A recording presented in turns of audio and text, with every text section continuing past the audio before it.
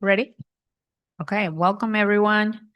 We are reconvening to open session. Flag salute. I just pay the flag of the United States.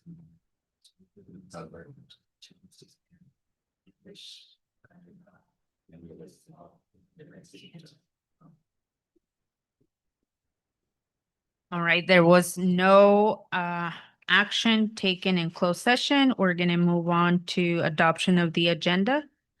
My understanding is that we're moving a item from consent to discussion. Item number 10.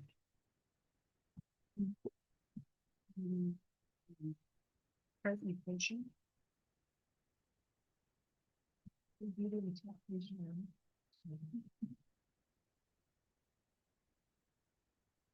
We can move things around, but just the agenda is in general. There was we're moving item 10 to discussion items, so anyone want to adopt the agenda with that change? Motion to adopt the agenda change. Second. All in favor? Aye. Aye. Okay. All right, adoption of the consent agenda. I move to adopt the consent agenda. With the exception of item number 10, Right, correct? that's already been moved, right? Okay. And second, Second. all in favor? Aye. Aye. All right, awesome. Recognition and presentations, we're gonna move the retirees first. Let's start with bittersweet news and celebrating our staff. So Curtis, take it on.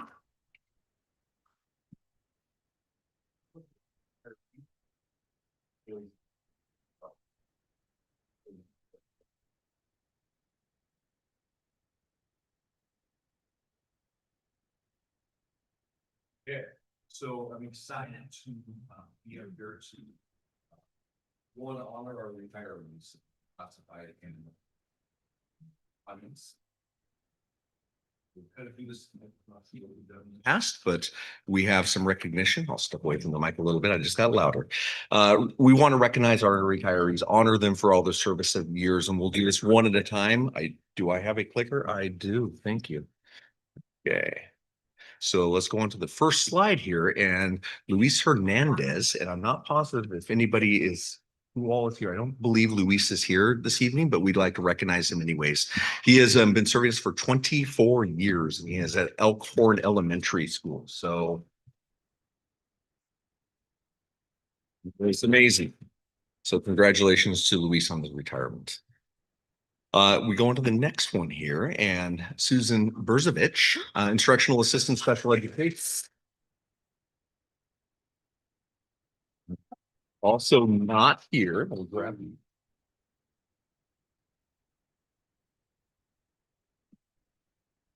All right, we do have certificates for the people even not here. And we did reach out to everybody, so we have a little bit of update on who is here and who is not. But Susan has been at North Monterey County Middle School and 18 years of service. So definitely want to honor her. Our next retiree, Martha Arista, and I do believe Martha is in the audience.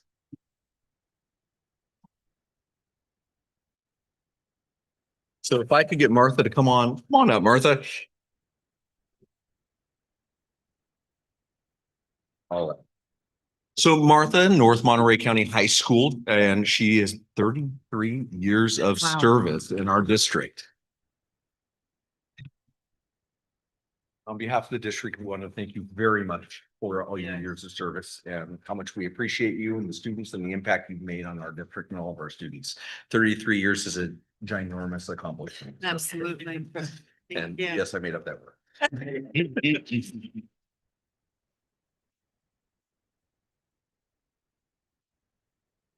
Right. 33 years. Here we go. Santiago Castillo, head custodian. I do believe he is here as well. 6 years of service at Echo Valley Elementary School. All right. And I have a certificate for Santiago as well as flowers. The board. How are you, son? Great. Come on up. Yep. Martha, we're gonna ask you to come on back up too, and the board is gonna shake hands here. Again, this is my first rodeo here for retirement, so. Yes, thank you for your service. Congratulations. Congratulations. Thank you. Yeah, maybe the- yeah. Let's- we'll go to-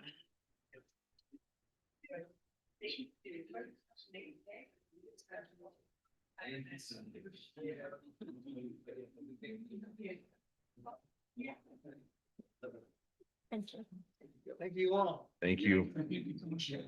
Yes, we have a few more to go through and then we'll get everybody back up here. So, yeah, and absolutely. So our certificated employees that are retiring, Barry Bolduck is a science teacher at the middle school with 3 years of service. Mr. Bolduck was unable to make it this evening. I know Mrs. Lapierre is here, so Pamela Lapierre Elementary School. 10 years of service for Ms. Lapierre in our schools. Thank you so much. Congratulations. Thank you so much. Thank you. Right. And whoop, let's go back. And last but not least, Mr. Mauser, Christian Mauser, CTE teacher, 8 years. And Mr. Mauser was unable to make it this evening as well. So again, to all of our retirees, thank you for your service to children, our communities. Everybody is just honored to have you been a part of our community here for that many years, for all of you, and the impact you've made on all of our students' lives in every capacity that you guys have been performing in. We heartfelt thank you and congratulations. A little jealous, but we'll all get there. So congratulations on your next adventures. Yep. All right, if we can come up one more time for one group picture.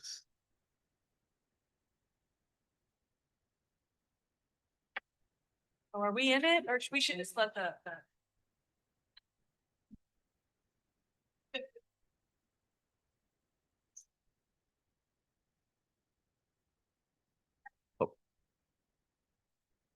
Get in there. Yeah.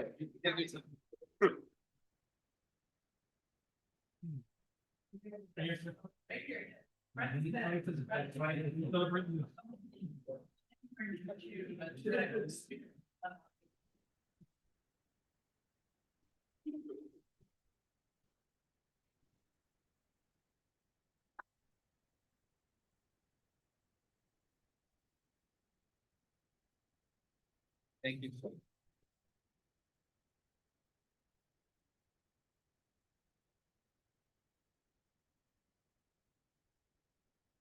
And that concludes my presentation. Awesome. Thank you. Thank you. All right. Good idea to move that. We all want to thank each one of you and congratulate you. And like Curtis said, we're a little bit jealous. Or a lot. It's true. But congratulations and enjoy the next chapter in your life. And thank you for all the dedication to our students. All right, let's now move on to update on Prunedale Elementary School. Welcome.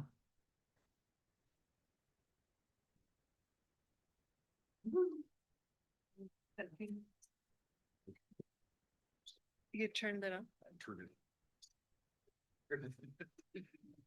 How do you turn it?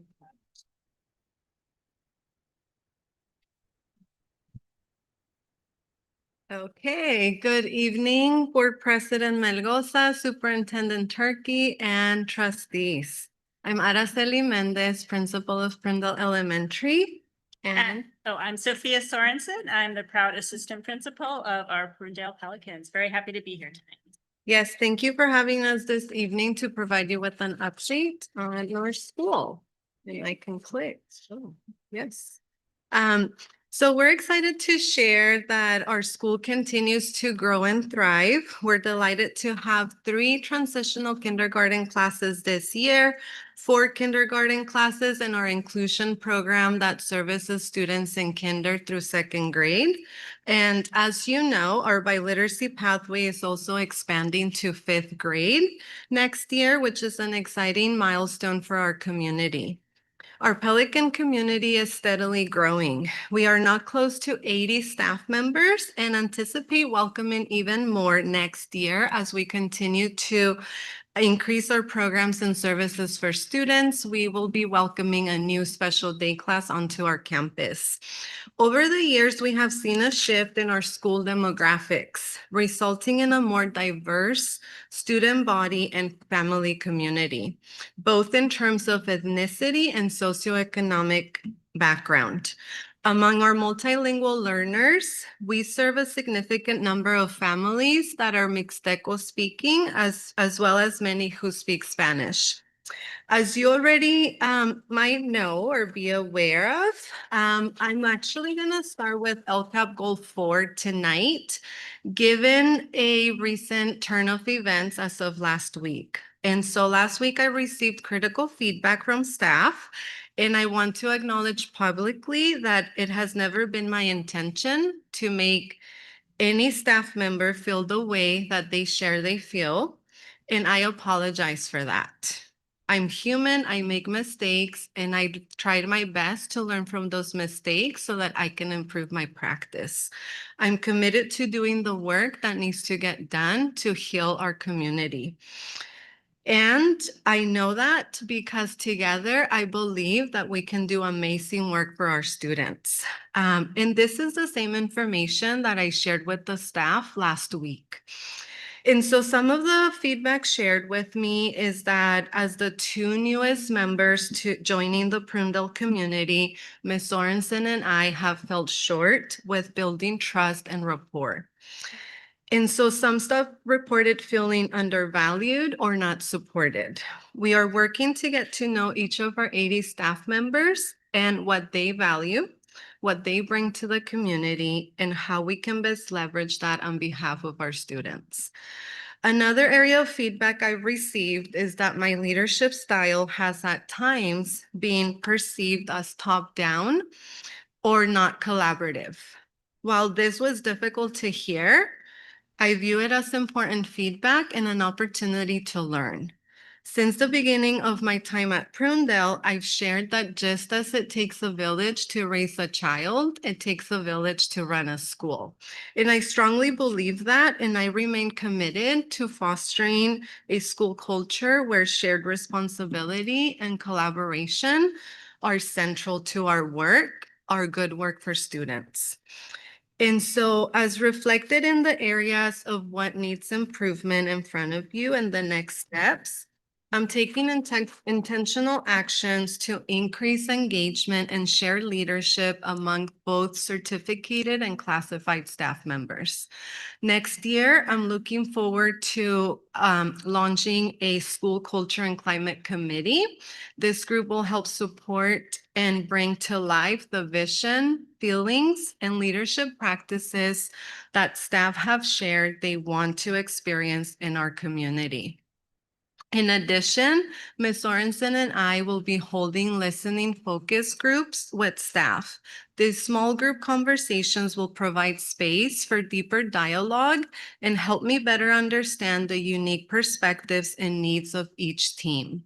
This feedback will be essential in shaping a concrete plan for how I and my team, Ms. Sorensen, can grow and learn more and lead more effectively together. I'm very thankful and appreciative for the work and time of our Tier 1 team this year. And as the next step, we will continue to leverage their knowledge and expertise in planning our Wednesday collaboration times and the bigger picture for the year.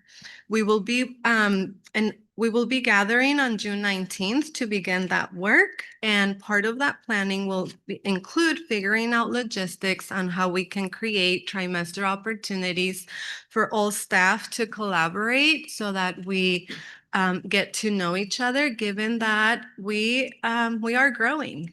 And so I know that I started with sharing the not so good, happy information, right? And so I do want to bring us back to what is going well, because I'm very proud of all of the successes that our staff have accomplished this year.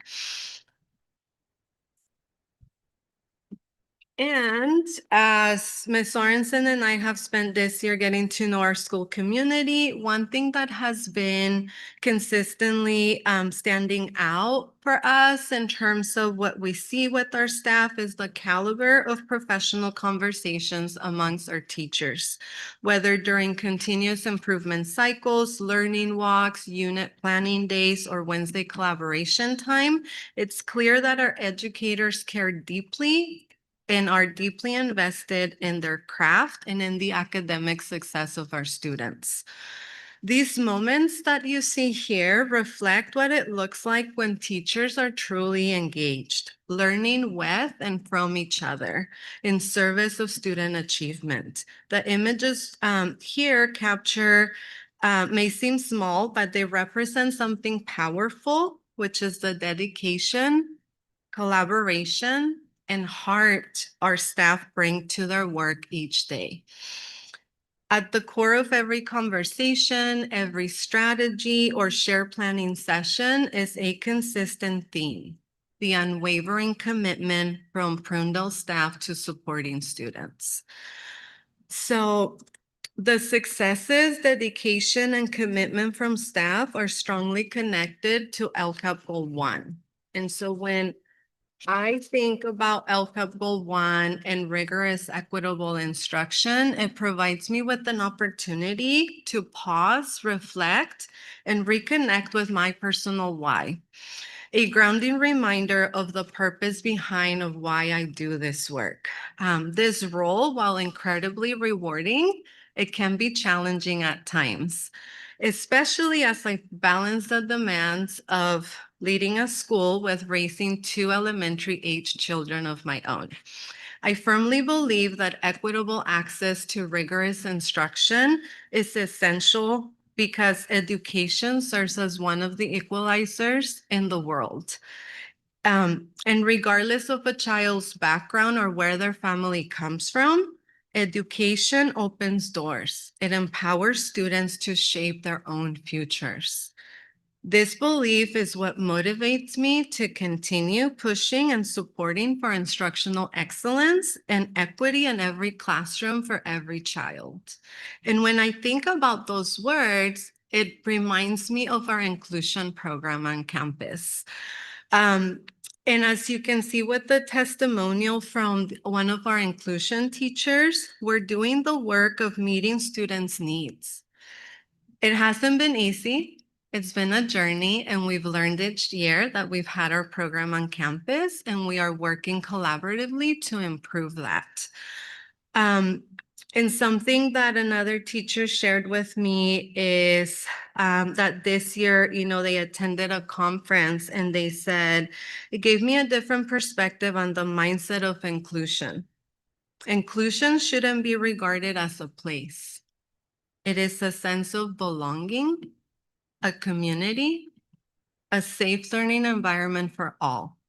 We need our environments to fit the needs of all of our students, rather than expect the students to fit the environment. And that's what LCAP Goal 1 resembles for me. So we know that achieving this goal, because it's a hefty goal, I'm not sure who came up with it. It really relies on the strength of our teaching staff and the quality of the professional focused conversations that they have with one another. I'm proud to share that our school has made significant progress this year. Under the data set for iReady, you can see that in the fall, we had only 3% of our students were performing at or above grade level in mathematics. And so for our spring data, that number has grown to 25%. And in reading, we've seen growth from 11% to 29% now performing at or above grade level. And this is only our first year with iReady. So way to go, Pelicans.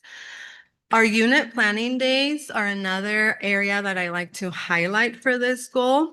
And this is time that was provided for teachers to collaboratively design instruction. And the feedback I received is that they felt it was a very successful use of time. Very positive experience, and they valued the opportunity to engage deeply in the planning process. I'm also very proud of the learning walks we did this year with our Tier 1 team, and which offered valuable insight into instructional practices. And while we did attempt to do that again with a different group of staff, the timing just wasn't right this spring. And so you'll see that listed as the next step as we plan for next year. I want to take a moment also to highlight our teachers' deep engagement in the continuous improvement cycles, our PDSAs, Plan, Do, Study, Act. Every grade level participated in the process this year. And as with any meaningful work, the journey included challenges. I remember showing constantly this visual of when we think, we're going to do something new, we think it's a linear process, right? And then the actual process is this squiggly line where you actually end up going backwards several times, right? To reflect and revisit the thinking and say, hey, like that didn't go so well. Why? How can we make it better? What is it that we're going to change? And so I admire our teachers for their perseverance and support with their engagement in the process. And I know that it felt uncomfortable at times, right? And it was in that discomfort that the real growth emerged. Our most recent cycle, we saw a powerful shift, a shared focus across grade levels on academic discourse, resulting in strong alignment and coherence in instructional strategies. And so this is a clear reflection on the professionalism, collaboration, and dedication our teachers bring to their work each day. And we had the opportunity for most grade levels to share a culminating highlight of our last cycle with the staff. And so it was a great experience that we will continue. In response to staff feedback, right, we're also committed to improving the process moving forward. Next year, we will focus on refining the timelines and having more flexibility and streamlining the forms to make the process more accessible and sustainable. We're proud of the progress we've made and excited to build on this foundation in the upcoming year. And with that, that's the update for LCAP Goal 1, and I will hand it over to Ms. Sorensen. Thank you, Ms. Mendez. If we can go ahead and go on to the next slide. I have it. You have it. Yeah, that's right. Okay. So LCAP Goal 2, student engagement and connectedness. And I wanted to start with pictures because I think it's in the photos that you really capture the feelings. And for me, this goal is really about how do students feel when they come to school, right? And we want them to feel connected, like they have a place that they belong. We want them to be happy. We want them to be excited, and we want them to experience that joy that should be part of every childhood. And so we've had lots of enrichment opportunities that you can see photos here, lots of field trips, special spirit days, assemblies, all sorts of things that really give kids an opportunity to have fun. And so I'm really proud of that. I think that is something that kids deserve, to have this joy and fun in their learning. If we go on to the next slide. We can talk a little bit more. So you can see some of the student activities, performances that we've had. Another thing that I kind of want to highlight here as a real positive is our Pelly's Place. So Pelly's Place is our student store. As part of our PBIS system, students earn a Pelly buck, right? Money that they can spend at the store. And so for some students, that's really motivating and a great way to acknowledge the positive behaviors. Other kids, they don't want to ever spend it. And they tell me, no, I have 80 of them at home. But they like that, right? That's that tangible thing that they can count. And they love it. They feel rich, you know? So I always tell them, wow, you're rich. So different kids have different things they respond to. Another thing that we've worked on this year is implementing Second Step, which is the district's adopted social emotional learning program. So we started in the beginning of the year with giving teachers some orientation to how their program works, making sure all teachers had their account set up, and we got support from our special services department for that, and Katie as well. And then we asked teachers to start using it, right? And so then in the winter, early spring, we looked at our teachers who had been using it, the leaders, right? And we invited them to present to the staff, to their colleagues, right? Why they were doing it, why they were committed to it, what were the benefits they were seeing, and what were the tweaks and adjustments they were using to make it work from them.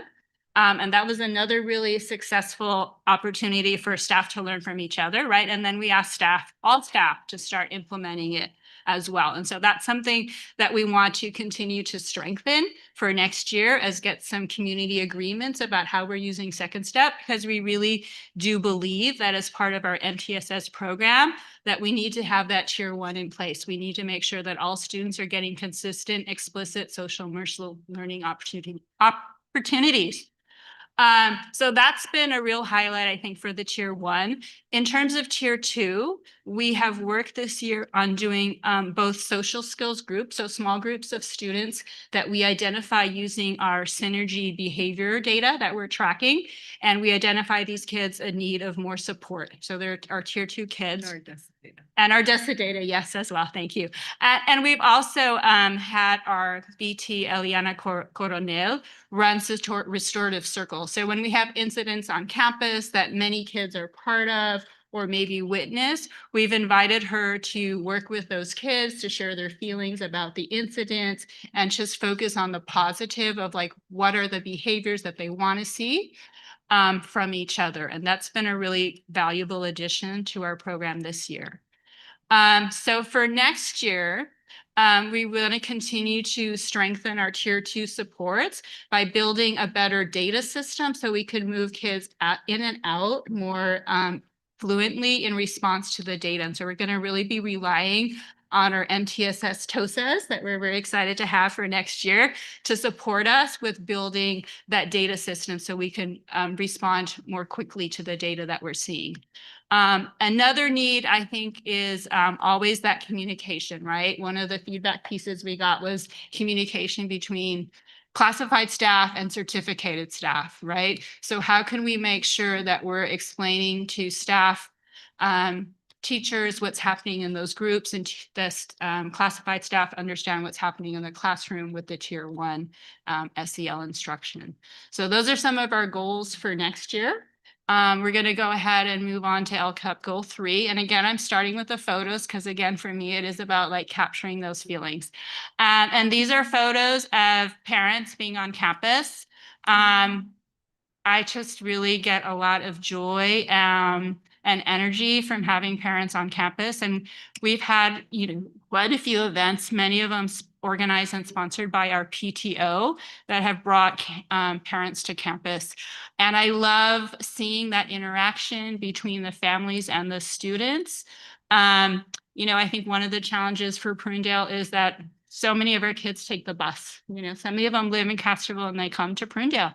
And like, how do we connect those two worlds, right? How do we help students feel like, yes, their parents are part of their school community, and help parents feel like they're part of that community? I think events that brings parents to campus are definitely a big part of that. And then one of the district LCAP town halls, I heard a parent talk about that like when they come to these events and they see the same parents and over, they realize, oh, this is my community, right? And that's where such a strength of the school will be is in that parent community that feels connected to each other. So that's a goal.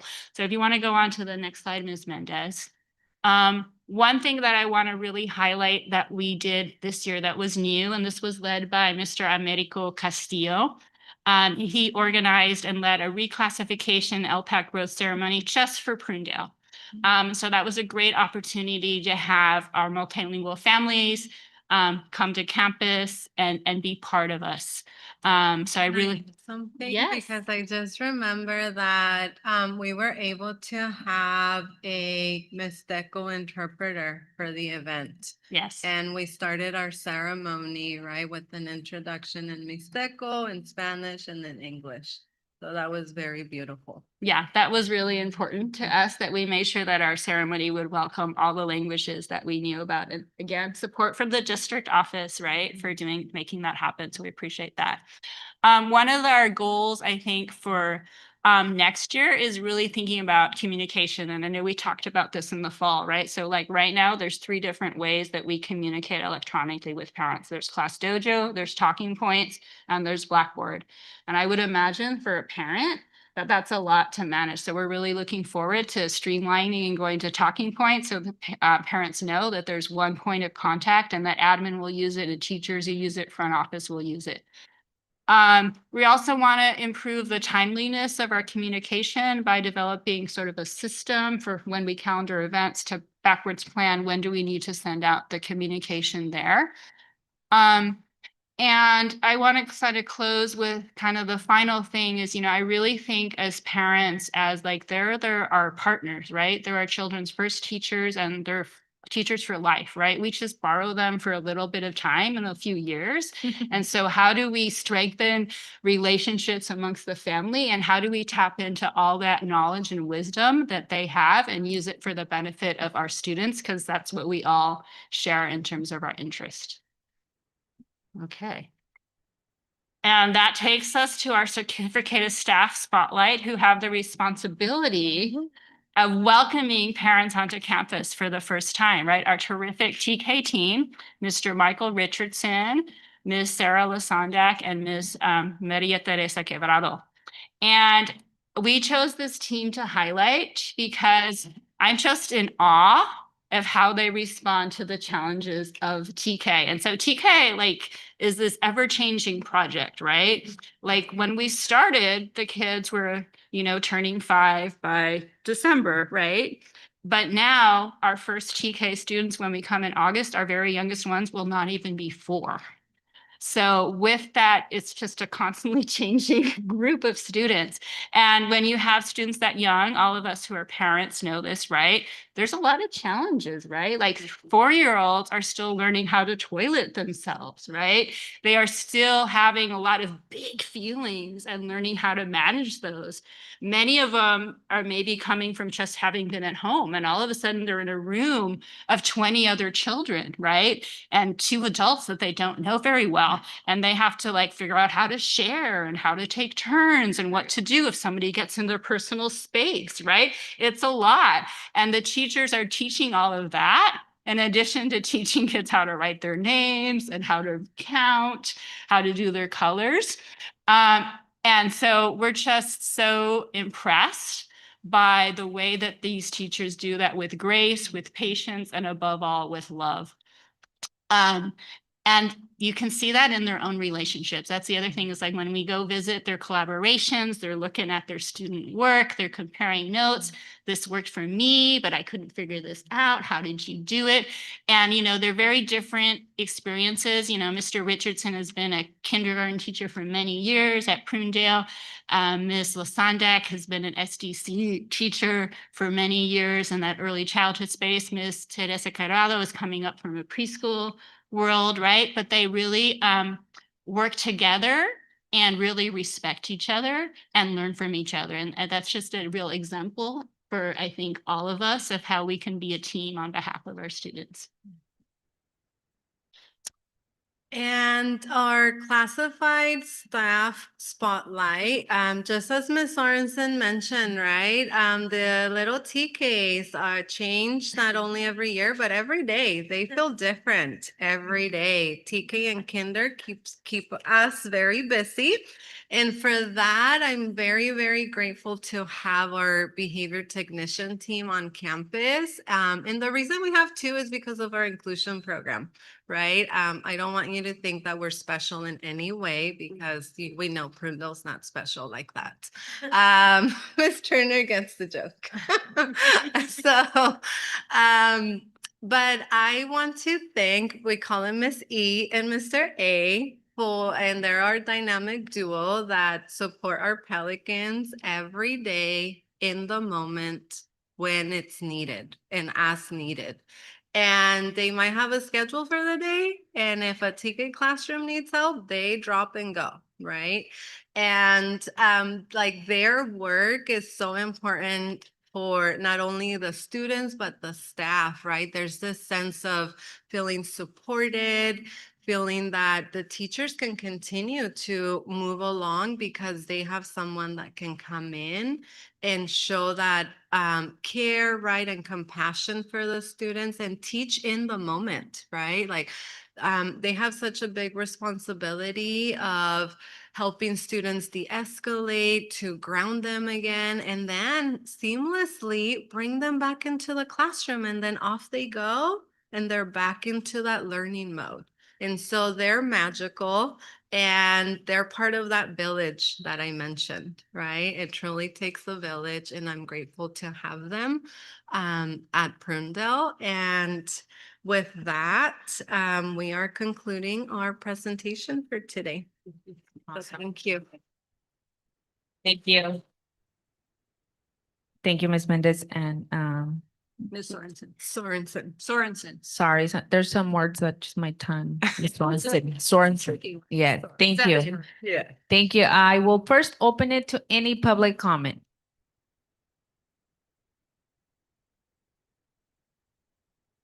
All right, Zoom.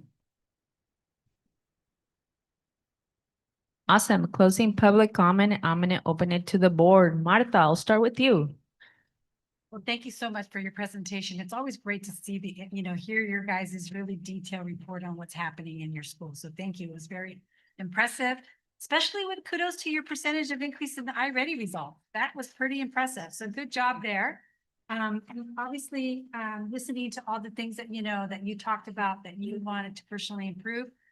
Also, want to recognize and acknowledge you for even just sharing that. Not everybody shares that publicly.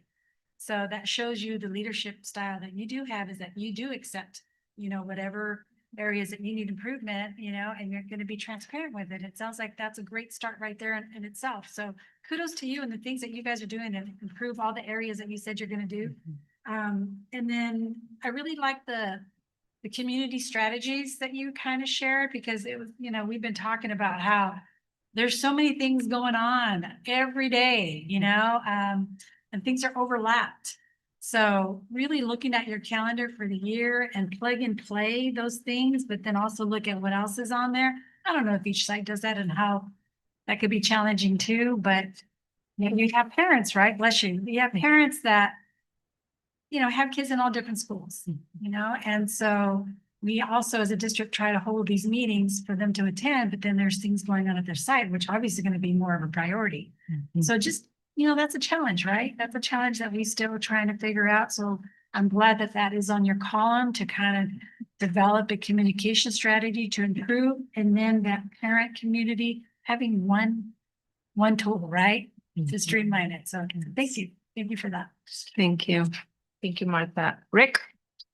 Thank you for the presentation. I mean, well, my kids go there and every day I've been there a lot, and I'm there every morning, and I I notice, things just always running how they're supposed to be. The campus looks great, because Monique's doing a great job, and from nest to the yard duties, and then the the teacher,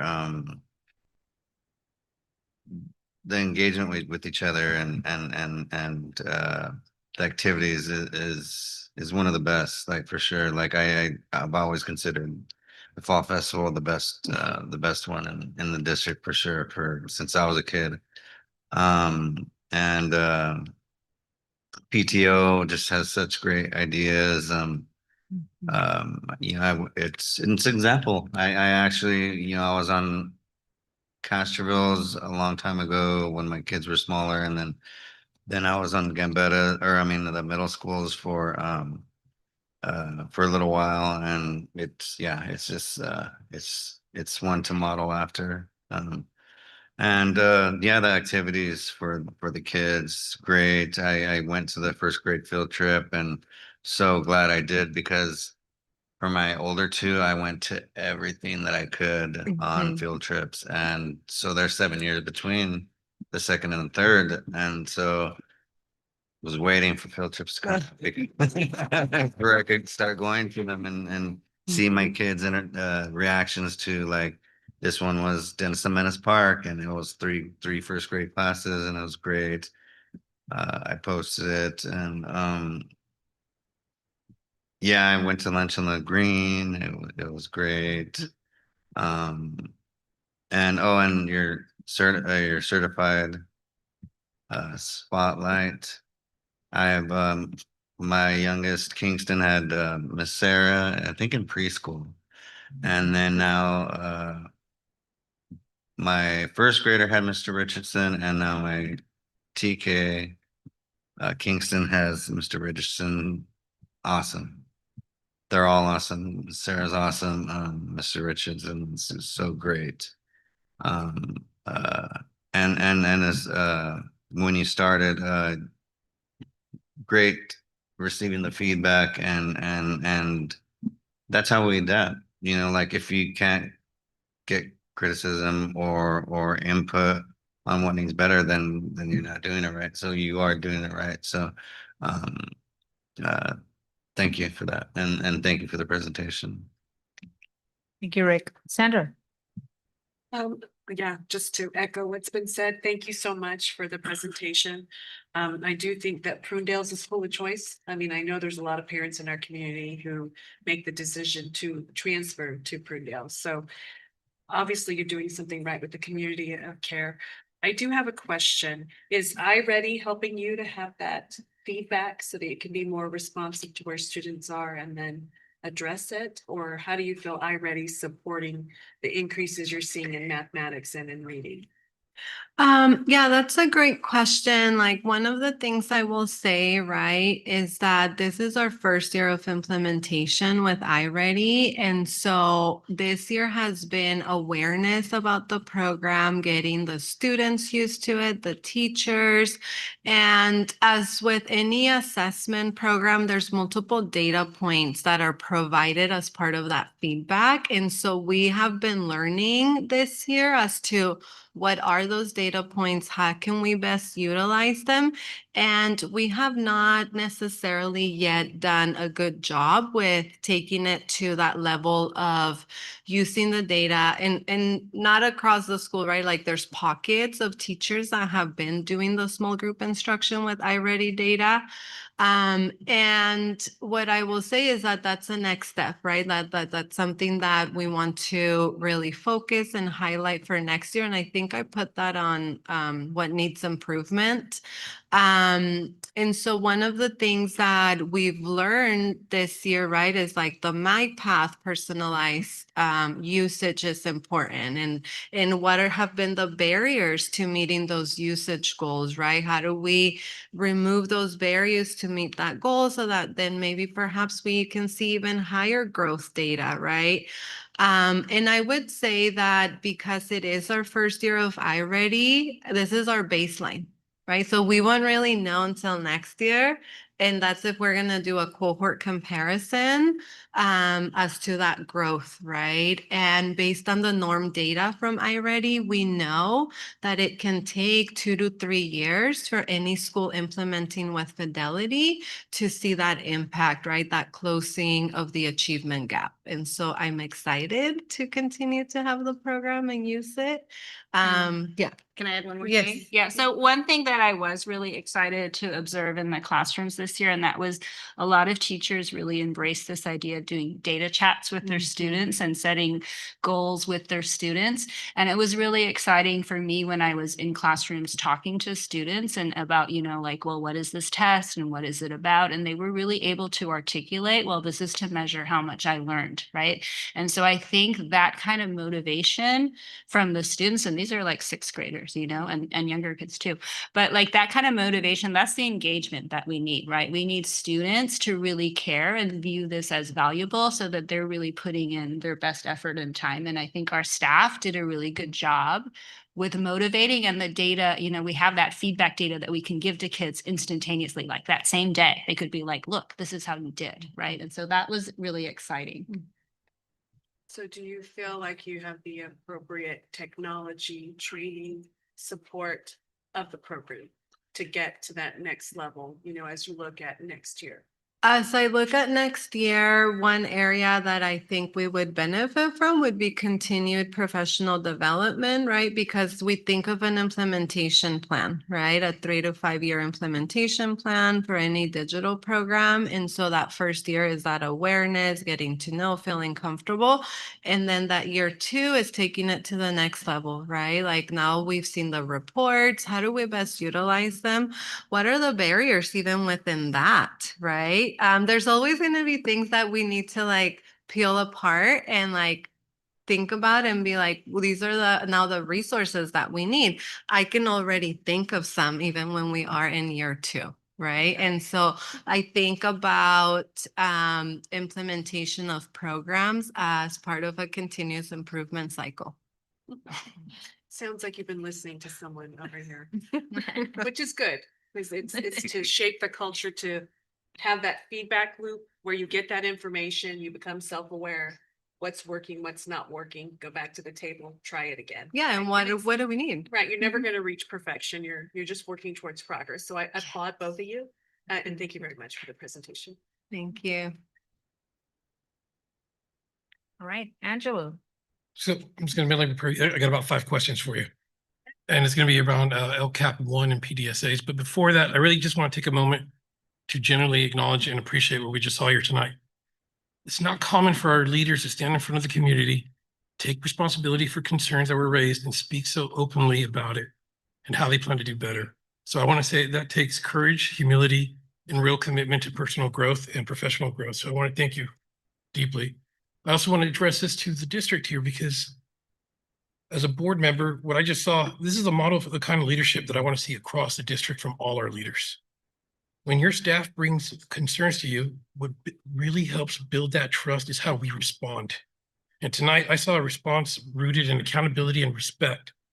I want to thank the Prunedale team so much for not only hearing feedback, but embracing it as a chance for you to strengthen your relationships with your staff and to build something better. So thank you. Thank you. And then Here comes the hard questions. what's that? Yeah, but it was really important for me to address that. LCAP Goal 1, EDSAs. Something new that we're hearing about it. For if people have not heard that, it's a thing called plan, do, study, and act. So and it's a cycle of how we approach doing database driven work with our students. And I'll state it publicly, I'm fully in support and behind PDSAs in the cycles throughout our district. As of now, I know only the 4 elementary schools are really the ones that are doing it at the moment. And I say that because that's where I'm getting most of my feedback from. I hear both positive and negative across all 4 schools. So I'm kind of have you kind of answer for all 4 schools, even though you're only charged with 1. I can only answer for one. I Okay. don't want to take more responsibility. The questions I'm asking you is something that when other principals come here, I'm going to ask them the exact same questions. Got it. So That's fair. PDCAs, some teachers have shared with me that they feel like this is just extra work. And they feel like they already do it before they learn what a PDSA cycle is. What do we do to help get teacher buy-in so they feel that the PDSAs are more useful and not just paperwork? Yeah, I think that that is a feeling, right, that has been shared with me as well. And what I've shared with the staff is that this is not extra work, right? PDSAs are this seamless opportunity to fit into anywhere where you are in your instruction. And although like there's the feeling like, well, I'm already doing this, right? It's not about like extra work or busy work. One thing that I've highlighted with the Prunedale teachers is that it's not necessarily about filling out the forms, right? And the process, the meat of it is in the conversations that happen as you are doing the planning piece, right? As you are then you go and you do it and you come back in your study. So when you're doing your studying piece, the value of the process is in those two areas, right? And then deciding the act, what is it that we're gonna do next? Did the strategy, did how we decided to implement it, did it work for our students? How do we know? What do we need to adjust? And if they don't get to document it, that's okay, right? Because they know that the next day they have a change idea that they can go back and do. And the change idea, I'm not asking them to invent anything, right? Like change ideas can be as simple as, like I had one team say, we did our exit ticket on the Chromebook, speak on a Google form because we thought that was going to be instant feedback for us. And then our change ideas actually, that took a lot of time at the end of the lesson. So we're going to move to paper. I said, that's a great change idea. It's going to save you time. Right. So I hope I Yeah, answered it's, part of it's, the it's, question. Yeah. you're helping me educate more on what PTA is, because remember, some of the ideas I'm hearing is not just your school side, this is Mhm. across the board. Yeah. And I guess my fear is, I'm just gonna go to my time as teaching math here. There was busy work that was pointless. Mhm. And I'll share this. I've been very vocal about this. So I'm teaching high school math, but then they put the work where I have to have my math students write an English essay about math. Mhm. But it's not graded, mandatory, took a lot of time. Then I was told that it was the board's direction. I get on the board and then I find out they had no idea what I was talking about. But that took up such a long time and it was busy work created about 3 administrations ago. Mhm. My fear is that if we're able to lighten the load on things and put PDSAs as a priority, if you would be open to evaluating like what can I help take off the teacher's plate so they can better buy into PDSAs? And that's just an observation of mine. You don't have to answer that. We talk about ideas. I've heard a thing called a playbook. Mhm. Is there a limited amount of ideas? Do they have to choose straight from that idea playbook, or can they do ideas that's outside of the playbook? So for that, my guidance, right, what I have shared with the staff at Prunedale is that for this first year, as we go through this process, yes, we are choosing from the research-based strategies that are in the playbook. And sometimes, less is more. And so that's the opportunity that we have with the playbook. And as we get more comfortable with the process, right? And we learn from this, if teachers are interested in doing a different research-based strategy, right? It's most likely gonna come from Hattie's work. By all means, right? But for this year, my guidance was I put the rail guards, right? I said, we're focusing on math and we're picking from the playbook. And then we even took it a step further, right, with the input from our tier 1 team as to which area are we going to focus on. So yes, to answer your question. Okay, thank you for clarifying that. So, like I said, change can, no one likes change. It's just human nature, regardless of professions. But when we're doing something like this, how do we make sure that every teacher feels appreciated for the work they did, not just specific grade levels, but throughout, for teacher buy-in? One of the things that, I'm reflecting about is how as I'm leading this work of PDSAs, what is it that I did to be in almost in their shoes, right? And kind of like Miss Sorensen and I did this, like we took a step back and we said, what is our change idea here? Because our first cycle didn't go so well, right? Like we did not have very there was some not happy teachers. And so one of the things that we did was, and I don't know that this made them feel valued, right? But one of the things that we did was we looked at their work and provided feedback. And so that was either after they had completed part of the Plan to Study Act or their change idea prototype.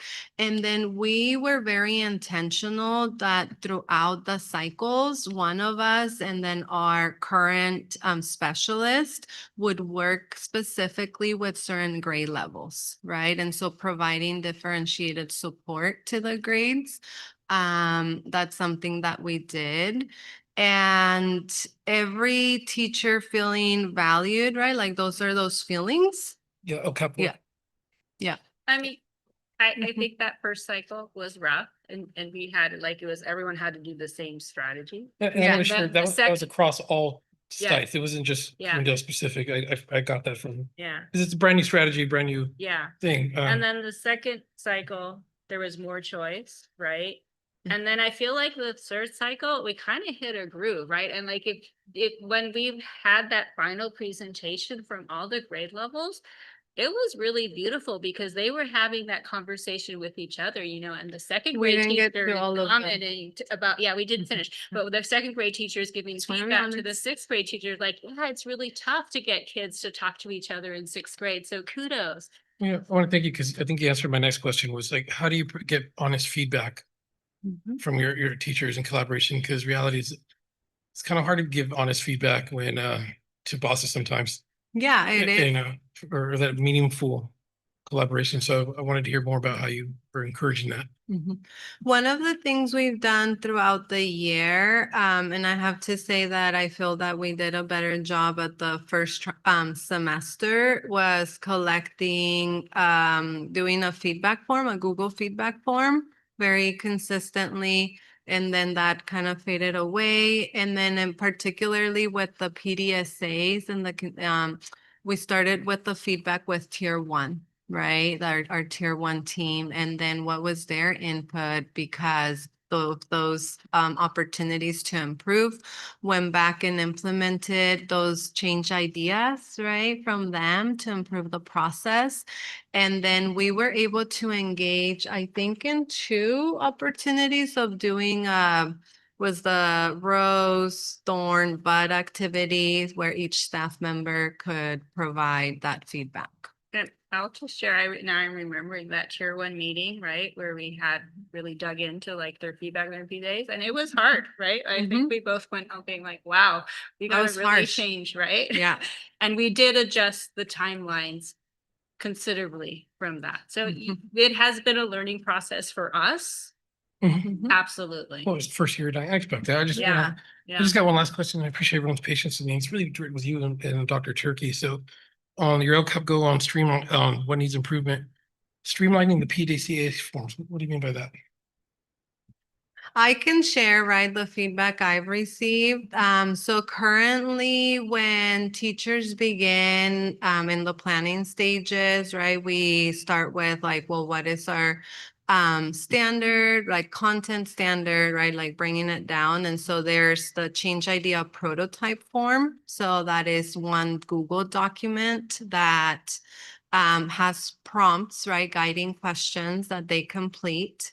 And that work is essential to begin the work, right? If you don't do that, then because you have to come up with agreements as a team as to how is it that we're going to implement this strategy. And then that's like the planning phase on the PDSA document. So there's a second document. And so then they do that planning and then they come back, and on the PDSA document, now there is that study piece, right? And so some guiding, reflecting questions. And the feedback I've received is that some teams find it cumbersome to navigate both. However, I have other teams that are like, no, I like them separate because it keeps it very clear for me. And so I'm just like, okay, so we started the conversation with tier one as to how do we streamline that and so on. I will, I think we'll revisit a little bit in June when we meet in June 19th, but that's really like us, as a tier one as we begin the next school year, receiving more feedback and improving those documents. And if I could add on actually as well, it's interesting with the PDSAs, right? Because on the one hand, it's pretty simple, right? You can think to yourself, hey, you try something out, right? And then you see what goes well, you see what doesn't go well, you tweak it and you try it out again, right? However, if you want teams to go through it in a comprehensive way and like a kind of a gold standard, what does this look like? Then all of a sudden this form becomes fairly large, right? And then it's like, how do you scaffold up to the gold standard, right? And to Araceli's point, which I think is really good at the start, maybe you don't even use a form. Maybe you just talk about it. Okay. Think about what went well, what didn't, what you're going to tweak, and then you tweak it. But you need to build up to where you're doing things in a pretty comprehensive manner. But it's that building up piece, I think, which just takes a little time. I'll just add as well that I believe that it's next Thursday where the Prunedale team is meeting. Mhm. Yeah, I think I'm going to come out and then meet with you during that time. So I'll be able to get to spend the time with you and the tier one team, kind of, first of all, celebrating the successes and the work which has been done, and then thinking about next steps. So Thanks, Adam. looking forward If to everyone that. was comfortable, I'd love to be a silent observer in the back. You want to be a silent observer in the 'Cause I- back? I do- Okay. I do believe in the PDS cycles, and what I like about it is just to see the evolution of how it grows. Mhm. Not critiquing, but just watching how we navigate through this, because every school site is so different. And I'm just very curious to watch how the demographics, of everything from students, staff, and the metrics, because this is what's going to get us our data-driven work, Mhm. which was your goal, and our goal we were talking Yeah. about, right? Being data-driven. Absolutely. So I'm very excited about this. So thank you. Thank you for your patience with me, everyone. Yeah, you're And- welcome. If I could just add on just a couple of things, which is that the PDSA is actually the gold standard of continuous improvement. Okay. And I just want to give kudos, Araceli, to yourself and Sophia in the way which you're thinking about it. Right. I can see that it's kind of like you're really thinking it in continuous improvement manner. So thank you. Thank Yes, you. Thank you so much. Thank you. Thank you, Angelo. And I mean, I don't think I could say it better than Angelo, but definitely agree that coming to a public meeting and acknowledging feedback and ways to improve takes a lot of courage. And it's exactly what we want to see. I'm one of those that hates when people just put excuses and justified why things are a certain way instead of listening carefully and acknowledging, yeah, there's always room for improvement, right? And like you mentioned, we are humans. I don't know who doesn't make mistakes, and don't say you don't. Because it's part of human nature, right? That sometimes we think we're doing the best, but someone can point out our blind spots. So Absolutely. thank you for doing that. That's really important, because it also is a role model for our students Mhm. and for our children and for the next generation to acknowledge when they need to listen and take a different approach on a situation. So you're role modeling also that, not only for our adults, but also for our children. So thank you for doing that. And then I just want to say that I love to hear all the parent engagement. As a parent, and as a parent in elementary, where elementary is like my babies, I have to take care of them. And all through the school years, I love engagement, right? But elementary is a special space where it's first experience for many things. And that parent engagement and allowing parents to be part of the education, coming and knowing the environment where the kids are spending a majority of time. You said that you we borrow them for a little bit. I think we borrow them for quite a lot. So it's good for parents to see the environment where their children are spending a majority of time, because they can also be supportive in how can we make that environment really well. especially for, I don't think it's just TK. I think as adults, we also still don't learn how to share. So I really applaud that you're doing that. And then also the second step, I mean, I started where I worked at the district teaching second step, K through third grade. So I know second step and I love second step. It was a really changing program for many of the students I worked with. So I really like that you're looking into doing that. And then PSAs, just so you know, they're very well known in nonprofit world. And we are really good at actually saying, at least in a space like where the legal world, we're good at saying we're always having to adjust. Adjust. For us, the A means adjust. Plan, do, study, adjust. Because we always want to look at ways to work smarter, not harder, and also on ways that we can actually make change with whatever system and process we have. So I really like to hear that all these things are coming into place, because I worked with all these systems for a very long time. And it's good to know that, that we're looking at different tools to improve. So thank you for doing that. And thank you for continuing and improving in the things that need to be improved, and for all you do for our school and for all the staff, all your staff, and for all the team. So thank you. Thank you. Thank you. Thank you. All right. We're going to do a very fun and exciting and awesome. Not that the rest isn't, but it's always great to celebrate our students. We're celebrating college and career successors.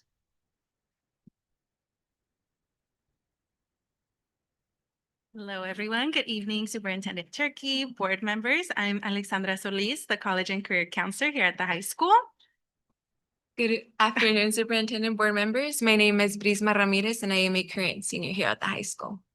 Yeah, and so today we're here to talk about some really exciting news, stuff that's going on at the high school, a lot of great news with our seniors. And so, yeah, next slide. Oh, I have a clicker. Perfect. So why college and career support matters. So today we're going to talk about a lot of great achievements that our students have done, but it's really important to know all the support that's there behind it. And so in my experience as the college and career counselor, I have seen that support is so important for our students, because navigating a simple application could be the one thing that stops our students from going to college, from getting a job. And so whether we are helping students complete a resume, complete a community college application, connecting them with a recruiter, we are really connecting them to higher education and all of their post-secondary options. And so a lot of our students, as we know, they're first-generation students. They might have some language barriers, not just English to Spanish, but Mixteco to Spanish to English. And so we are here to support our students, to help them navigate not only the very extensive and maybe confusing process for them, but it's also very intimidating, and it's scary and nerve-wracking, right, at 17 and 18 to explore all of these next options. And so I'll let Brisma take it away and maybe share a little bit about her experience.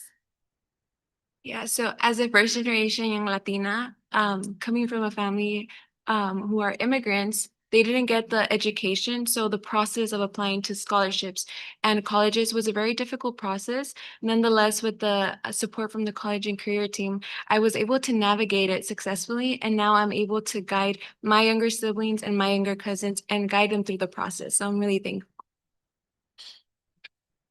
Perfect. And so I just wanted to give a very brief overview of some of the types of different colleges that students are applying to. Just maybe some families at home might not know the different processes. And so we have the University of California, where students have to complete an application for all of the different UCs, and they are required to submit their grades for any A through G courses. And they also have to complete 4 personal insight questions, where they really get the opportunity to stand out.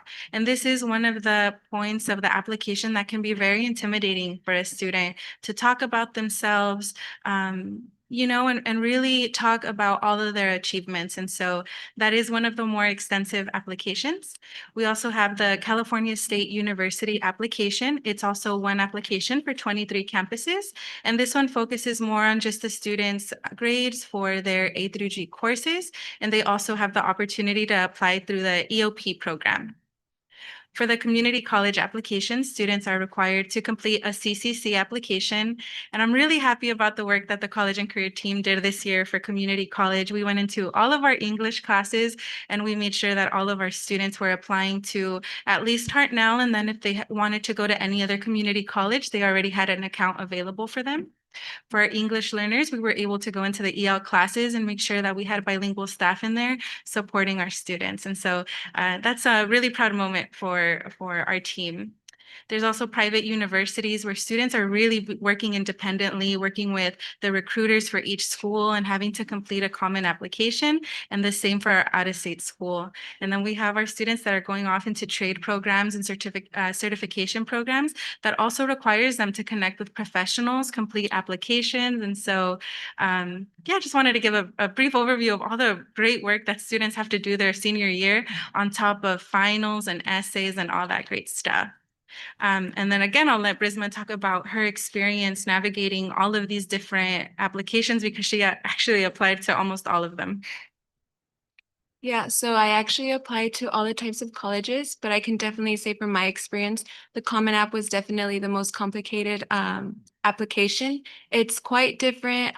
They all have different requirements. Each school has their own requirements. So aside from the main application, how the amount of schools I want to apply to, they each have their requirements. So it was definitely difficult, but the college and career team definitely helped me again. And I'm just really happy. And soon I will be attending the University of San Diego. I'm also really wanting to give a Brisma acknowledgement that she also already secured an internship. So she's doing great. All right, perfect. So where is the class of 2025 headed? I'll let Brisma go ahead and talk about all of the great campuses that her peers are going to. So we're really happy to announce that we have a diverse group of students going everywhere, not just UC, CSUs, community colleges, but also into the workforce, military, and private out of state.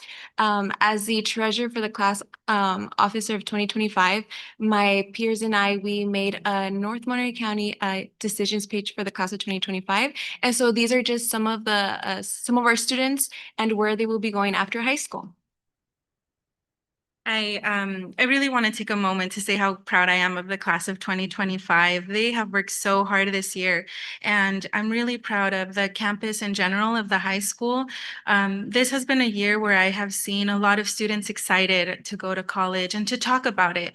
They came and talked about it during lunch. I could hear it among themselves in the halls or out and about. And so I'm very proud of them. It was a very intense application season and they all came ready to work. We hosted several application workshops actually weekly throughout the college application season, and students came prepared, dedicated, and they were really working together. And again, like Prisma said, they even created an Instagram page where they're taking it upon themselves to promote what colleges they're going to. And so I want to say, publicly, thank you to the class of 2025, because a simple gesture like creating an Instagram account is making the rest of our students excited to see what schools they go to. So shout out to you, class of 2025.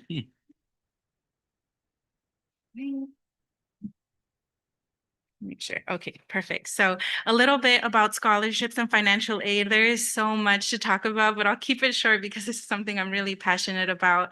But financial aid is there to help students go to the community college, to the four-year schools, private schools, and to trade programs as well. This year and in the past few years, we worked really hard to break barriers between financial aid, between the FAFSA and the California Dream Act. And one simple way we did that was stop using the term FAFSA and we use the term financial aid to make sure that our dreamers and our students all feel welcome when we're talking about financial aid. we were able to get about, let's see, an 86% completion rate for students completing a financial aid application, which was really awesome with all the changes going on. Some parents were scared to complete this application. It's also very extensive. All parents and guardians must create an account, give personal information like social security numbers, ITIN numbers. And so completing one application that should only take about 20 to 30 minutes turns into maybe sometimes a 2-hour conversation. And so we were able to do that. We partnered with our community colleges like MPC, CSUMB, and Hartnell College. They came in and supported our parents with the financial aid applications. We had our counseling team that was here to support students. And something really great that we were working on promoting this year is letting students and families know that the community colleges are offering free tuition regardless of income. And a lot of students didn't know this. A lot of parents didn't know. And so this was really exciting for students, especially those that were maybe middle class and were nervous about going to a community college. And so free tuition for students at community colleges. We also worked with students with scholarships. I'm very passionate about scholarships. We actually hosted our scholarship banquet yesterday where we were able to honor over 30 students, over 90 scholarship awards were given, and this class was able to get awarded $400,000 in scholarships, and it's truly been incredible. Again, I would love to shout out Prisma, and so she can tell you a little bit about her experience with financial aid and her scholarships. So throughout the process of applying for financial aid, it was definitely very difficult. Again, as a first generation Latina, my family had no knowledge in what the process was like, but the college and career team, they held financial aid workshops where parents were able to come. So that definitely helped them and it helped us guide through the process. And it was a way of feeling, not just making the students feel included, but also the parents, which is very important. And talking about scholarships, I'm really happy and proud to announce that I received a lot of scholarships, which is something very important for me as it's not just, it's helping me with my education and further my education. I'm just really happy. So thank you. Perfect. And I did want to take some time to highlight some of our super awesome students that got some great scholarships. As we all know, Maria Alba Diaz Perea was the QuestBridge Match Scholar, but she also was selected as a Gates Scholarship recipient and a Dell Scholar. So these are national scholarships, super competitive. Really proud of Maria Alba. Some other great student stories, Stacy Renteria and Valeria Aguilar. They were both given a $10,000 scholarship for UC Santa Barbara. So that's truly incredible. And then another great student, we actually have a video about her at the end, Samantha Doñoso Trujillo, was awarded a full ride to UC Santa Cruz, which really exciting. She's such a great student. If you haven't had the privilege of meeting her, I definitely recommend connecting with her. Very humble and the prime example of a first generation daughter.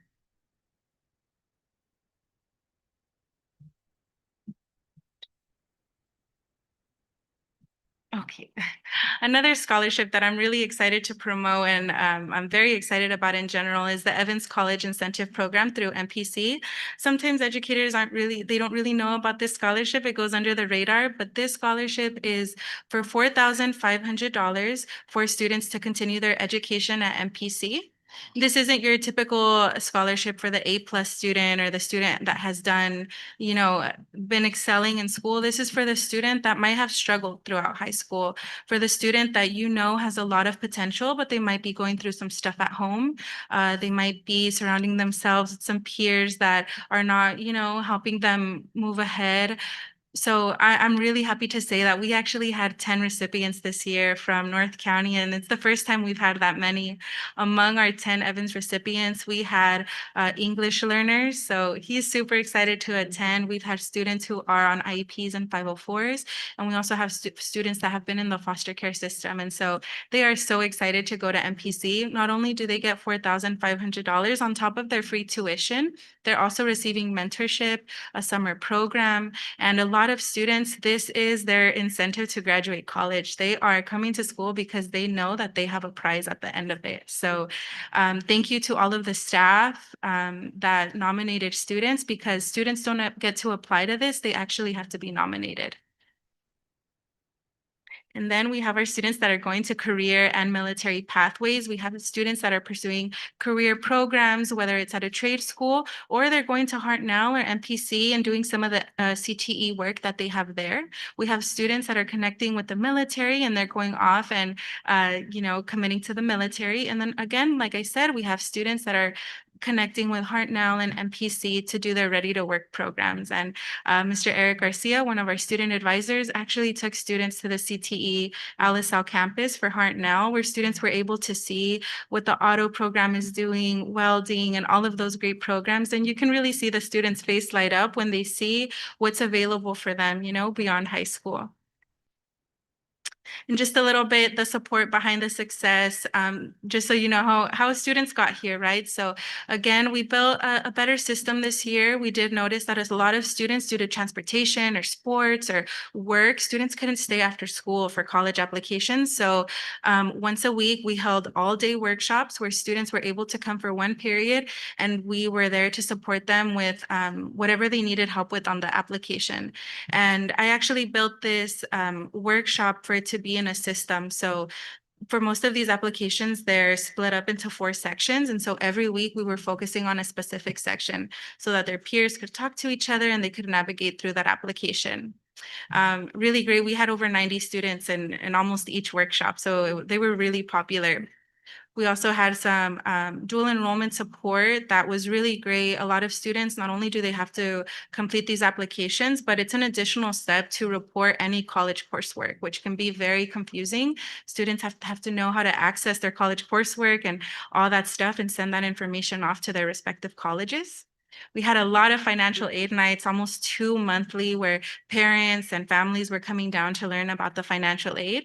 And then we had a lot of college and career exposure, whether it was field trips with, again, Eric hosts a lot of field trips, or with our pre-college programs like EAOP, ETS, and Upward Bound. And again, I'll just kind of give it to Brisma so she can share a student perspective on some of the things we did at the College and Career Center. I just want to thank the college and career team because I know I didn't, as well as most of my peers, we took advantage of all these workshops. They were really helpful. They guide us through each process. And it was a drive to our success, and we can't wait to see what the future holds for us. So thank you. And I just also wanted to give a quick shout out for that dual enrollment support. In that small picture on the bottom, you could see that Professor Oscar Flores. He has his hands up. A big thank you to him. He has been the professor for our Child Development 2 and Child Development 3 course through Gavilan College, where we have had students continuously fill the class, and he really gives them that real life exposure to a college class through a syllabus. They can only miss class 3 times throughout the whole semester, and he really holds them accountable, but he believes in them. And so we're really, really lucky here in North County to have him supporting our students with dual enrollment. And lastly, I just want to say that I'm really proud of all of our condors. This work is because of them. We're inspired by them, by their work.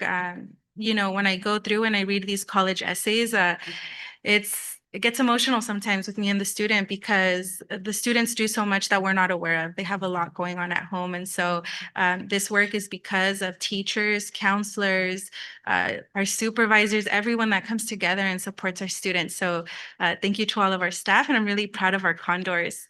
I also believe we have a video.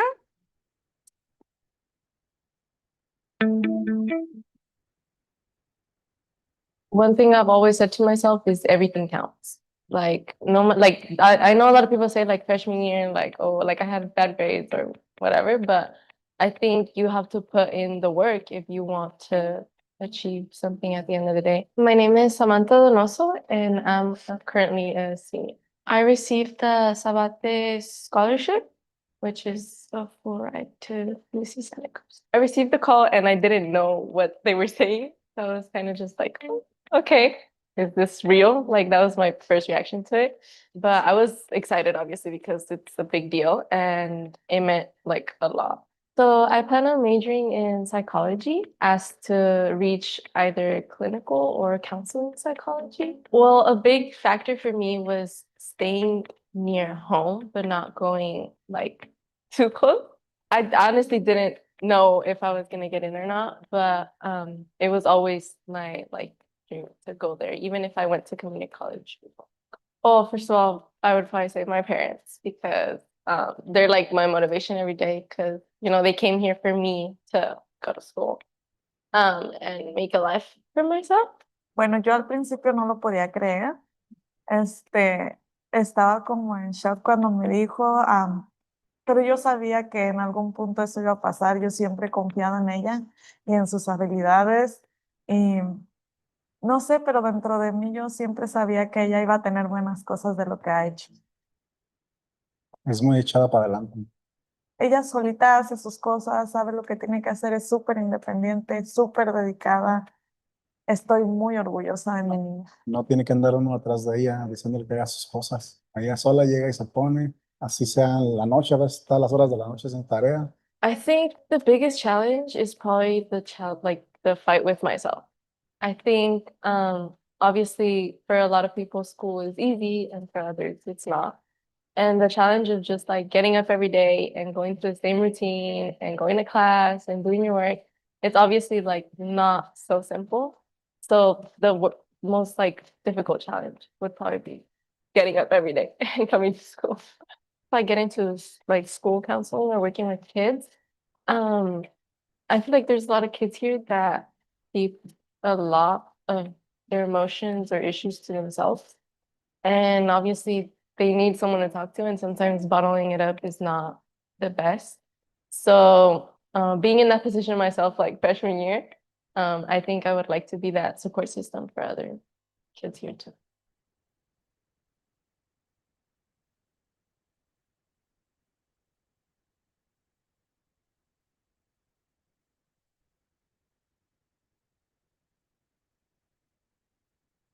And some final thoughts about Samantha. She is such a great student and even as you see in that video, she hesitated a little bit herself. She couldn't even believe that she got a scholarship. And so a lot of our students here are not only battling personal issues at home, emotional issues, they're battling imposter syndrome. And so we're really having to remind students that they are capable. They're amazing students. And I truly believe that some of the best students come out of North County. And so thank you.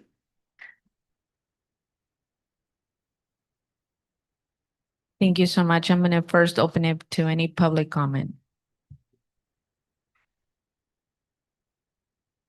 Cassandra Quaylar, second grade teacher in the district. I just want to say congratulations to all the seniors in the graduating class of 2025. At Elkhorn lately, we've been discussing many of the seniors.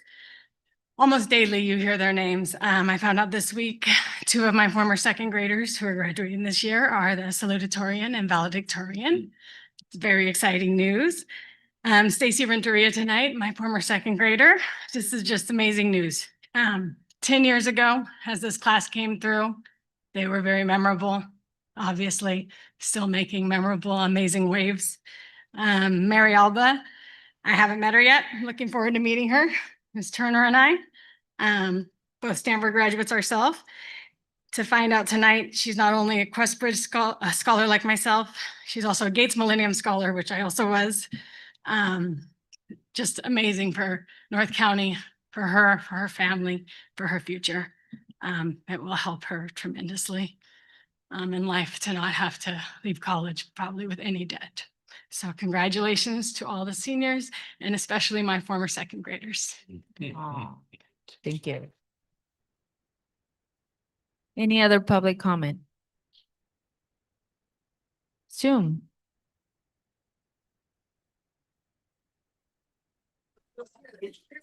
Hey, this is Miss Espinoza, Deanna Espinoza from the middle school. I am, so amazed and not shocked by all of your guys' successes. Grisma, having all of you guys in 7th grade and seeing you guys graduate and getting to where you guys were expecting to get to. I am honored to have been one of your guys' teachers. And so thank you for doing what you're doing. Keep it up. Thank you. Any other public comment? All right, closing public comment. I'm gonna start with the board. Rick, I'll start with you this time. I'm so proud of you guys, the class. this is the best time of the year, and things like this is why we do it, to see you grow and leave the nest.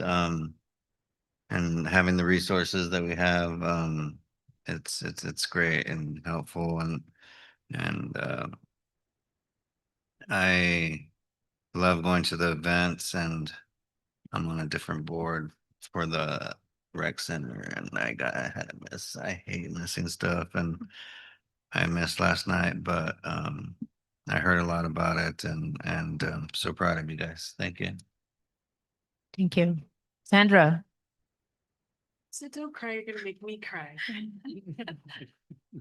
Our students are amazing, you're amazing, and I'm so excited to see what you're gonna do. This is just the beginning of your journey. Oh my goodness. Miss Elise, you're phenomenal at what you do.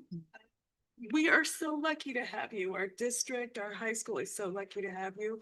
You really know how to interact with the students and to make their cocoons bloom. So thank you for being part of our district and to really unleashing the potential of our students and helping them to see everything they can be.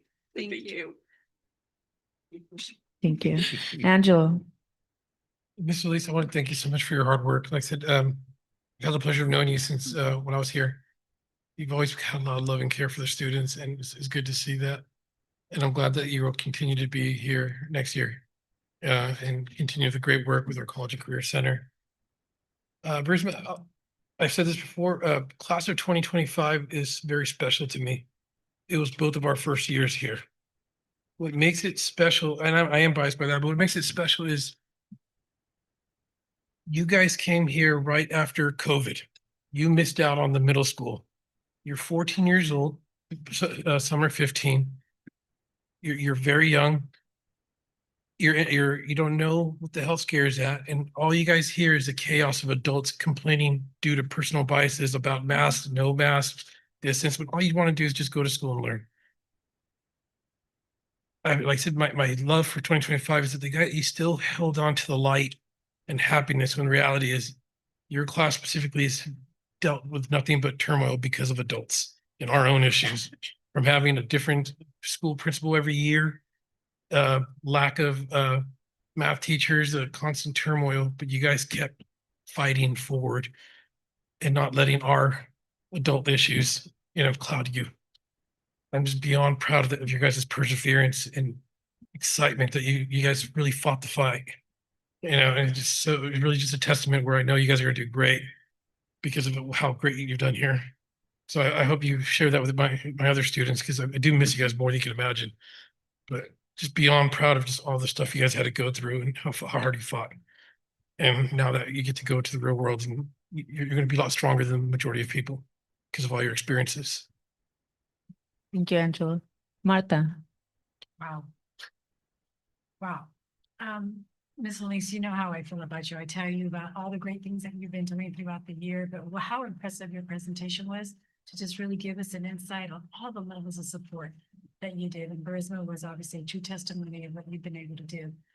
So thank you so much. Harper, really thank you for everything you've done, because this is exactly what it's all about, to get our kids to this level and build that confidence and that support that they needed.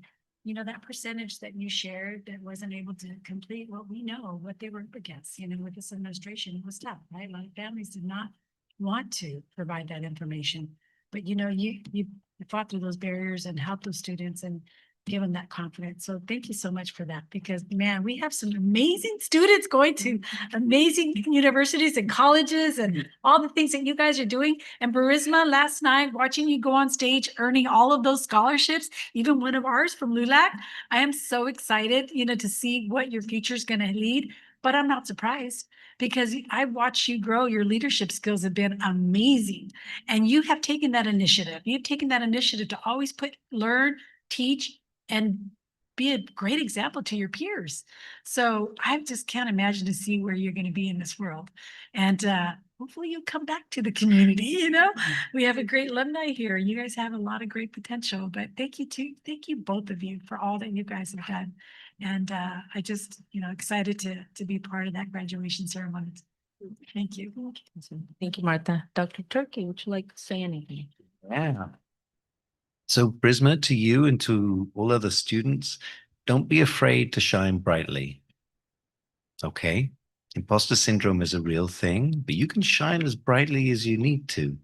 Okay, in any of those areas. So keep on doing that. Don't hold yourself back. Don't be held back by anybody else. You just shine as brightly as you need. Okay. And Miss Solis, thank you for being the person who helps our students shine. Okay, who says, yes, you can do this. Yes, I'm here to help. What is it that you need? And then, as I say, helping our students shine. So thank you so much. Thank you. Yeah, and I would just say, I mean, I'm a little biased for class of 2025. I believe in all students, but Ms. Queller had my 2025 student, my kid, and it's super great to see that all the 2025, every kid gives me hope, but like Angela was mentioning, you all are giving us hope of a better world. You all are going to do amazing. You're doing amazing. The class is one of those classes that has a lot of resilience, a lot of dedication, passion, not only for themselves, but for our community and everyone. And last night that we went to the scholarship banquet, one of the messages was, because we're coming from a small town, it doesn't mean that we have to dream small. You all can dream big, and you all are capable of reaching those big dreams. And don't ever let anyone tell you different. And you're going to go to different places in California and the world, shine and show how awesome students from North County are and how we all can make a difference. And Ms. Solis will, what can I say? Students put in the work, but you connect them to the resources that they need, and you make the last step happen. You've helped every kid that I can think of, like they're like, oh, Ms. Solis, help me, Ms. Solis, help me, right? And one really inspiring thing about you, Ms. Solis, is that I don't think people really acknowledge is that you're looking at every student, even those students that received the scholarship that had a difficulty for various reasons, but you still are looking for resources for them to motivate them that things can continue and things can change. So that's very admirable, that it's not just a group of students, that you're looking out for the best interest of all of our students and that you're believing in all of our students, because sometimes we even as parents, we are not there. I know that my kid kept on telling me, Mom, FAFSA, right? But it was because she's like, I'm just gonna go talk to Miss Elise, right? And so you being there and looking for the best interests of all of our students, you are the one that's making it possible. We celebrate our students because yes, they put in the work, and yes, they're doing it and they're making it possible, but it's because of adults and support systems like you. So we also celebrate you and your work, and we thank you for that. And we want you every single year here. Please never leave us, because you are making things happen. And I've heard that 2025 class is the biggest class in US, as well as in colleges. I think it's the biggest class.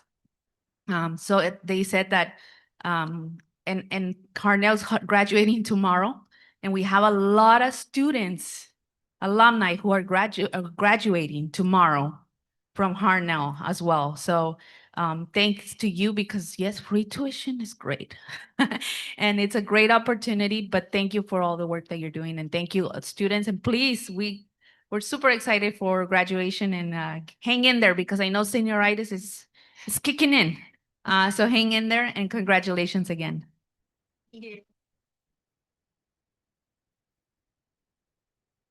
More great stuff.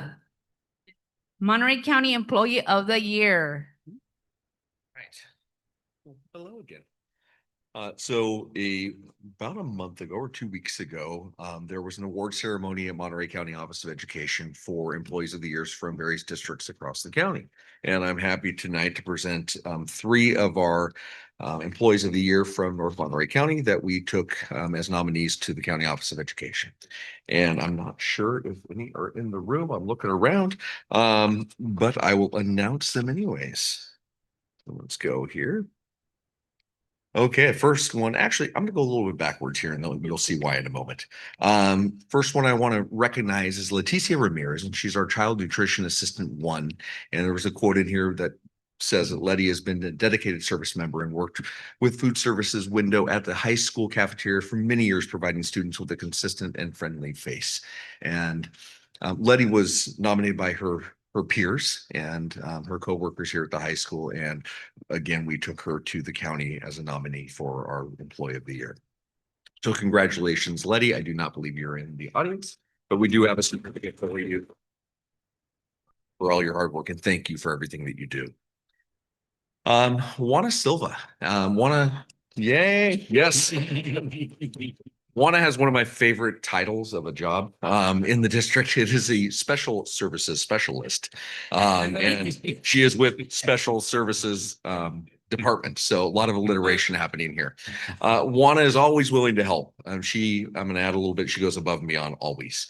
She's a strong communicator and she has a huge heart. She gives her all and approaches her work with a can-do attitude. She is an exemplary employee, and a district and department are fortunate to have Juana and on our team. And I'm guessing that came from her teammates back here and her direct supervisor. So congratulations, Juana. Again, I don't see Juana here either, but we have a certificate for her. She is working. Yes. Yeah. Okay. That would do it. Okay. Nice. Okay. All right. And that brings me to Alma Perez. And the reason I did this in a backwards order, yay, Alma. All right. Alma is a paraprofessional special education employee, and the quote is, Alma is well known and loved on her campus. She maintains a positive attitude towards her work and life in general. Daily, Alma greets others with a warm welcome and a smile. She provides exemplary supports to students as well as to the school community. Alma is a strong part of her classroom team and the school community as a whole. Now, the story I want to tell a little bit here is that I was at the county recently at a meeting and they handed me a very large packet to bring back to Dr. Turkey. And I presented to Dr. Turkey. I didn't know what was inside of it. And Val quickly brought it back to me and said, nope, these are your Employee of the Year's certificates. So I mentioned I had a certificate for each of the employees that I mentioned tonight. Well, as I pulled out Alma's, it was the category for paraprofessional services. There's her certificate for that. The next one I opened up was a certificate of special congressional recognition for Alma. A certificate of special congressional recognition again for Alma. A certificate of recognition for the North Monterey County Unified School District, signed by Senator John Laird from the 17th Senate District. And another one of 2025 Classified School Employee of the Year nominee for Alma Perez. So the majority of the packet was multiple awards for Alma from everywhere from our state down to our district. So I wanted to throw a special congratulations out to Alma and all of our nominees for Employee of the Year to the County Office of Ed. So thank you very much. All right. Any public comment? Sue?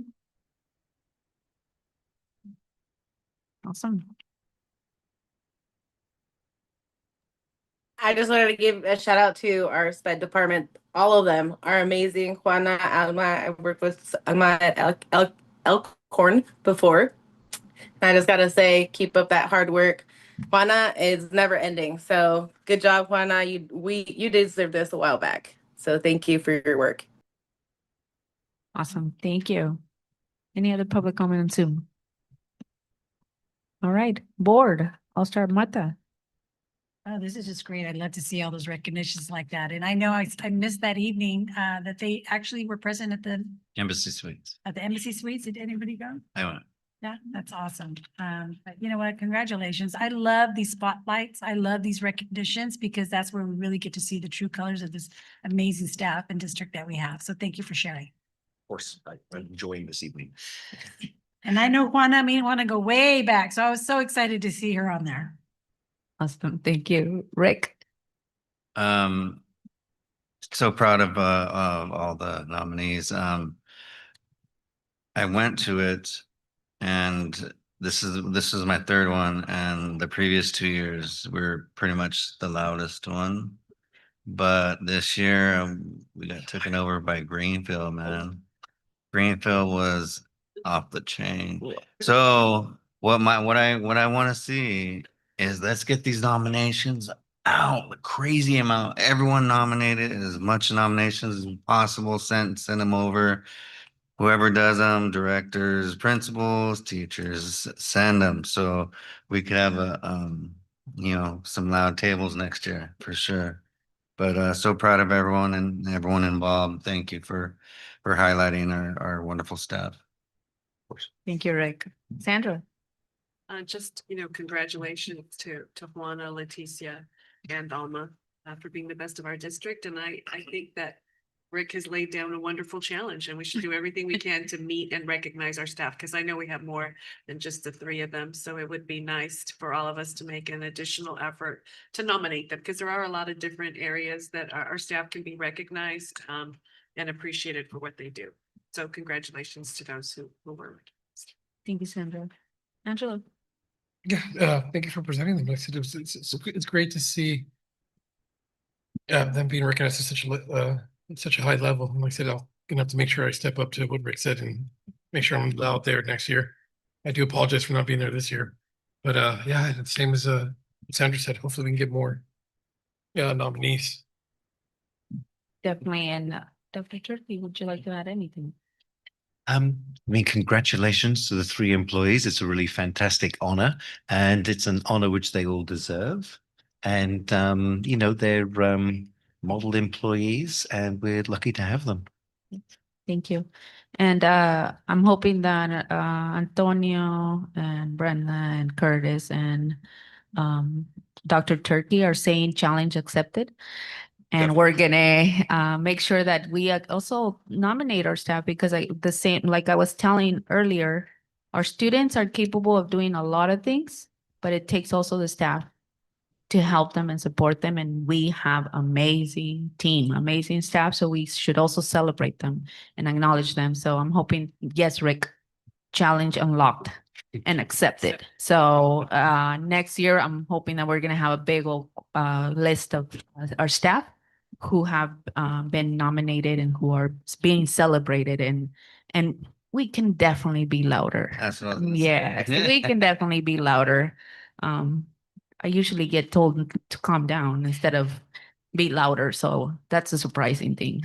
But thank you so much, Curtis, and thank you for and that's again, like all these certificates from different recognitions throughout the state.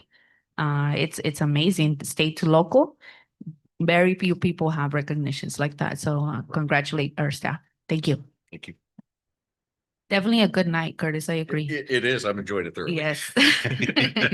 All right. Let's go on to our next one, which is K through to second screening for reading difficulties. Oh, good evening, trustees, Superintendent Turkey, and members of the community. My name is Bridget Perhatch. I'm the coordinator for professional development and teacher support. And good evening, everyone. I'm Allison Gribbin, the Director of Special Services. And tonight we are here to present an overview of our district's process and recommendation related to the state mandated reading difficulties risk screener for students in kindergarten through 2nd grade. Oh, let me click. Okay. To support this process, we formed a diverse and representative committee, including classroom teachers, intervention specialists, site administrators, a school psychologist, our director of special services, and members from our IT instructional support departments. And we are grateful for their time, expertise, and thoughtful evaluation. All right. So what got us here was Senate Bill 114. And what this timeline on this slide shows you is the timeline from the state for them to help roll out the implementation of this bill. And so that's the timeline for it. And what we did was on the next slide, which is this is our timeline that we followed. And Bridget wrote this lovely script and I'm not following it. I'm really bad at scripts, you guys. So according to the timeline, you can see in February that a group of us, Bridget, myself, and our intervention specialists from the elementary schools, we attended a presentation put on by the state here in Monterey County. And from that, we drilled down to 2 surveys out of the robust 3 that the state chose. So just to put it out there, it was 3 that we had to choose from, and we drilled it down to 2. And so we came back to the district, formed this wonderful committee, and brought them together under Bridget's leadership and rolled out kind of the process that you see up there, where the committee met. We piloted the screeners, meaning that the teachers and staff went back into the schools and used a few kiddos to help us determine which ones, and kind of the ease of implementation, what the screener process kind of entailed, and really kind of put it to the test with our students. Then our committee came back together and discussed, well, first we did an evaluation and then came back together to discuss kind of the pros and cons of each of the screeners based on the feedback. And tonight we're here to share with you that result. And then later on, you guys, not tonight, but in the future, after people have had opportunity to give input, you guys will get to vote on putting one through. All right.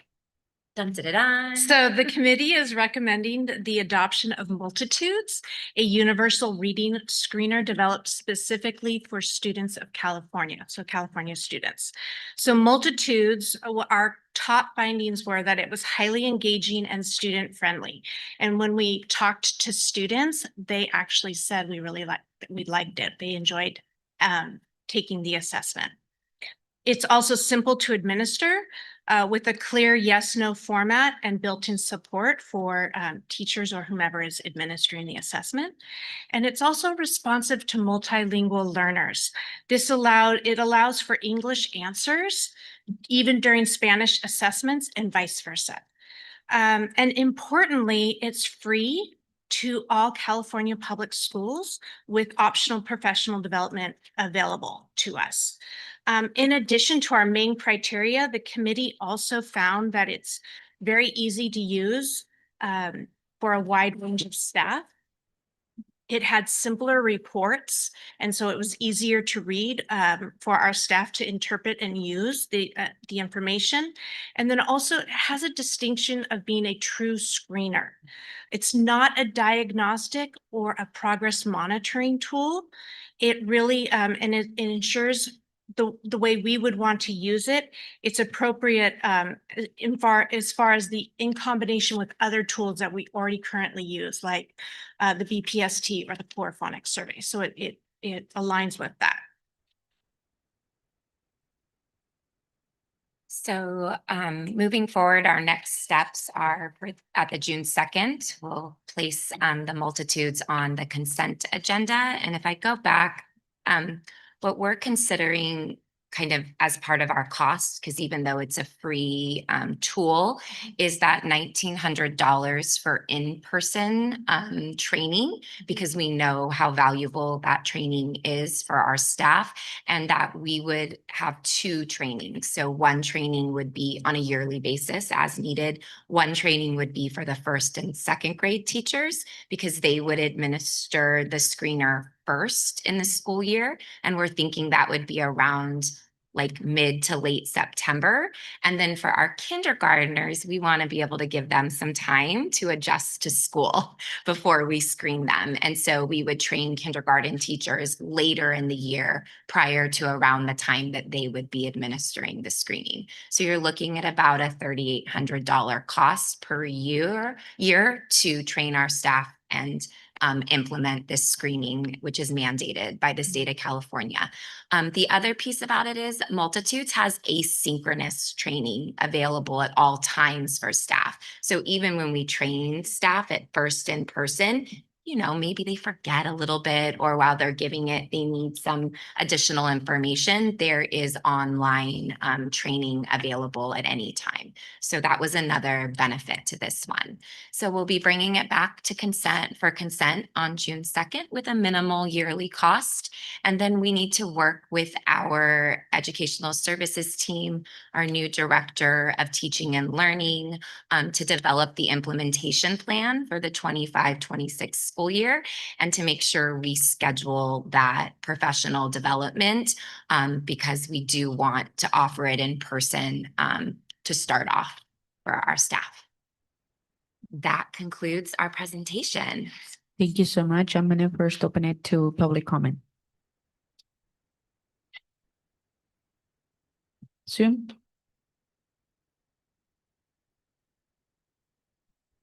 All right, closing public comment or board, Martha.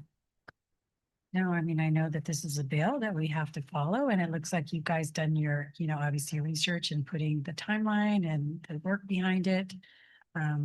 Obviously, whenever we hear about new programs and things that have to be implemented, I mean, that's the crucial piece, right? To make sure that you're getting the resources that you need and the support, you know, that you need from the instructors. So, but I trust that you guys will all be able to work those details out, because it's not the first time you guys have implemented things. But obviously that's always, you know, a concern, right? Yes. But thank For you sure. though for the presentation. Right, Rick?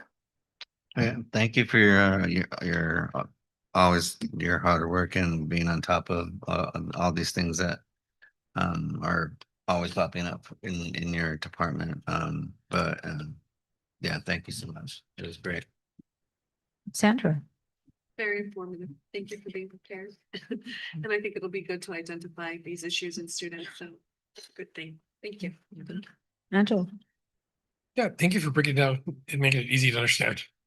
That's a big deal for, because, you know, I get hit with so much information. It's like, I need it. It's the teachers. I appreciate that more than you can imagine. So yeah, I look forward to next consent item, approving this. Yeah, and I would agree. I mean, like, I feel like early intervention is always crucial for success for all of our students. So I'm hoping that this will help, and thank you for the information and for letting us digest it and then bringing it back.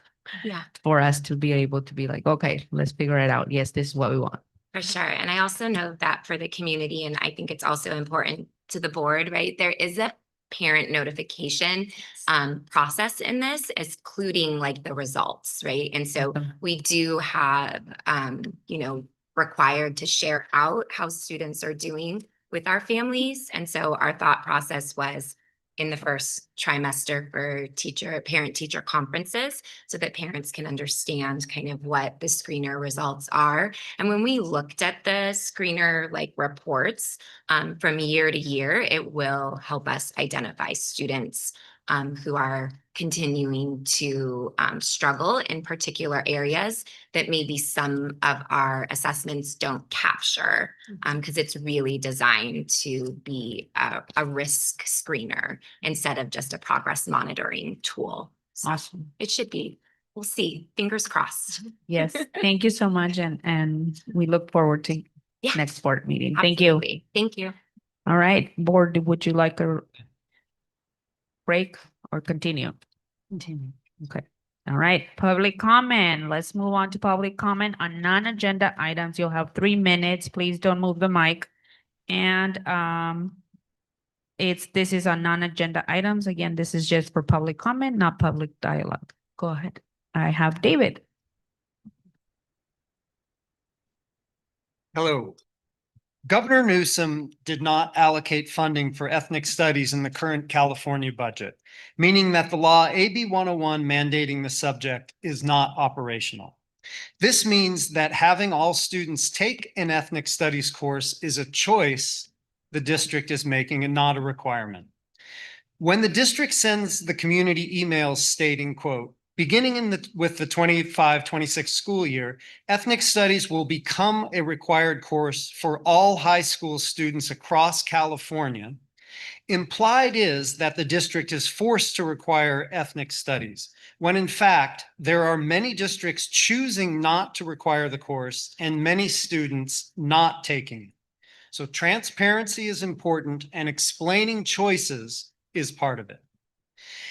At a board meeting, Dr. Turkey cited research that claimed student achievement gains from ethnic studies course taking and took the time to get me these studies after I requested. In this study, all students with a GPA below 2.0 were enrolled in an ethnic studies course with the option of opting out. No significant difference was observed between the students who took the course and those that did not. The study then made a bizarre series of assumptions to claim gains. One is that students who opted out of taking the course still benefited from it. And a second is that interventions that benefit D students would benefit A and B students. Both of these unreasonable. At Tuesday's Ethnic Studies meeting, we learned that the board will be asked to adopt the curriculum on June 26. So we have gone from being told in December that there would be a curriculum committee with community members on it and regular updates to no committee and no updates. Then 6 months later, a month before the curriculum's adoption, we are told only the titles of the 6 units. An in-house developed curriculum based on no standards is all the more reason to have a committee including the community, not all the less. We want the district to be successful, but I'm very concerned that the pathway of bare minimum that ed codes require for transparency is being taken here. Thank you. Thank you. Any other public comment?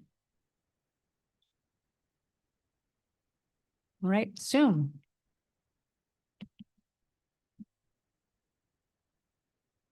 Okay, closing public comment, board report, and I'll start with Rick. Yeah, off the top of my head,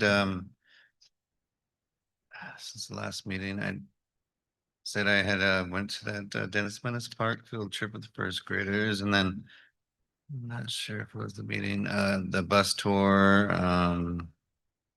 was that in between meetings? It's in between. Okay, yeah. so yeah, the bus tour that was put on by the FRC, Yvette Padilla, lots of interviews I participated in with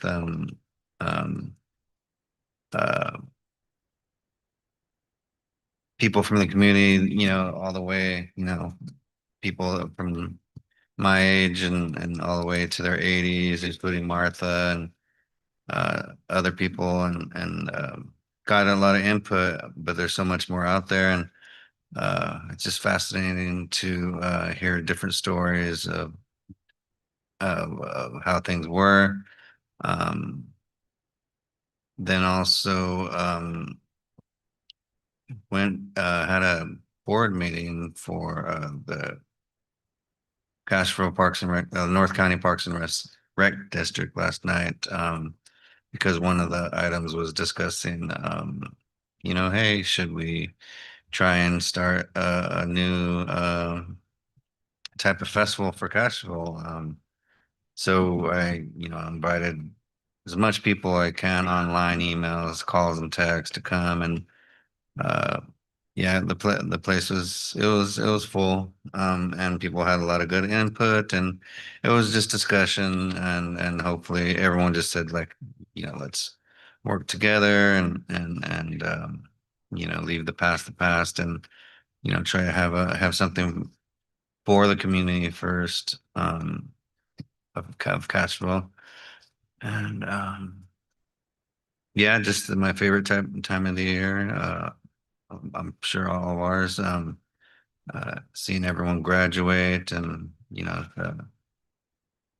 sometimes it gets emotional because you have a kid or I have an 8th grader that's going to be a freshman, and Adriana is a senior this year. Sandra had one last year. And, it's a great time. But yeah, happy time here. Thank you. Thank you, Rick. Sandra? I really don't have anything besides a shameless plug for Aladdin, the theater production here at the high school. My son's Aladdin. So tomorrow night at 5:30 is the last night. I missed today at 5:30. And Sandra attended. Thank you for supporting. And just a recognition of Mrs. Hearn and her effort to bring the theater back to the high school, which I think it's important to have well-rounded choices and options for our students. So yeah, that's all I have to add. Thank you. Thank you, Sandra. Angelo? Yes, it's very fun, exciting end of the year. We're all looking forward to the same stuff, but one thing I just would like to address is my pride in this board's transparency and willing to talk to the community. I ask if anyone listening, please be wary of misinformation that's posted online.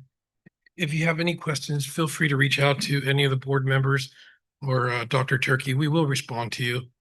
Part of our mission is to make sure that we're as transparent and open as possible, and I feel very confident that our trustees can do that. So once again, just like I said, if you have any questions or concerns, please reach out to us via emails posted online. Thank you. Martha?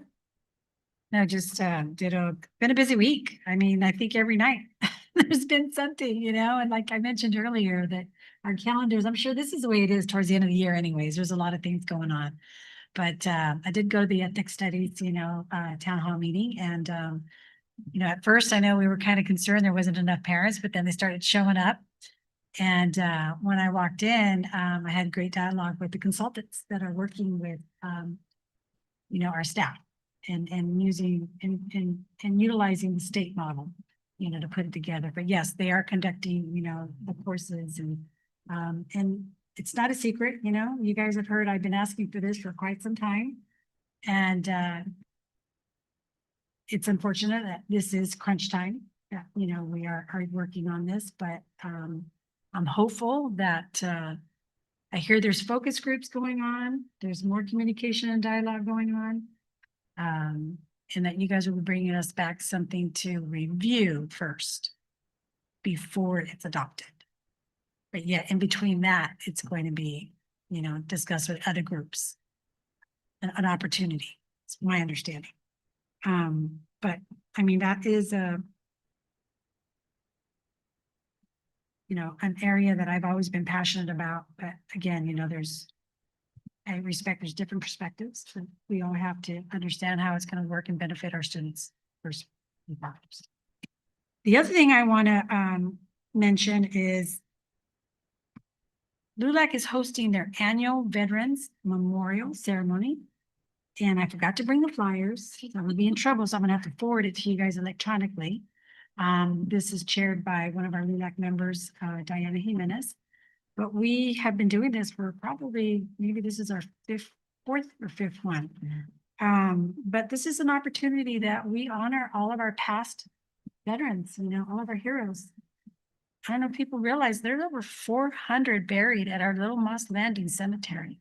So there's flags going up and a lot of work going behind the scenes, but it's going to be a beautiful ceremony. We're going to have some guest speakers there. Bill Monning always comes.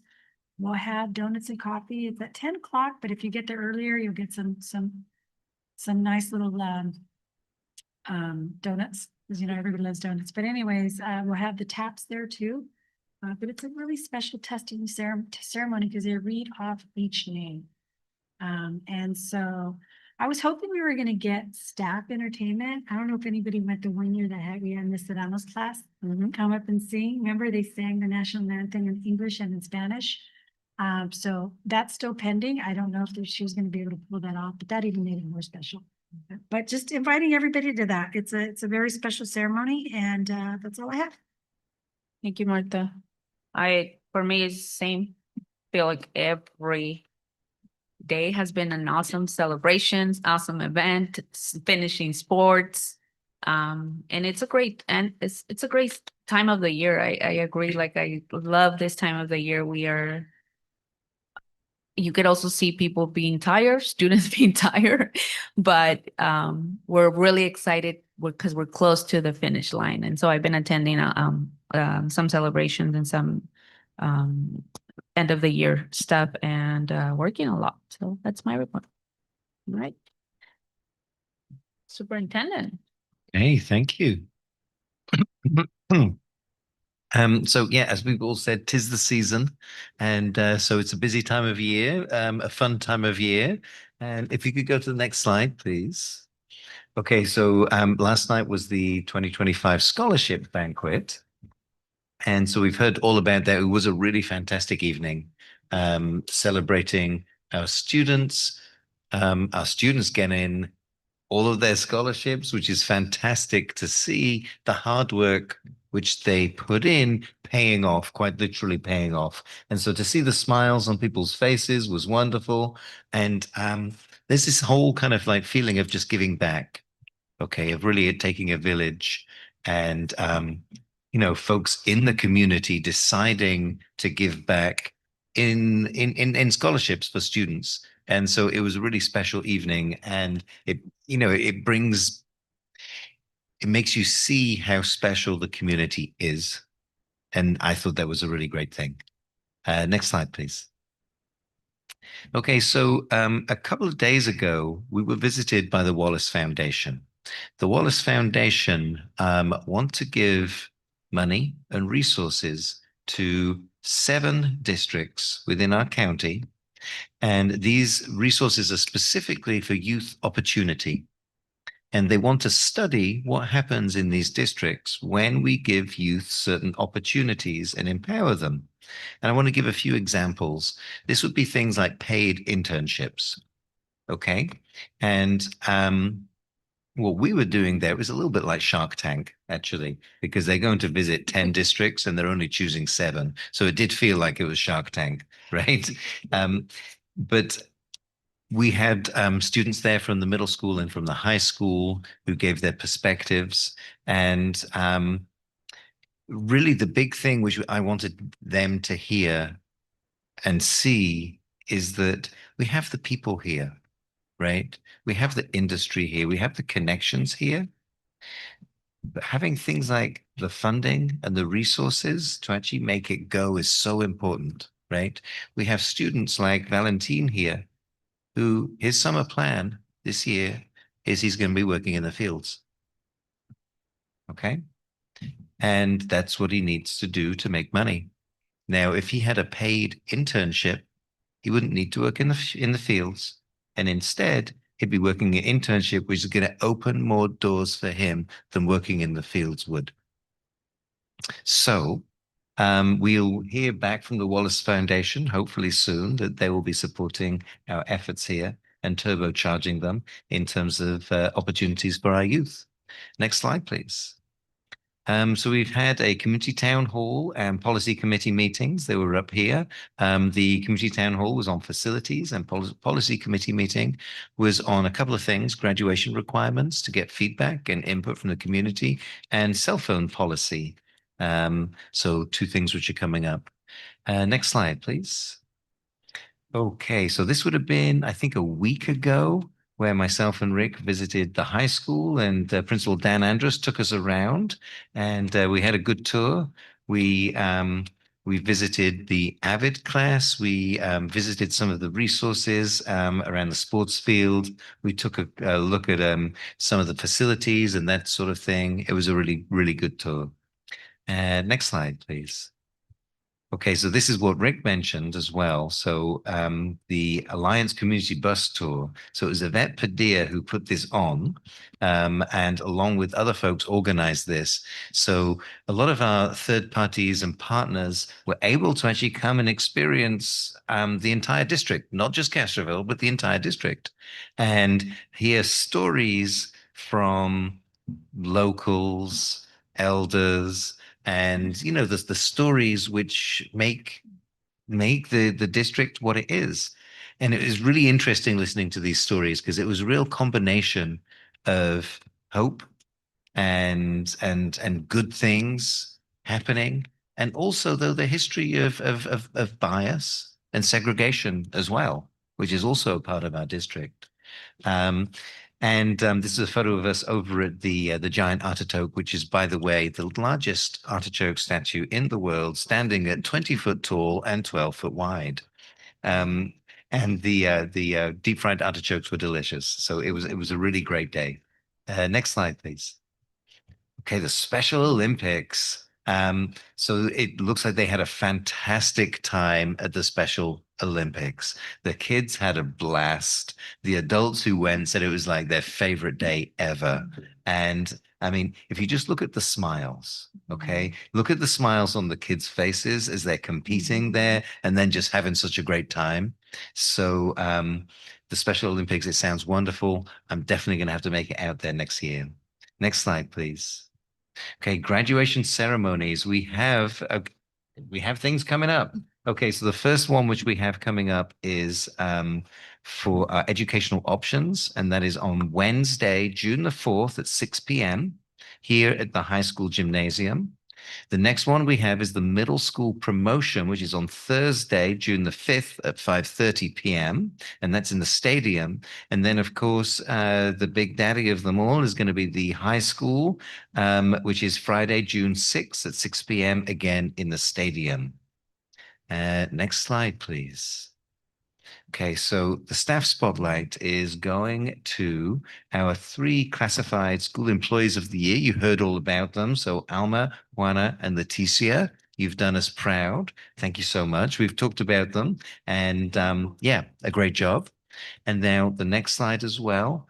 So this week is Classified School Employees Week. And so our team spotlight is going out to all of our classified school employees. And without our classified school employees, school simply would not run. Okay, from bringing our kids to school on the buses, from greeting them at school at the gates, to serving food for breakfast, for serving food for lunch, for all of those things which our classified members do, keeping our students safe. So all of those things. So huge shout out to our CSEA employees. And that is it for the superintendent report. Thank you. Thank you, Matt. All right, we're going to move on to Classified School Employees Associate. Go ahead. Matt mentioned the Special Olympics. I happen to be on Elkhorn. Yes.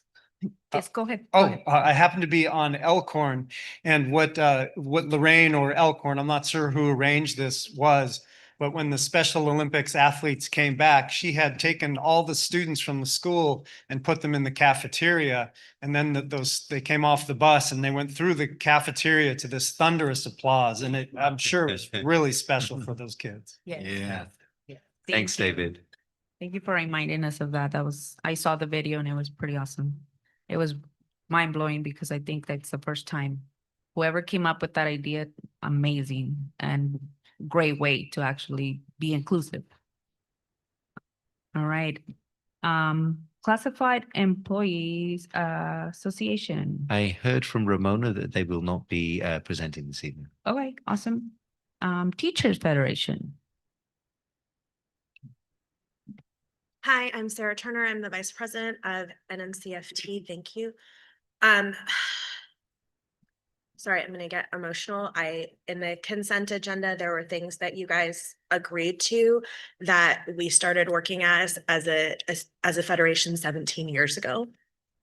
So when we had no money and we just negotiated on paper for the 7 years that Kelly and I did not get a raise, we sat around and talked about what our dreams were. And so I'm grateful. I'm incredibly grateful. And in regards to the health benefit increases for all of the employees, it really makes a difference when the preschool teachers were brought into our units and their health benefits increased. Kelly got a picture of a person who was able to have health insurance for their child for the first time, sent as a thank you. So it matters extremely in people's real lives. I'm going to pivot and pass out something to you talking about what's happening with elementary school staffing right now. This may be a discussion that you're having behind closed doors, or I may be giving you entirely new information. But please bear with me and I'm happy to take questions. And put my contact information at the top.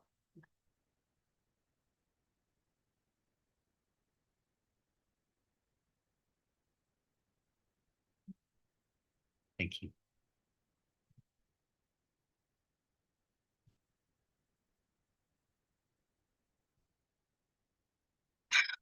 When the previous superintendents and other people made a decision to extend the bilingual pathway up through the elementary schools, they did not make staffing changes to facilitate that or allow that to be something that we could easily do. And now we're starting to deal with the ramifications of that. One of the issues of the bilingual program is that we really have more children that would like it than we can give it to. So we've been testing children based on their Spanish language ability to put them into that program. One of the things that happens is then you remove all of the special education students from that cohort, because if you have to take a test to get into something, then anybody who's on an IEP potentially is not going to have the language ability, even if Spanish is their native language, in order to get into that cohort. So when I have what decisions are making, right now we have bilingual pathways going through 4th grade. And I took the numbers from our current 3rd, 4th, and 5th grade, and I rolled it up to imagine what could happen. We don't really have a problem continuing bilingual pathway with 4th grade at Prunedale. It fits into the number of children that we have. If you look at option 2, that's really where the problem comes in at this particular school. And this problem exists in pockets all over the place. If we end up with 3 5th grades or 1 bilingual class that has 26 students, then two SEI. SEI stands for like an English program. Legally, it's structured English immersion. We would then have two SEI classes of 32 students each. I'm looking at option 2 staffing. Then we end up with a 5-6 combination class of 32 students and 2 6th grade classes with 32 students each. So basically extending the bilingual pathway without changing the way that we do staffing, it creates combination classes and pushes more children into SEI because we can't add children to bilingual later. Theoretically, we have a way to do that, which is they would pass a test. If you're a child who's had no academic language, no exposure to how to read and write in Spanish, even if you're a fluent Spanish speaker at home, you're not going to be able to pass a test to get into a bilingual program in the 4th grade. We don't have the capacity to move children over at that point. Option 3 is what I would recommend as a short-term solution, but it's expensive because it's the district providing an additional FTE, that's a full-time teacher, for smaller classes that accommodate the expansion of the bilingual program. This represents an increased cost in salaries, benefits, and physical space. And the union has discussed with the district, it could be potentially, if we needed 3 extra teachers at each elementary school to extend the bilingual pathway and have the class sizes be comparable, it could be 12 more teachers than if we're not expanding the bilingual pathway. It's 12 is sort of the maximum. It could be 10, it could be 9, it could be 7. It just, the kids don't come in perfect cohorts. I'm against combo classes in general. I'm against children having 31 people in one classroom and then next door they have 21 in one classroom. That's real numbers from Castroville. But number 4 is the point I really want you guys to remember. I said, what's important to remember? Almost all of our students with special needs are in SEI programs. They're on the English side of the house. A huge percentage of our English language learners are in SEI programs, including parents whose families speak Indigenous languages. When we create combination classes and larger SEI classes to expand the bilingual pathway, it is our most at-risk students who are impaired. So we're trying to do something fabulous, which is give people academic Spanish. But unless we make a big financial commitment and a physical space commitment, somebody else is going to suffer for that. And right now, it's our children who are most at risk. If you look at the back page, We're already there. Like, this is not a tomorrow problem. This is a today problem. This is already a problem. Because of the expansion of the bilingual pathway this year, just into 4th grade, the creation of it then necessitated an SEI, an English only 4th, 5th combination class at Echo Valley. Because it was a 4-5 combination, the teachers did not want to put a bunch of kids with special needs in there because you've already taken away a big chunk of the teacher's attention. Therefore, the only straight 4th grade English program at Echo Valley has 7 children with special needs in one room. So we've had 1 year without the push, without the money or the time or the thought behind this. I have been arguing about this since it started, and the answer that I got from the previous administration, well, if the numbers don't work out, we won't do it. And I was like, no. Like, we're either committed to it and we're committed to paying for it, or we're not committed to it. It can't be we're halfway in, halfway out, and we change every other year in terms of what we're doing. Number 6, where do we go from here in the short term and the long term? We need a solution for right now, and we need a solution for long term that may not be the same solution. It could be, first of all, a commitment to a major change in class sizes through 4th through 6th across programs. If we took the class sizes down all the way across the board, then we don't end up with, there's 30 kids over here, including 6 on an IEP, and there's 24 children with not being on an IEP in the next room. We could investigate other models that accommodate academic Spanish across 4th through 6th grade, such as a pull-out model for Spanish language arts period. The union brought that forward, saying, hey, maybe we don't continue the bilingual pathway, but instead we have an hour out of the academic time where we're doing academic Spanish with children who've been in the bilingual pathway, kindergarten through 3rd. That is a much cheaper solution in terms of bodies of teachers that we need to buy. It is also a cheaper solution in terms of physical space, but it can talk about preserving that academic Spanish that we want to preserve for those children and to build on it. Something bigger, more long-term, moving towards something like a dual immersion school site. We've talked about this with the district leadership. If you scale it up and have everybody in the school, regardless of whether you came in with English, Spanish, whatever, are participating in the same program, then we don't end up with the 20 over here and the 30 over here problem. We could also do other things such as incorporating Spanish or other languages into the extended learning program. We used to, with our gate money, teach French after school at Prunedale. The children loved it, and it was fabulous in terms of whether you're native Spanish speaker, English. It was a new language for everybody, and they got to be into it together. I absolutely am excited about children having academic Spanish language ability. I did my student teaching in the dual language immersion program at Castroville. This is like where my heart is, but I cannot have a program where we have 20 kids over here and almost nobody in an IEP, and I've got 32 kids in the next room and I've got 5 people on an IEP. That's what we're buying right now. And we need to make a step for what are we doing next year. That's not necessarily the forever answer. And then what are we doing long-term in terms of taking care of all of our families and making sure that we have equity and excellence regardless of what program you're in. Thank you. All right, we're gonna move on to the next with discussion items, no breaks, right? Discussion item. We're gonna do number 10 that we pulled from consent agenda. And that's approved new job description for teacher support induction teacher on special assignments. Good evening, board. So in front of you today, that was moved from consent to discussion. Thank you for the opportunity to discuss this and answer any questions the board may have.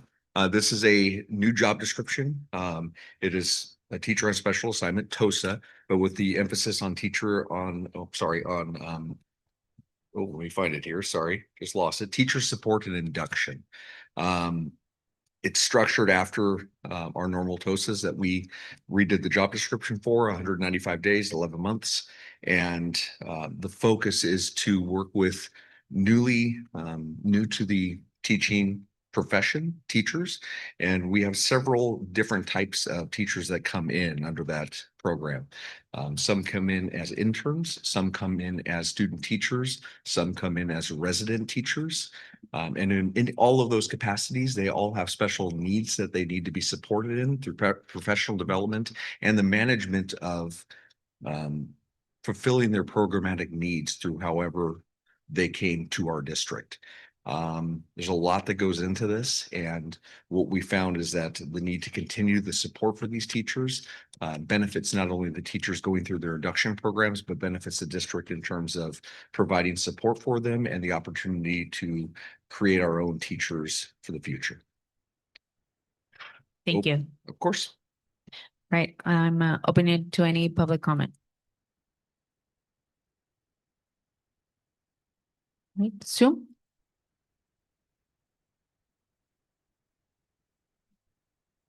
All right, I'm gonna close public comment and I'm gonna open to the board. I'll start with you, Martha. Okay. Thank you for sharing that job description and understanding. Have we ever had anything like that in our district before? We have. So right now, all of these duties are encompassed in our coordinator of professional development, Ms. Perhatch, who spoke earlier. If you recall, if we look back a few months, the job of coordinator, which is a management position of professional development, was reduced or eliminated through our RIF process.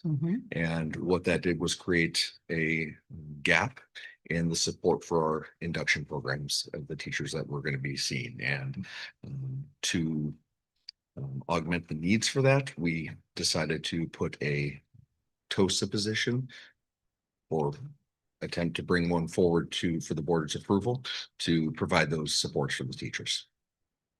Okay, so we had a role. It was part of her, It was, yes. it was part of the role. Correct. She was, her title was professional development, but one of the Right. large tasks that she also did, and she made it look very easy, was providing all the supports for all these teachers. So now we're doing it, this individual, that's all they're gonna do? This is their complete focus. Yeah, And it's a full-time position. it is a for full-time position.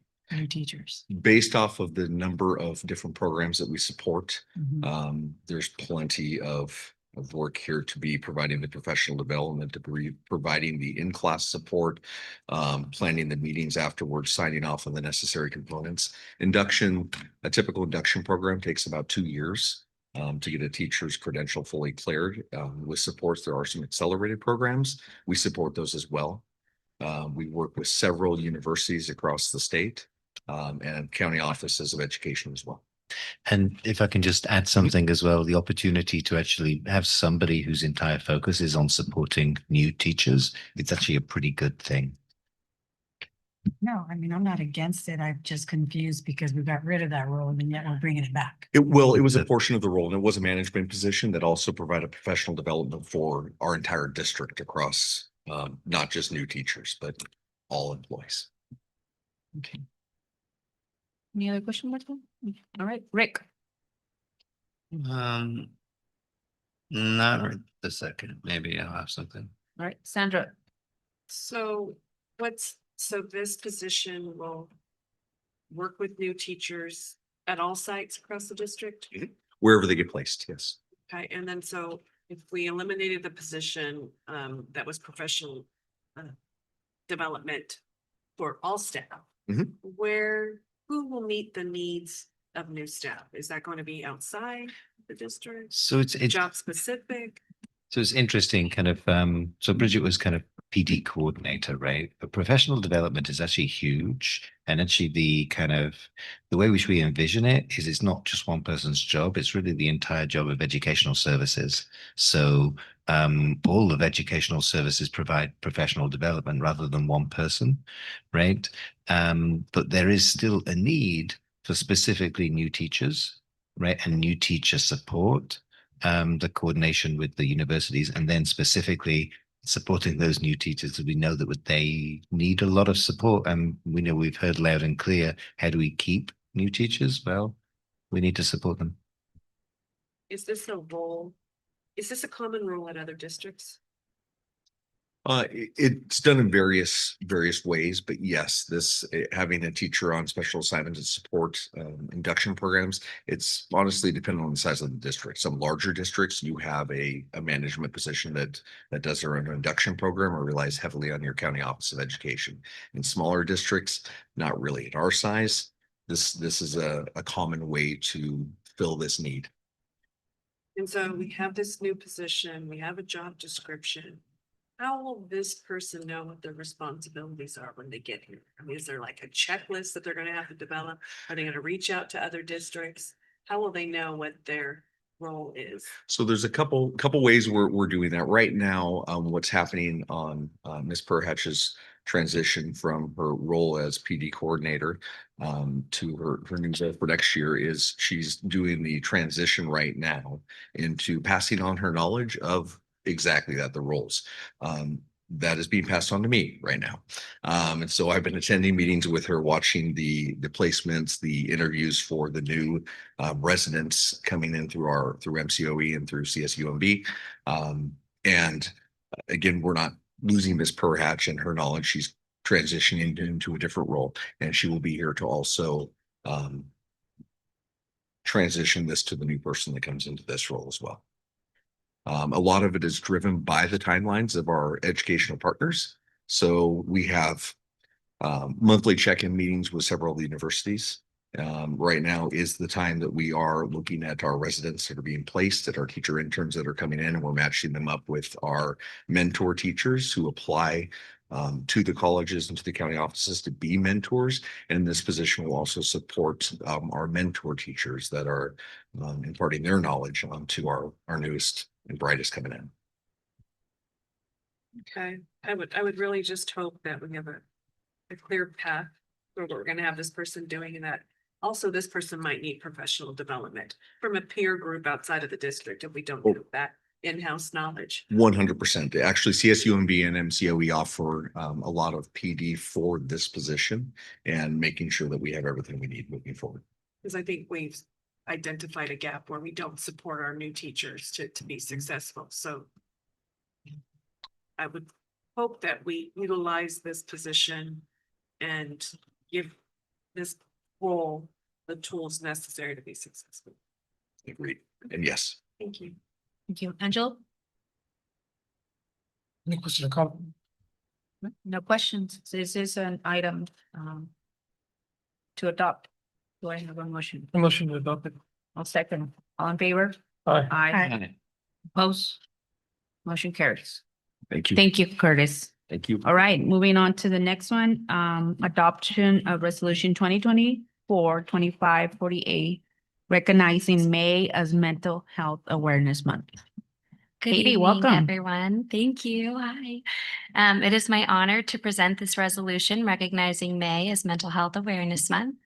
Across the United States, 1 in 6 youth aged 6 to 17 experience mental health challenges, and 50% of all lifetime mental illness begins by age 14.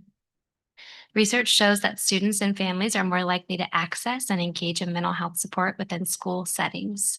Providing these services on school campuses promotes continuity of care, which strengthens communication amongst providers, educators, and families. And here in North Monterey County, we are proud to have 7 dedicated school-based mental health therapists: Jeanette, Dina, Selena, Elizabeth, Teresa, Maggie, and Sandy. They are supported by Patricia Pena, who is a licensed clinical social worker, and Tony Chaturkin, a licensed professional clinical counselor. And this year alone, that team has received approximately 500 referrals for school-based mental health services. And we're also very grateful for our entire care team, which includes our behavior technicians who are recognized tonight, some of them, our school psychologists, school counselors, our community liaisons, and our coordination of student support teams across the district, or our COS teams, who collectively provide essential support for the wellness of our students and families at all of our school sites. The mental health and well-being of our students, staff, and families is a shared responsibility, one that calls for ongoing commitment and compassion from all of us. And therefore, I respectfully recommend that the Board of Trustees officially proclaim the month of May as Mental Health Awareness Month in honor of every student, staff, and family member affected by mental health challenges. The North Monterey County Unified School District stands ready to support you. Thank you all. Thank you. Thank you, Katie. Any public comment? Zoom. All right, closing public comment. Board, I'll start with Rick. I'm always happy that we recognize so many good things like this and the next one every month. I'm so happy to see it. Mental health is so important to me. I advocate it for it every day as much as I can online, and so happy the progress that we've made and that we're going to make in our district. And so proud of everyone involved, counselors and therapists, and helping our students because more than ever, our students do need that help. And I'm proud to, after my other board member colleague comments, and I'm proud to move to adopt the resolution. Thank you, Rick. Sandra. I just, yeah, I think it's great to talk about mental health and to remove the stigma. I'm glad we have the multi-tiered systems of support. I also think that too. I know, I'm so impressed. I remembered an acronym. I think it's important to check in on one another and create a community, a culture of care and connection, because that's what our students need and that's what staff needs. This is a tough job, working with students. It's a very demanding and draining job. It's also very rewarding. So I think it's important to recognize that we all have different emotions, and sometimes our coping skills aren't as good as they should be. So it's important to check in on one another. And mental health is important. Thank you. Thank you. Angela? Hi, Katie. You know how much I enjoy you coming up here and always giving us presentations. Yeah, like I said, it's I'm glad you brought this, and I know we always talk about our students, but I hope that we do something also to help out our adults that work here too, because a lot of this stuff can be very heavy on our souls. When you hear some of the backstories of some of our kids. So I'm glad we can hopefully we can do something to take it a little bit further to also help out, like I said, the adult staff too. Thank you. Martha? No, ditto with everything you guys said. Very special resolution here, but I just want to ask one thing. This mental health challenge that was going around, did you get it? Not yet, but I think Dr. Turkey's gonna get done. He's six, and then he's Yeah. gonna nominate you, I think. Oh. I didn't know that until just now. Somebody just put the idea in my head. See how many staff members within our district been involved with that. Whoever started that on social media, I don't know who started that. But it's really created an awareness, another way of awareness, right? To acknowledge that. So thank you, though. Yeah, I just want to say that's a 24-hour challenge. So you had to do it within 24 hours, but I'll have to no tell, one's counting. I have to tell Mr. Guile, then it's just too late. Yeah, so thank you. I think this is really important, and I agree that we should definitely look at support systems for all, including our staff, including adults, including our children. This is very important, and we just need to continue to have more resources. Thank you. And Rick moved. I'll second. All in favor? Aye. Thank you. Motion carries. Thank you. All right, next one is adoption of resolution 2024-2547, recognizing May as Asian American Pacific Islander Heritage Month. Okay, so Asian Americans and Pacific Islanders have played a key role in American history ever since the first Chinese immigrants arrived to the United States in the 1950s, following the California Gold Rush. And there have been numerous contributions from Asian Americans and Pacific Islanders. And Also, the first Japanese immigrants arrived in the United States on May 7th, 1843, and the first transcontinental railroad was completed on May 10th, 1869. And California actually has the largest Asian American population in the United States and the second highest proportion of Asian American residents after Hawaii. And so I encourage everybody within North Monterey County Unified School District to help us celebrate Asian American Pacific Islander Heritage Month and recognize this month of May as that. Thank you. All right, I'm opening it to any public comment.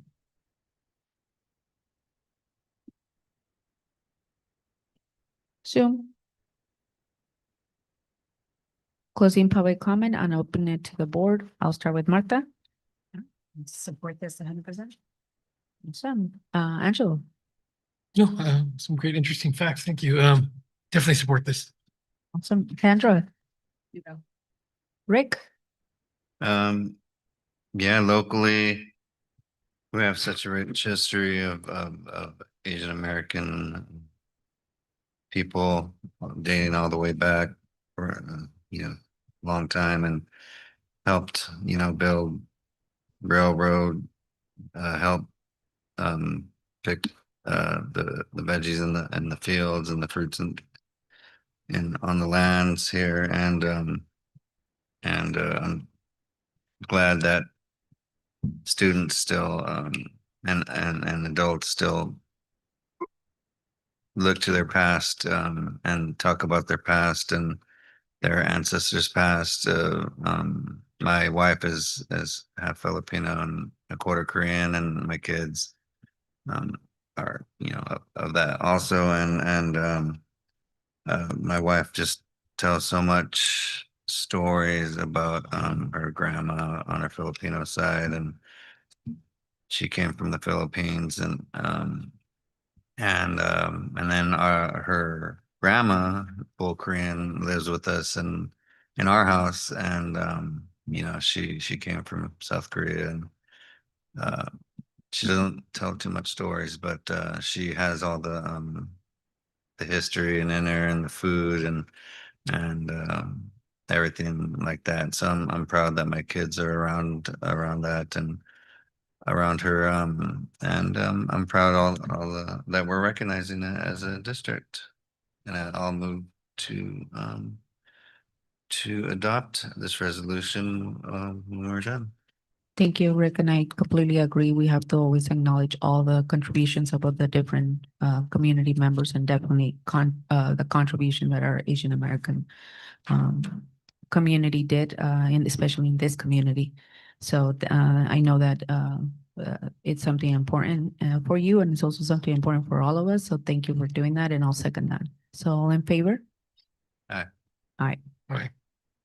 Motion carries. Next one is adoption of resolution 2024-2549, classified school employee week, May 18th to the 24th. Curtis, Hello it's again. your night. It is. Welcome. Thank you. I'm excited and it's been all good things too tonight. So Exactly. from HR. So I'm excited for this one. It is my honor to be bringing forth this resolution for CSEA. It is California School Employees Week. And you said the date's May 18th through May 24th. So it's happening right now. We have over 300 classified employees in our district. And I know that Dr. Turkey has made this point several times that oftentimes our classified folks are the first people that our students see in the morning and the last people they see when they leave our schools. They are right up front. They are in the back. They are behind the scenes with our students, helping our students every single day, in every aspect of our students' education. So it is my pleasure to bring this resolution forward for approval. Thank you. Any public comment? Zoom. Awesome. Closing public comment, Rick? Thank you to all our classified employees, like everyone said, from the bus drivers to the food workers to the janitors. I see them working so hard and getting stuff done and making sure the schools are ready for the kids. So with my utmost respect and love, just thank you so much. Thank you, Rick. Sandra? Just echo the sentiments that Rick just shared. Thank you to our classified workers. They're an integral part of our school district, and we're grateful for their contribution. Angela? Yeah, I want to also echo the sentiments of Rick and Sandra, thanking classified staff for all their hard work. Martha's not here, but Dr. Turkey, do you want to add anything or do you?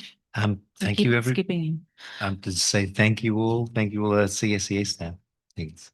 Yes, definitely. Thank you. I was a classified employee, so yes, we were the first contact with for many students. And again, it takes all of us, but we have to also acknowledge and celebrate all of our staff. And this time is our classified.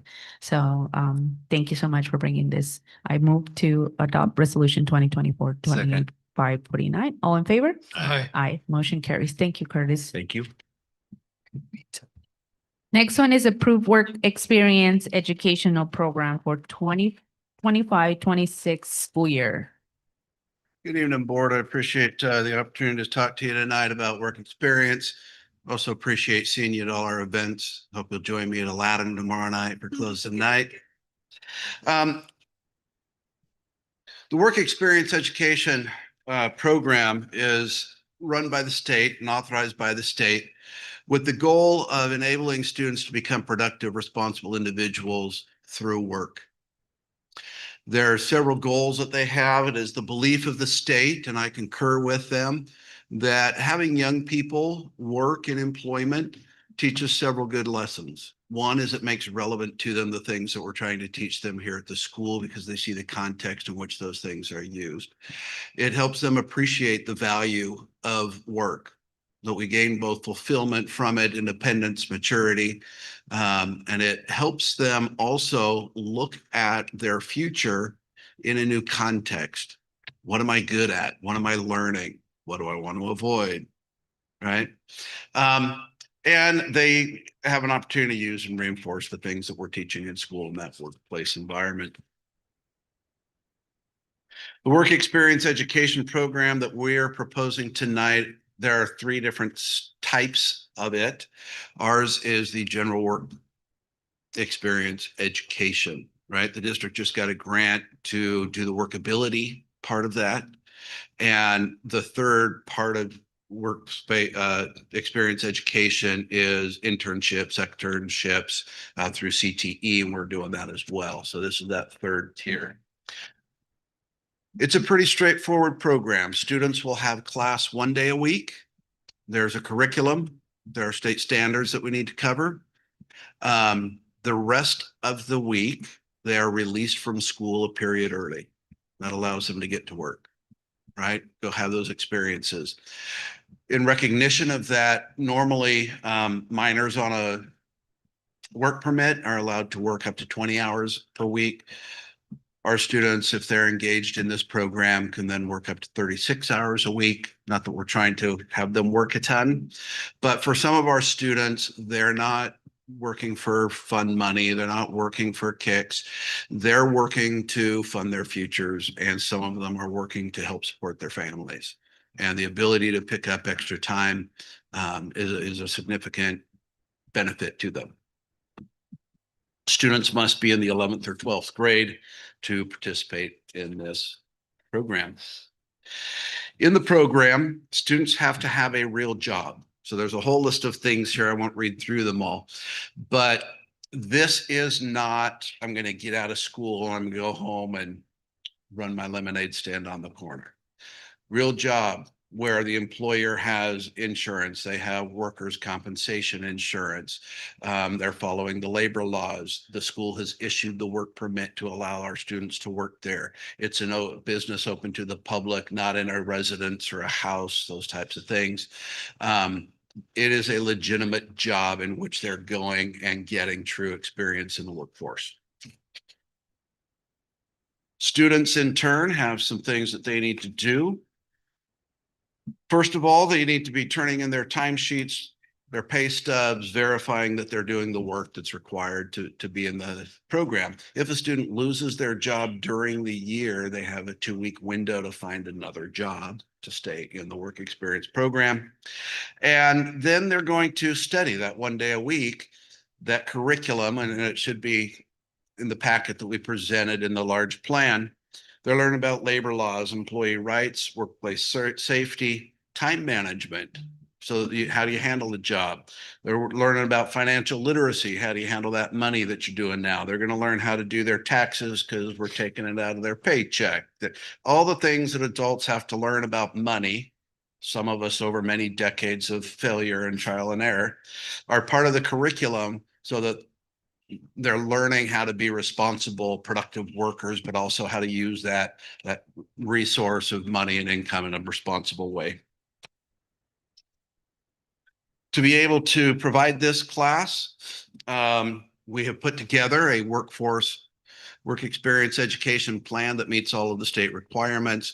It will need to be approved by the board and signed off by the superintendent. And then this isn't just a class you can have. You actually have to send that plan after it's approved to the state for their ratification so that we can engage in this program. So we're presenting it to you tonight. We believe as a school that this isn't going to be for all of our kids. There is a portion of our kids for whom this will be a significant help. As a senior in high school, I was in work experience. The business where I worked closed at 5:30. So getting out of school an extra hour early allowed me a significant increase in hours. And I was working, saving up for college. So I know the benefit of having this program and having this opportunity. And I recommend it to the board. Thank you. Thank you. I'm first going to open it to any public comment. Thank you for that really nice presentation, Dan. And it does sound like a great opportunity. I just wanted to add this to make sure we understand that this is a way for students to not just get the money then and plan for future, but they're building their connections. And so they, they can get the job at that place after, or even, if they did well at that job and that there's no employment available, that person can tell someone else like, hey, this kid was really good.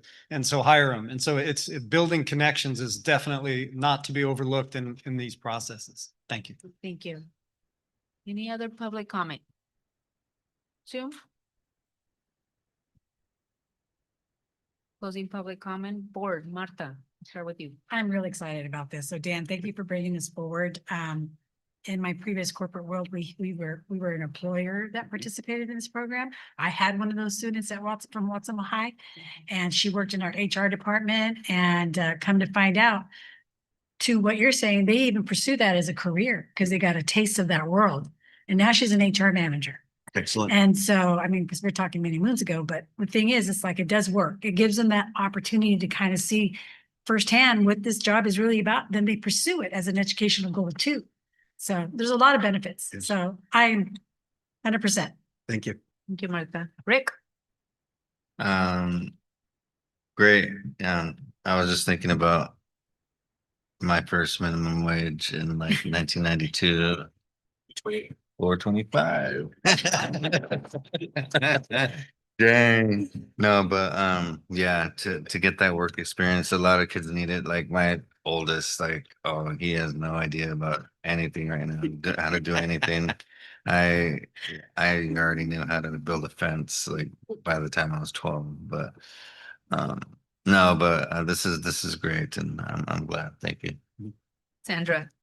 Yeah, I've been an 425. advocate of finding ways to get our students in the community and pay them, because money, everybody needs money to meet their basic needs, and a lot of our kids are economically disadvantaged. So this is a program that gives them skills, real world skills, and then puts some money in their pocket. How much do the students get paid? Does it vary by business, or is there a set rate? This is not workability. Okay. Workability, we have a grant where we pay the kids to go work for 2 weeks. This is kids getting a real job and going to work at a real job that must pay them at least minimum wage or more if they're good at it. And so what they'll get paid, it depends on which job they go get. I will say this, one of the difficulties, I've talked to some students, like, I want to get a job and be in this. There's not a lot of jobs for teenagers in my neighborhood. So we're reaching out to the Public Transit Authority to see if we can't get a bus to come through and help get our kids over to areas where there are more jobs available so that they can get real jobs, Yeah. right? That's the idea. So at least minimum wage, because that's a labor law. And these are real jobs that they can keep after school while they're going to MPC or whatever. So, as far as transportation, I think it would be good to collaborate with the Nest. I mean, we've brought up before transportation and how it's needed for students to stay after school and get exposure to different programs, students to get extra support when it comes to homework. But for this particular program, what you're proposing is, do we support students in finding jobs, or we expect them to find jobs on their own? They have to have a job. They got to go get a job. So we're So supporting. they have that to have a process. job to be in this class. Have a job. to Now, be in do the- we support them? Yes. So what we're doing right now is trying to work with our kids who are interested to say, hey, let us help you find a job. Right? And that's where we're hearing that the barrier is, well, I need to, like, there are jobs at Walmart. Can you help me get over there? There are jobs at the mall. There are.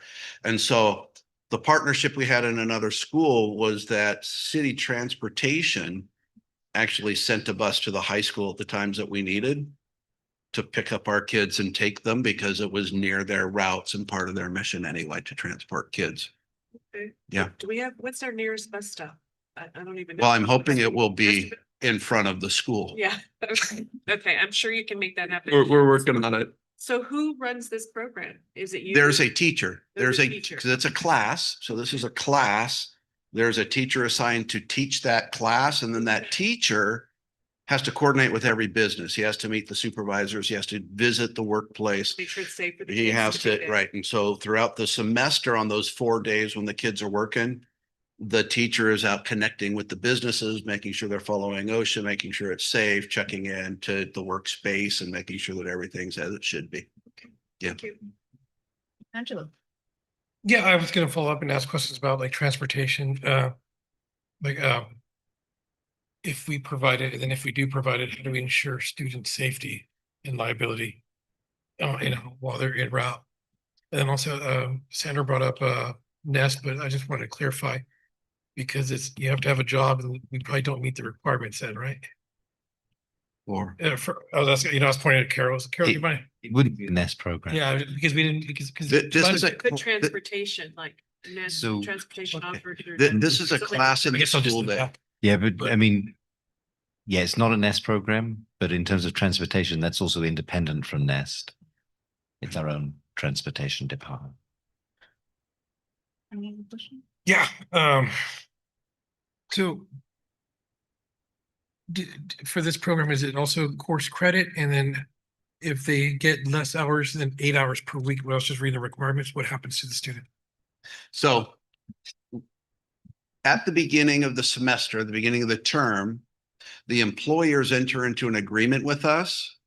And part of that agreement is they're going to assign these students at least 8 hours. They're going to meet certain requirements. They're going to agree to coordinate with our teacher, right? So that doesn't happen to our kids. That's the idea, is that we work with the employer. The employer benefits because they have an employee who can work an extra hour, right? Our kids benefit with the extra hour. We're coordinating that to make sure that that job is stable, safe, and continues. Thank you. Any other questions? I think my question is, if is the class at any particular time? Because we do have some students who Right. have a job before school, Right. especially those who are going actually to the fields. They work since 5 a.m. Mhm. We have students like that, Mhm. and And then they come. they come by 8:30, they're in class. Is that gonna count or not? So this is a class. It's one of their 6 classes at school, So right? they can take it at any time? We have to have a teacher teach the class. So we'll have one period next year. It will be 6th period, Now, if we find students are saying, hey, I really wish you had a period, then we could add a period, but it's a class in our master schedule taught by a certificated teacher. Right? So we can't, it would be expensive for us to start all day long. So right now we're putting it in 6th period with the ability for our seniors who often already have 6th period off to be able to have it and do their work during 5th period. So they have the 5th period off. That makes sense. So the students on Monday will actually go to their class in their normal school day. Tuesday through Friday, they're getting out of school early. For our seniors who already have a 6th period off, because many of them are on a 5 period day, that means they can leave at the beginning of lunch, which gives them an extra hour and a half to get to work. Okay, so it's just the ones that have a job after school. Right now, it would be after school. All right. We can add sections, right? So if we have a significant number of students who say, man, I'd really like to do this, but my job's in the morning, we can add a section there. We would just need to find a teacher to teach that section 1st period, and then they would have 1st period off 4 days a week. And I think that this is really good that it comes with learning on as a person that works in workers' rights and labor law. Yeah. I love that they get to learn labor law early on because there's with the ones that we see the most are young adults being taken advantage of, and also that they're learning about taxes because I remember my oldest, the first check she got, and she comes and she's like, they didn't pay me, they took my money. And I was like, that happens. It's called taxes. Yeah. We talked So- about it in econ class, but Yeah. now you see how that Yeah, works. she's Yes. working before econ and so I'm glad that they're learning that, and that they're also learning the other skills that they're going to take. And then universities actually have work study programs. They're not the same, but it's kind of similar, right? You go into an agreement with the employer, Mhm. and the employer provides the space for the student. So if they start early on with a knowledge of these programs and knowledge of how things like work, once they move on, if they go to college, they can continue Right. seeking work study programs. So this is awesome. So this is a motion item.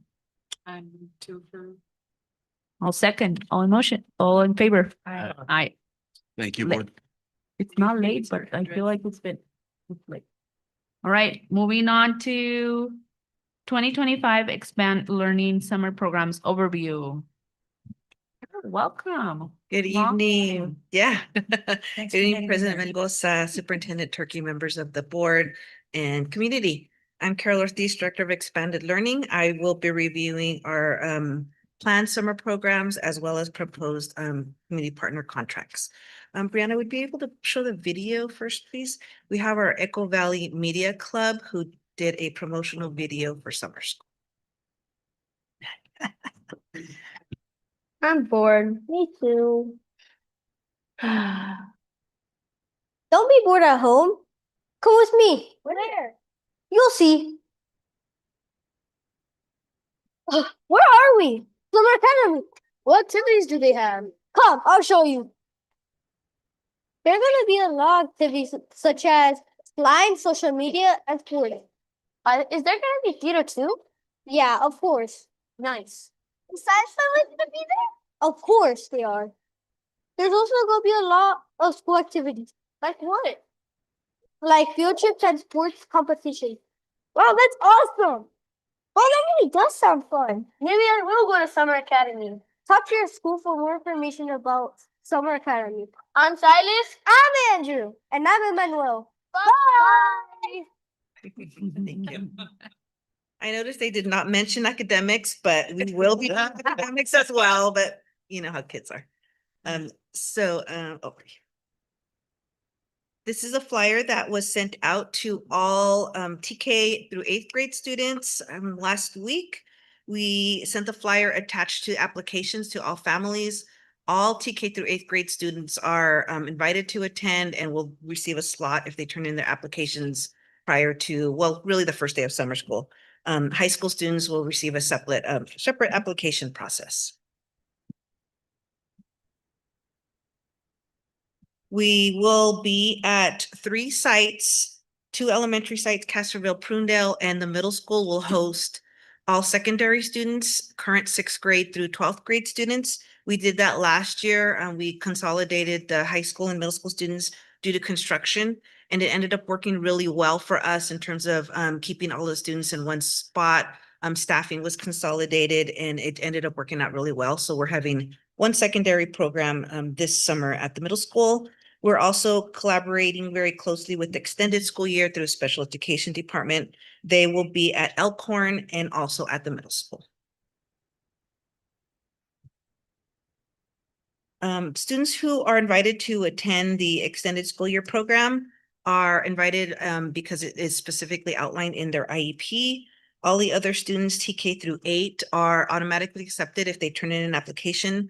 I know that there's, I've heard from some people who think that it's only certain invitation due to academic needs, but that is not the case. We accept every student TK through 8. If there are incoming TK students who've already been enrolled for the next school year, they're also welcome to attend. The high school program is credit recovery and is by invitation only. Those applications are mailed out directly to families, and all students will automatically be enrolled unless the parents specifically opt their children out of the program. I have been with North Monterey County since my first summer was 2023. So that's the data that I have there.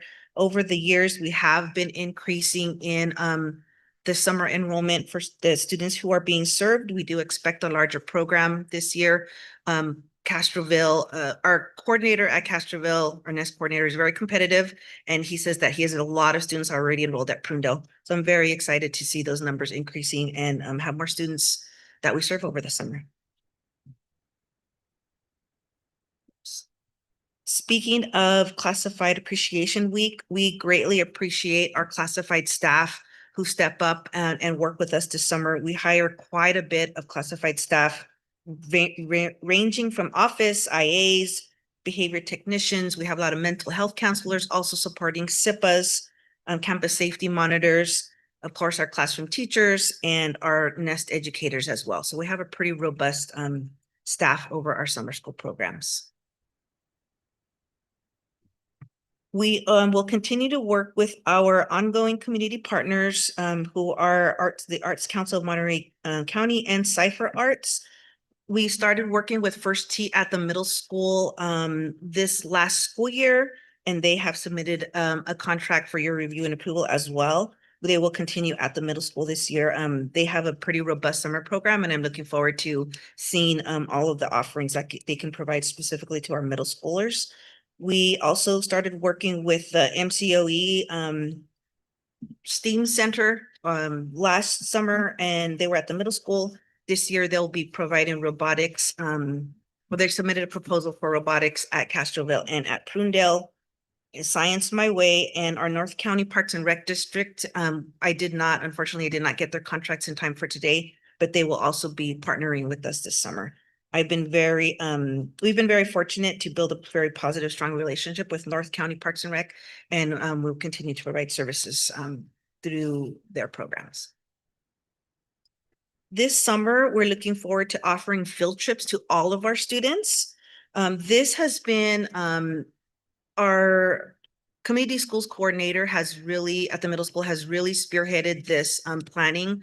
We are pretty limited in our staffing in our expanded learning office. So he took the idea and just really ran with it, has been working hard to ensure that all of our students attend at least one, if not two field trips throughout the summer. That also includes our high school students, our students who are attending at credit recovery. We want all of our students to experience some type of field trip this summer. And the type of field trip that the student attends will depend on the grade level.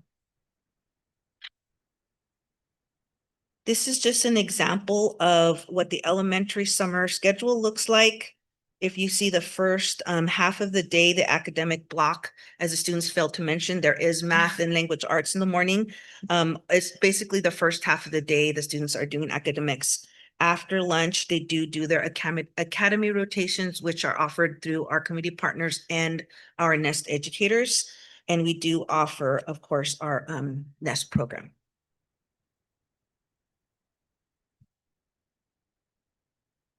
And we look forward to offering another robust summer program for all of our students this year. Thank you very much. Thank you, Carol. I'm gonna open it up for any public comment. Zoom.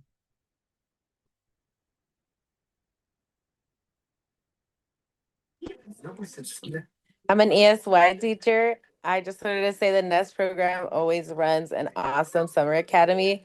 I'm so excited that they're going to include us in some of their activities this summer because we were super jealous last summer. They did include us in some of them, but it would be cool, you know, to be part of the whole group. And I love that we are being included. So I appreciate that. Awesome, thank you.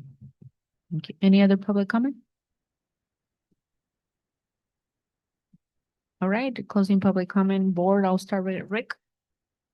Yeah, I just wanted to show the public and our board, if they don't have in front of them some of the PDFs of the prices of some of these programs. And I know that most of them are really great and people like them, but just to start off with Cipher Arts, it's just a crazy amount of money. And then, yeah, there's other ones on there with like, oh, it's like for a month, 80,000 or 100,000, like doesn't, I don't know. It's I have a hard time and with, you know, taxpayers and you know, our stakeholders, looking at this and are you showing it on Zoom? The Cipher Arts PDF? Yeah, and then the price is at the bottom for what goes on. Yeah, so I'm just thinking that's a lot of money and if we could somehow get programs that don't cost so much, it seems like not only with school districts, but any industries, when you want something built or done, I mean, they really want to get as much money out of you as possible. So I just don't see some of these. I like the mural. I don't like the drumming, for the price. I mean, I mean to say. So I'm just curious. And then let's see what else is there. The first tee, I know it was good. It's good. And just such a short amount of time. And I think this one costs, what is it? First tee, here's 60,000 total? 61,000. Yeah, 61,000.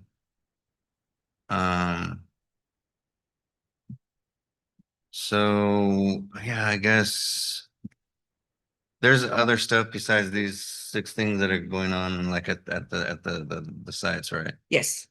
Yeah. So just to address the specific concerns regarding Cipher Arts, to clarify, they're actually providing 34 days of service. They're going through the end of summer because we do have Kids Zone program going on after summer school is over. Those students attend our full day childcare year round. And historically, we haven't really provided them, you know, some type of enrichment activity. So I really wanted to offer them something this year. So Cipher is offering 34 contract days versus Arts Council is doing 20 days. The robotics courses are 16 days. The first tee is 20 days.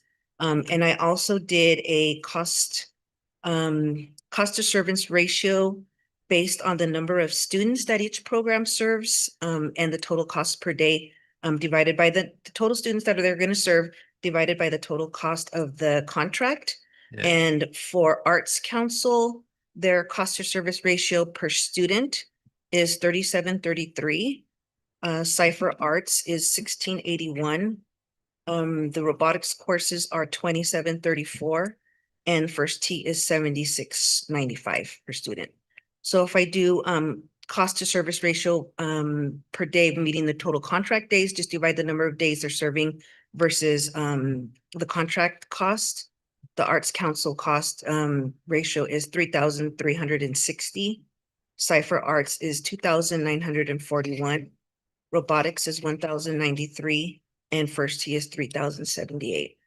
And also keep in mind, Cipher is providing after-school program services as well after summer school. The other community partners are not. However, I completely understand and hear your concerns. Yeah. And I'm happy to go back and rework the contract with Cipher if the board chooses to do that. Yeah, I mean, that's something I would like to see. That anytime you could Oh, yeah. Yeah. you know, negotiate or wherever you want to call it for a better price. Oh, yeah, completely. And with Cipher, we're gonna get between 16 and 20 of their staff who work over the summer versus Arts Council who provide 4 staff. Okay, yeah, that's kind of robotic details ability. like we Yeah, would yeah, like yeah. to hear for sure. And So- I think what this is helping me understand is that we need to be a little bit more clear and consistent in the contracts, because each organization kind of does their own format of contracts, and it's hard to compare them across, funding wise, if everyone kind of has their different, setup of how they do their contracts. and the Yeah, I details that you remember for an review. example, when we had soccer and then we wanted comparables, we had like, okay, the surf and like the Camino. Yeah. All that. So, yeah, I'll see what my colleagues have to say. Okay. Sandra. Yeah, I would just say it's the same concerns that I've expressed before, where these contracts, it's hard to compare apples to apples because they are formatted in different ways. And then, they're really vague. I mean, when you look at Cipher, it's got $25,000. And then it's got 9:30 to 4 for 2-week projects, and then 9:30 to 5 2-week projects. So it's kind of like, what is the district getting for their money? I'd say that applies to all the contracts. I think they're really important to have these programs offered for kids, but I also would like to see different community partners have opportunities to provide programs, other small businesses. And I would ideally like to see competitive quotes when I'm sure there's somebody else that may offer mural projects, somebody else that might offer dance. And then what I really like to see is a process for getting feedbacks from the sites, from the students. Hey, we really like this program. It was a 10 out of 10, or this one, not really. And then where are the programs that you want to have these long-term partnerships with? For the Arts Council, it's 67,200 divided by 480 hours. That's $140 an hour. And so I'm assuming that's per person that's on site. It's just what are some of the comparables? What are you getting for the program? Certainly trust your judgment, but we want to be transparent when we're spending taxpayer money, that it's really easy to know what we're getting. Because I'm assuming you're not at each site making sure that the letter of the agreement's being followed, so who is providing oversight for these large amounts of money being spent? Who knows if somebody does show up and provide a dance? Was it 10 kids or was it 30 kids? Was there 3 people who showed up or 1 person who showed up? So I certainly would like to see some controls around this. But otherwise, thank you. Angela? Yeah, I think your prices are great. Arts Council for this, I don't think a lot of the trustees know the type of quality of artists for the Arts Councils for Monterey County. You have an artist there that is world renowned. So, and as his paintings have actually banned him from the country of Greece. Another artist from that Arts Council that's teaching our kids has actually done commission work for Dolly Parton. The quality of what you're getting from the Arts Councils meets the price, and that's the price that every other school district is doing for Arts Council. Yeah, I think the quality of what's being provided here is on par. I want to thank you for your hard work. Like I said, the only thing I would add is just add a little bit more information to maybe like pre-think of what us who are on the outside that don't know all the intricacies of the side might want to know. But other than that, I'm full support of this and all the contracts. Okay, Angela. Martha. No, thank you for the presentation, and obviously, coordinating all of this takes time, right? I know you do it for the NEST program and the summer program, but some of these have been with us before, right? We had them last year. Yes. So one of the questions you asked was, are there surveys done? Like, how did it work out last year? And because that'd be good to see, you Yes. know, I mean, these are the results from this program last year. This is what's accomplished. These are the kids and the parents' response to be able to justify why we're bringing them back again, you know? But you broke it down for the arts program. I thought I heard you say it was going to be $16 a person. For Arts Council, because the total cost is 67,200, they provide 4 staff members.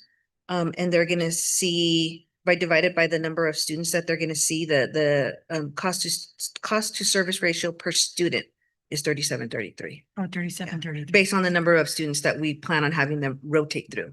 Got it. Huh? A projection, right? Yeah. That's your projection. I think she's Yeah. talking about the cipher arts that you mentioned.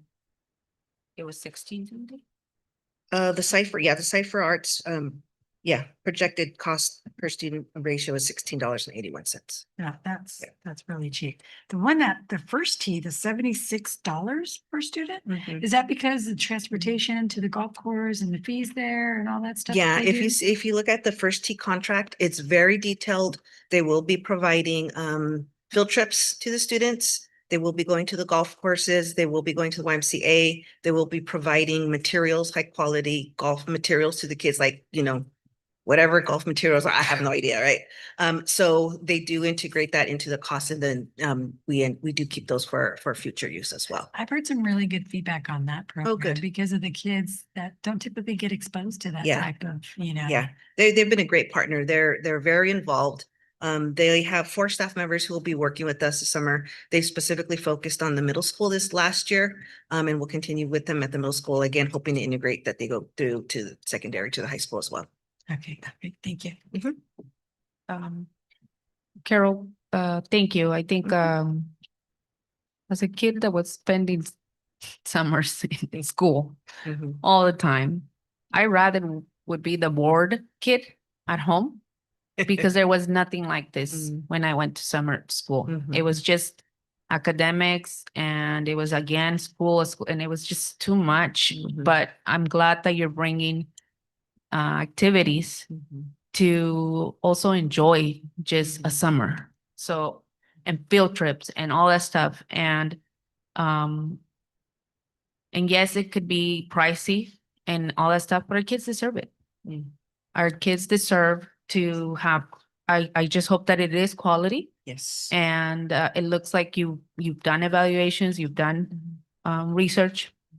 And I want to give our kids quality. They deserve quality. And if quality comes with a prize, let's give them, because my understanding is if you don't spend this money, what happens? We'll spend it for sure, but I if it know, doesn't but get let's say spent, that you don't spend yeah, this money. it does go back to the state. It goes back. Why would we want to give money back? Let's spend it, right? Yes, spend it wisely in a way that can give us a lot of stuff, but also quality and also fun things for our students. And do you have this money Yes. in your program to Yes. spend? Perfect. Then, and also I'm really glad that you're including the after school. I worked for the FRC. I worked with the after school program. Those kids were bored because it was just a childcare system, right? But incorporating activities for the after school, it's super cool. I think, thank you for doing that. Yeah. Those kids have been wanting to be more than just after school care. Yes. I They agree. want to actually have activities, and you bringing them fun things. I think that's really awesome. And I thank you for that. So, Thank you. and thank you for looking at all the stuff that I agree there might be more details, but sometimes it's like the contracting and all the admin stuff. We're like, we don't want to spend time on that, but maybe that's what the rest of the community and board needs on why you are choosing these contracts and choosing these partners. Rick, did you have a question? Yeah, just, I might, at the end, might have like a board request, like, just like more of a comprehensive and detailed, like, extended learning, because we probably haven't had one for a long time, like just like with numbers and data and feedback and all that. But yeah, just with Cypher Arts, I just am skeptical. Like I the person that I don't know if there was a conflict of interest with this person, with someone that used to work for a district that, so, yeah, I just want, everyone to know that if, that's there, if we approve it or not, or what, if you wanna, I'm sure everyone already, maybe we've talked about it in the past, but, just. Before even we if- go there, can I ask more questions? Oh, yeah, You're go- done? Yeah, I'm done. And my other question is, I know that the previous years, some parents were having a hard time with enrollment. And just getting the information out there of when does it start, when does it end, all that stuff. Is that going out earlier Yes. by this week, next week? The first week of June. The first week of Yeah, June? and so we'll have the enrollment posted at the school, and we'll have it on our website, and then we'll collaborate with Rebecca to make sure information gets pushed out like across the district, communicated in a lot of different ways to make sure that everything gets out, and then also through our after school programs as well. Perfect. And I'm glad that you also clarified that it's not about, especially from K through 8th, that it's not about like a certain invitations, is that it's open for anyone that wants to enroll in the summer, because I think that before it might have been that way. And so parents still have that mindset. Yeah. So let's make sure that that information is out there, that parents can Exactly. actually enroll regardless if there's an invitation or not, that every student is welcome to attend these summer activities and summer programs. Yep. Those were my last questions, but Rick, did you have anything else? No, I'm good. All right. So applications are available from every school office. The FRC has some. We have some at our office in the middle school. We can email or hard copy give to parents. We just want to make sure that it gets distributed and we get those applications back as soon as possible. And I just want to acknowledge and thank the board for pushing me to be a little bit more clear in my communication. Because I know, like, I do a lot of work behind the scenes, and I'm not necessarily someone who comes out and just shares everything. So I'm already planning my fall presentation here with different data points and information. So I appreciate that. Thank you. And this is not an action item, is it? Yes. It is, huh? Oh, It's yes, it's over you. It's Okay. essentially to Approve. yeah, to approve, exactly. If I can just say one thing as well, which is I just want to underscore the importance of summer school, right? To keep that learning going. Otherwise, essentially, we have kids backslide, right, over the summer. Otherwise, so having something like this for them to do, to go to, is super important. So thank you. Thank you. And we have quite a few certificated staff who've applied this year. I've seen the increase in numbers over the year. Just them getting used to what our summer school system is like. I feel like it's been a positive thing because it does help with that academic piece for sure. Yeah. Karen, since you're already writing down what you're going to present next time, present also what the students say about the programs, because I'm sure that yes, we may look at prices and we may look at things and we may, but again, let's hear from the students that these are the things that they want to see, and if not, like let's really look at, yes, this is a program, but students are not wanting this. So please bring feedback back from the students. For sure. There's is it possible? I'm sorry. Go ahead. Is it possible in the future, like, to utilize our current sports nonprofits or entities, such as we already do with the rec center district, but at Manzanita or the softball league, or because there's some of these places are, these entities are just for a certain season, 2, 3, 4 months at a time, and that's it for the rest of the year. It could really help out, and then there's Bulldog flag football. There's just so many out there that could use $100,000, than what's going on right there. But yeah, just for the future, just there's a lot of local nonprofits that could really benefit, established local. Yeah. To school contracts. And I want to address something that you brought up, Rick, before. You said there was a conflict. Is there a way of checking if there's conflict of interest with signing these Besides contracts? just hearsay. So I actually reached out to these folks, and yes, they live in a certain house, right? And he's essentially said he needed somewhere to live. Now, is there a current conflict of interest? Current conflict of interest? I don't believe there would be, but in the past, I cannot say. Okay, so there might have been on the past, current, there isn't. There might be right now. I mean, we don't know. I not that I know of. Okay, but so is there a process to check the conflict of interest or conflicts that we can't actually legally, not just we don't want to, but legally we cannot go into contracts with certain people from these organizations? I can go back and check, but I don't believe that there would be a conflict of interest.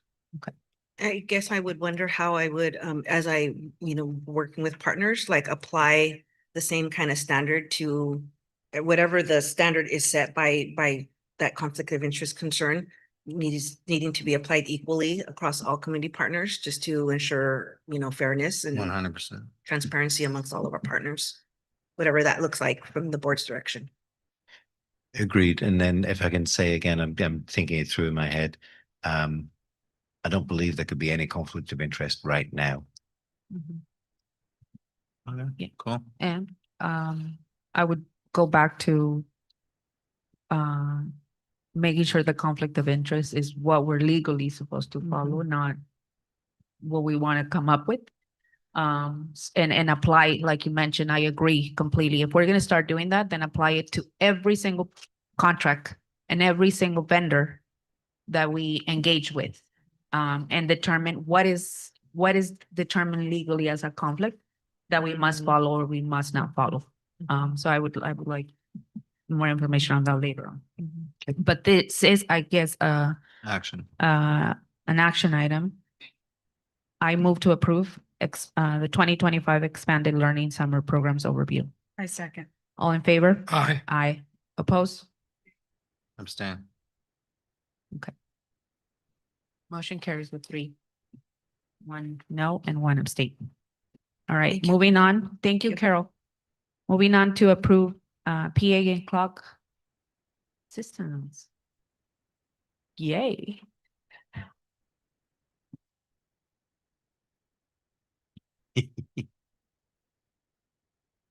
And just to confirm or to ask, do we need to, is there a kind of a 10 PM switch over we need to do or 10. anything?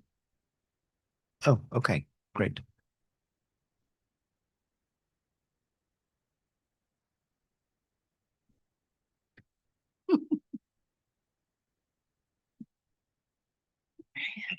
Good evening, Dr. Tuckey and board. I'm here, we talked about this a little bit last time, but I'm here to formally talk about the PA and clock upgrade project.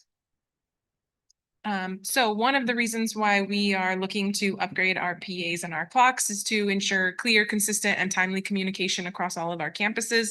We've heard from public comment and other things already at previous meetings that there's, issues with our clocks not working, with our PA systems not working. And having effective communications is vital for our school sites to have daily operations, to be safe and a positive learning environment. So our current systems at Prunedale, Castroville, Echo Valley, Central Bay, and the high school are aging and have presented lots of challenges for administration and sites and staff at the sites.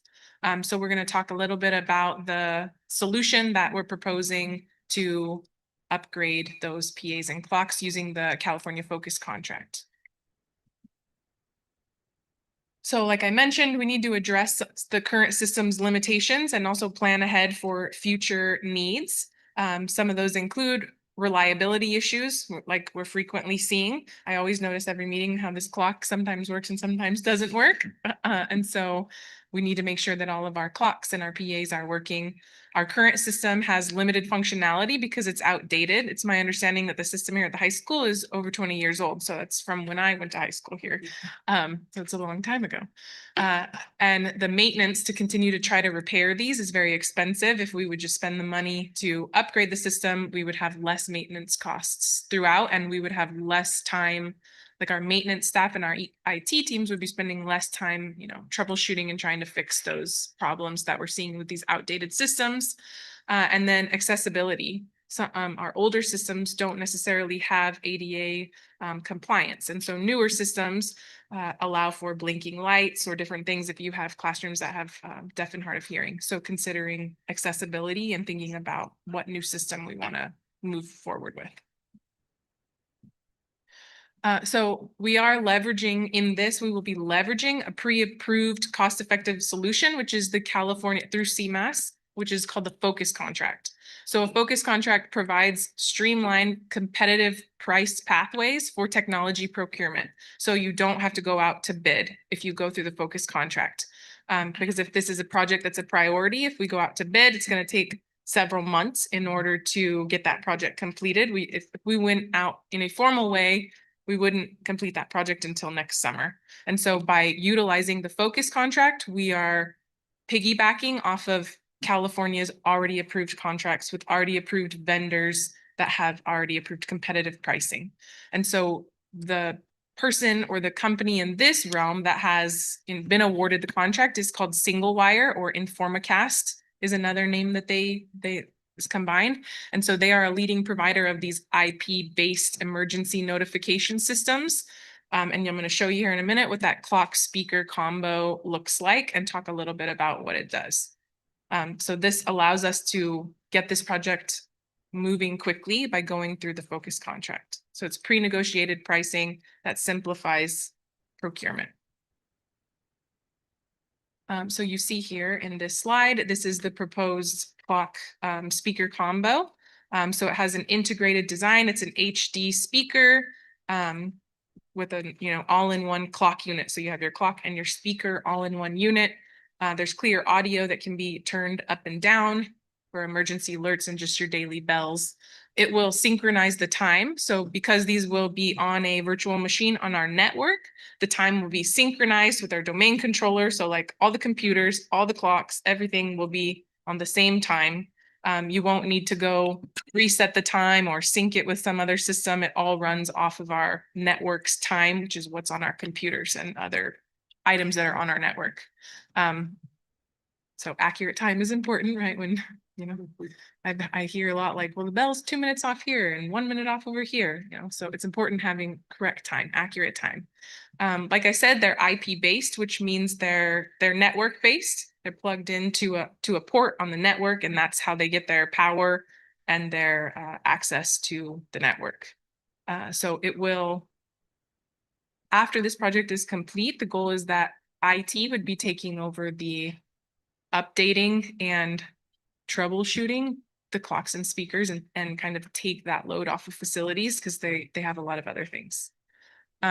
This Informacast single wire system has enhanced emergency alerts. So not only is it like a PA, a paging system, and a clock, it also has emergency alerts like live and recorded messages. So if there was some kind of event at the district level, a message could be sent out to every speaker that would broadcast to every speaker in every classroom.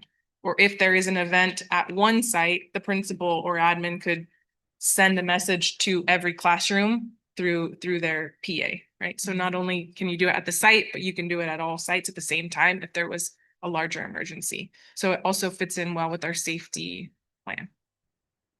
There's zone specific paging. So targeted announcements to specific areas. So you're not interrupting the entire school if you just need to give a message to your PE classes that are over here, or you just want to put a message to a specific wing, right? Maybe it's letting your English teachers that are in these classrooms know. You can send zone specific paging so you're not interrupting everybody. And then, like I said, accessibility. So it supports visual alerts and hearing assistance. So it has features where it will blink messaging scrolling across the HD screen. So it will help in our, all of our classrooms, all of our students. So money, so you see here the estimated cost per unit. So per that speaker clock combo that you just saw is about $815 per unit. So the total cost of the equipment for these 5 sites, is a little over $500,000. And then we would hire the company to do the cabling and installation so that we would take that off of our facilities and maintenance team, which is another 200,000. So you're looking at a total of 858,000 to upgrade all of the PAs and clocks, the outdoor horns also at the sites. And that is utilizing that focused contract to ensure that we're receiving that competitive pricing and streamlining our procurement so that we can get this project off the ground soon and try to get as many sites done over summer as possible. So the timeline, upon approval, we'll be able to, get the PO going and they'll be able to order the equipment. Another good perk of this company is they're made in the US. So we avoid any tariffs and we avoid like shipping disruption. So that's positive. And then we would schedule the work. This is the tentative schedule that I got from the company that I've been working with. So they would begin cabling as soon as school gets out or sometime around June 16th. Even if the equipment hasn't arrived yet, they have the cabling so they can start doing the cabling. That way, when the equipment arrives, they can just go in every classroom and pop up and bracket the speakers. And then they configure them all off-site. And then they will provide us a training with how to do the bells and how to do the paging, how to do the emergency alert system. So I think that their timeline is nice in saying that it would be done by October. And so I'm going to say that I think a more realistic timeline is everything being ready to go at all 5 of those sites by December, because there's always hiccups in the road. And future considerations, I know that I didn't talk about Elkhorn or the middle school. So 3 years ago, the middle school got a new IP paging system. They did not get a clock speaker combo, and the same thing at Elkhorn. So they got a new pager. So they have the wiring, but they did not get any new clocks. So they still have problems at both of those sites with their clocks. And there is intermittent issues with the paging that we've been working on figuring out. So the long-term solution would be to buy the speaker clock combo for those 2 sites. We wouldn't necessarily need to do as much cabling. We would need to do like bracketing because it's a different, like it hangs on the wall differently. And then get the licensing to move everybody to that Informacast single wire system so that we are all operating on the same system, which matters for safety. Consistent, timely alerts, clear communication in case of an emergency, our incident command, knowing how to use that and having coordinated responses in case of an emergency to include in our safety plan. And so in looking at this, getting the speaker clock combos for the middle school in Elkhorn is another around 250,000 to buy that additional equipment and then have them install it to take we have a really busy summer. As you see, I'm here asking for money every board meeting. So it's really important for safety to get everything up and running and working. So that's what I got. Thank you. I'm gonna first open it to any public comment. Overall, I think this is a very, very good idea. The bells, the clocks haven't worked for a long time. 2 things. 1, location of the clocks. Hopefully that's taken into consideration right now. Even though the clocks don't work, they used to work. They're behind our overhead projector screens. So most of the day we have the screens down for lessons. So then the clocks disappear anyways.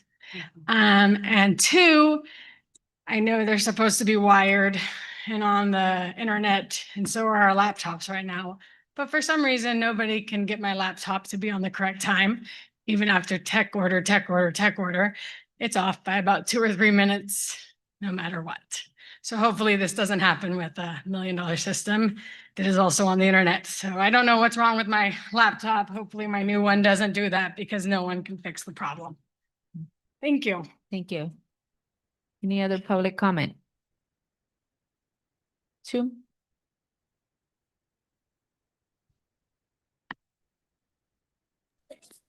Hi, I'm from the middle school. I actually have a lot of concern about our middle school being held out on getting them this summer too. I know that that's something that we're hoping for. Personally, in my classrooms that I've been in with the PA system, I've been at the school site for 8 years, longer than that, 12 years. And our system has always had issues, even if they've replaced it. What's been happening recently is that when there are fire drills, we don't hear it. So my class does not arrive on time or has to be notified in alternative ways that we need to exit for drills.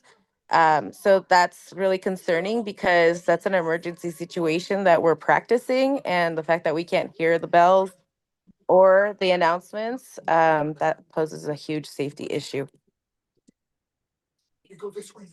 Yeah. Any other public comment? All right, closing public comment, and I'll start with the board. Martha. Well, thank you, Brianna. This was a really good presentation. I like the way you put all the details together to understand it and for doing the research, to be able to enhance and upgrade, our time clocks to this new modernized technology is what we needed. I too was, the funding is obviously, my eyes opened up, but I know that's what it costs. And you have that in your budget? Is this in your budget, or how's this going to be paid for? What budget is it coming out of? So this is going to be paid out of our general fund. It is not in the tech budget. This is going to be from our carryover funds, and we're spending the carryover funds is what we're doing with this. As long as we have the money, right? I mean, because this general fund pays a lot of things, especially our salaries and everything else that we just decided to upgrade and things that are upcoming and projected, because you guys are barely planning the budget, right? Brenda, do you want to come and talk to this briefly? I was just gonna ask that. That's awesome. Sure. Brenda, if you could come and talk maybe briefly about how this fits into our budget. Currently, our budget has a balance, and we have definitely at least $1 million to be able to utilize. The requirement for our reserve is 3%. And eventually I'll probably request from the board that we up it to 5%. But currently we have more than the 3% to be able to end our fiscal year with a reserve. And that means that we are also going to have additional money that we will be carrying over. Usually one-time purchases is what is encouraged when we have a carryover. And this would be a good use of our funding to ensure our student safety. Does that help answer your question? No, it does. I just needed to understand what budget says general fund, and I wanted you to reassure, because I know you just started and you were doing this whole analysis of our budget to reassure that we're going to be okay for next year. We definitely have sufficient funds, and we have more than our 3% reserve, so we should be okay. Okay, thank you for reassuring and confirming. And then so I heard that the middle school in the Elkhorn is not going to be on there. Is it because of the money not available? I didn't hear. The middle school in Elkhorn gotten, like I said, a new paging system that is IP, so it's on the network. But there's been consistently issues since I have started that I have known about. And the long term, well, I was asked to look into this project, right, by Dr. Turkey, like what do we need? How much is it going to cost? Blah, blah, blah. And I said it like that. yes, you said it exactly like that. And then, so I didn't include those sites because it's my understanding that they got new PAs, right? And so then in digging deeper into this, I found out that the PAs at the middle school haven't been working for quite some time. And so then I reached out and said, well, what would it cost to get, everybody on the same system, get them the speaker clock combo, because the clocks are a problem there also. And then to have them install them. And so the goal is to then bring you that next time for consent, the additional to get the equipment for those two sites so that we're all on this same system. Yeah. So if I can just help as well. So if we knew now what we know 5 days ago, it would have all been on this same contract. However, we're learning all of this in real time. Okay. And what we learned about the middle school we learned on probably what, Tuesday, and the board agenda had already been, it's already been released. So hence, we're going to have to add this on when we come back in June. And that's the plan in our next board meeting. So then maybe they can simultaneously be all fixed. Yeah, so they will be included in the project timeline. The one that you just showed us. Yeah, their project timeline is to start here. Because there's no like summer school or anything happening at the high school. So they'll start at the high school. And then they'll probably do Central Bay because that'll be pretty easy. It's pretty small. And then they'll start working on the elementary schools, most likely once school gets back, and they'll work nights and weekends. And then once everybody's wiring, like the bigger projects are done, they'll go to the middle school in Elkhorn. That's why I'm projecting a December. Thank you. Last question. Everything done. Did you research any other schools that have the same system locally? Yeah, lots of schools have the same. They system. do. They have the same system. It's working and the same company installed it, and so good references there. Yeah. Okay. Thank you for doing all that research. I appreciate it. And the outdoor speakers that are at the middle school in Elkhorn they can integrate with the system. So we don't need to replace those because they were just replaced. But it is maybe a bigger finding when we get in there to figure out why there's having such an issue there. Like if something was installed, like I always heard the wiring, something at the middle school, they could never get it to work internally. They would have to tear down walls and blah, blah, blah, blah. So I don't know. That was a while back.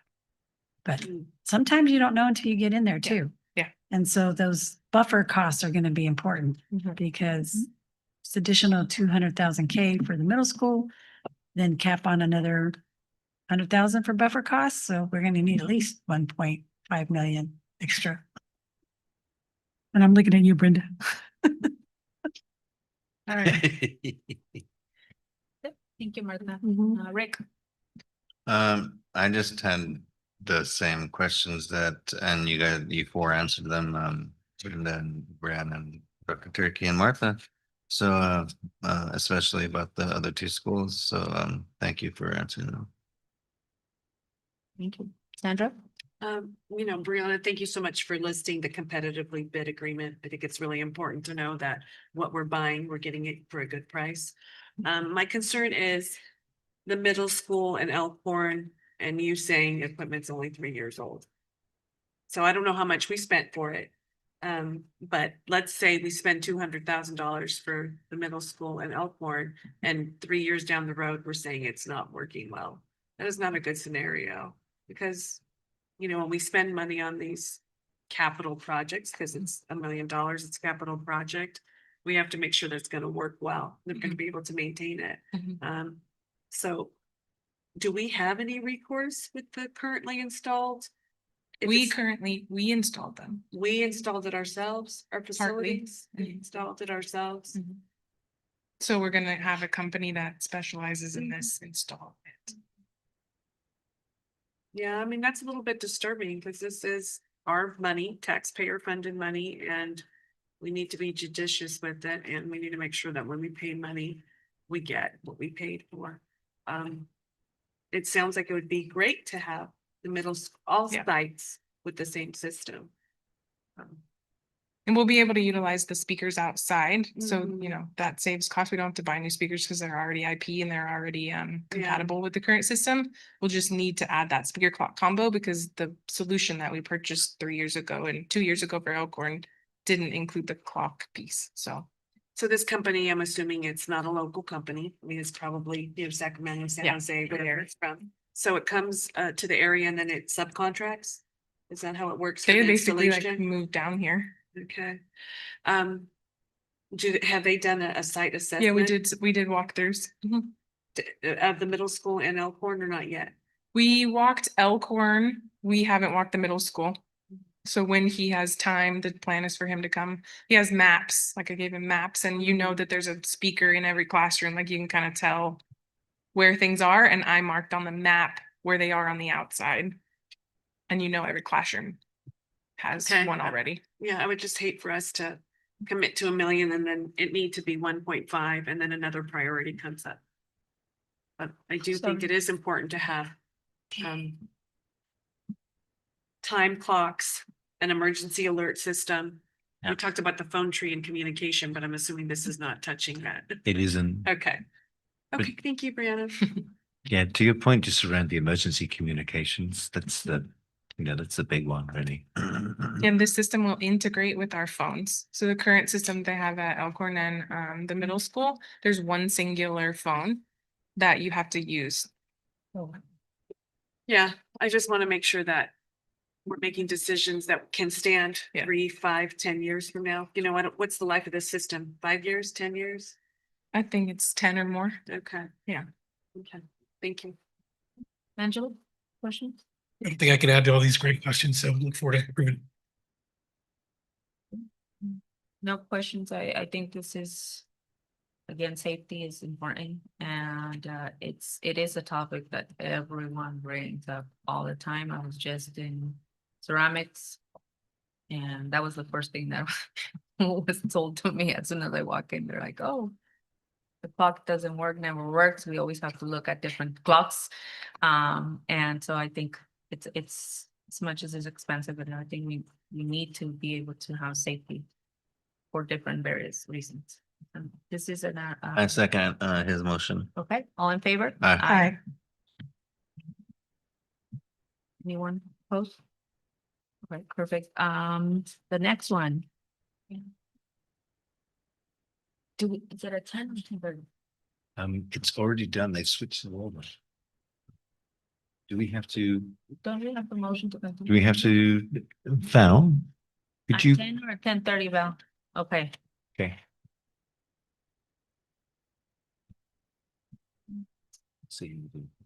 We'll get this done.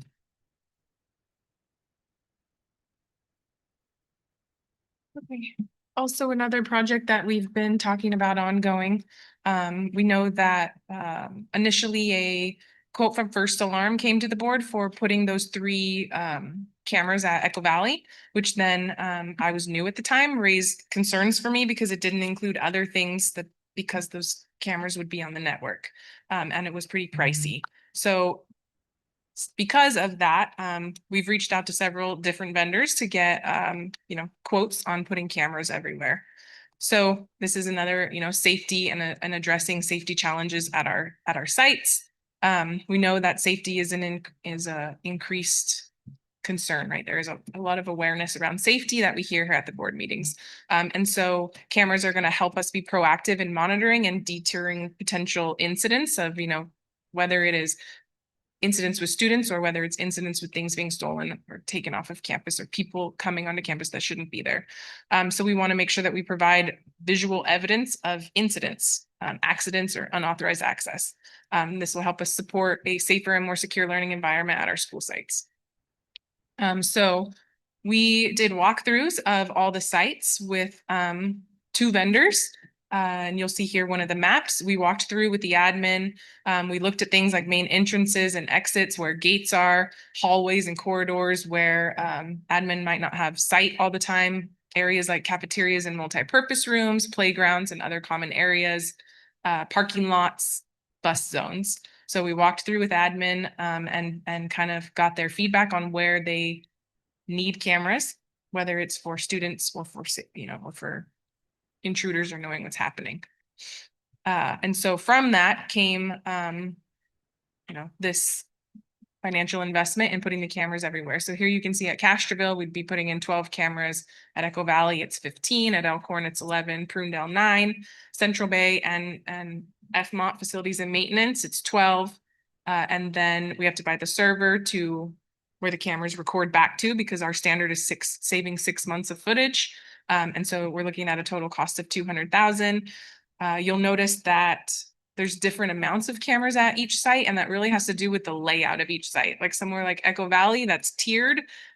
One camera isn't going to get a bunch of angles, so you have to have cameras in different places in order to see everything. Same with Elkhorn, how you have like you got to walk around the way to get to the 6th graders, where Prunedale is more flat. So not all sites need the same coverage or can get more coverage with less cameras just because of how they're laid out. And so this quote includes the cameras, the cabling, the licensing to add them to our current camera system that we use, Digital Watchdog, that we have here and at the middle school, and installation so that it's not, again, putting it on our facilities team and we can get it done over summer. And this is similar funding coming rollover funding from the general fund. So upon approval of this, we can begin scheduling the work right away. He'll order the equipment, and he's confident that it can be, all sites can be done before school starts. Yeah.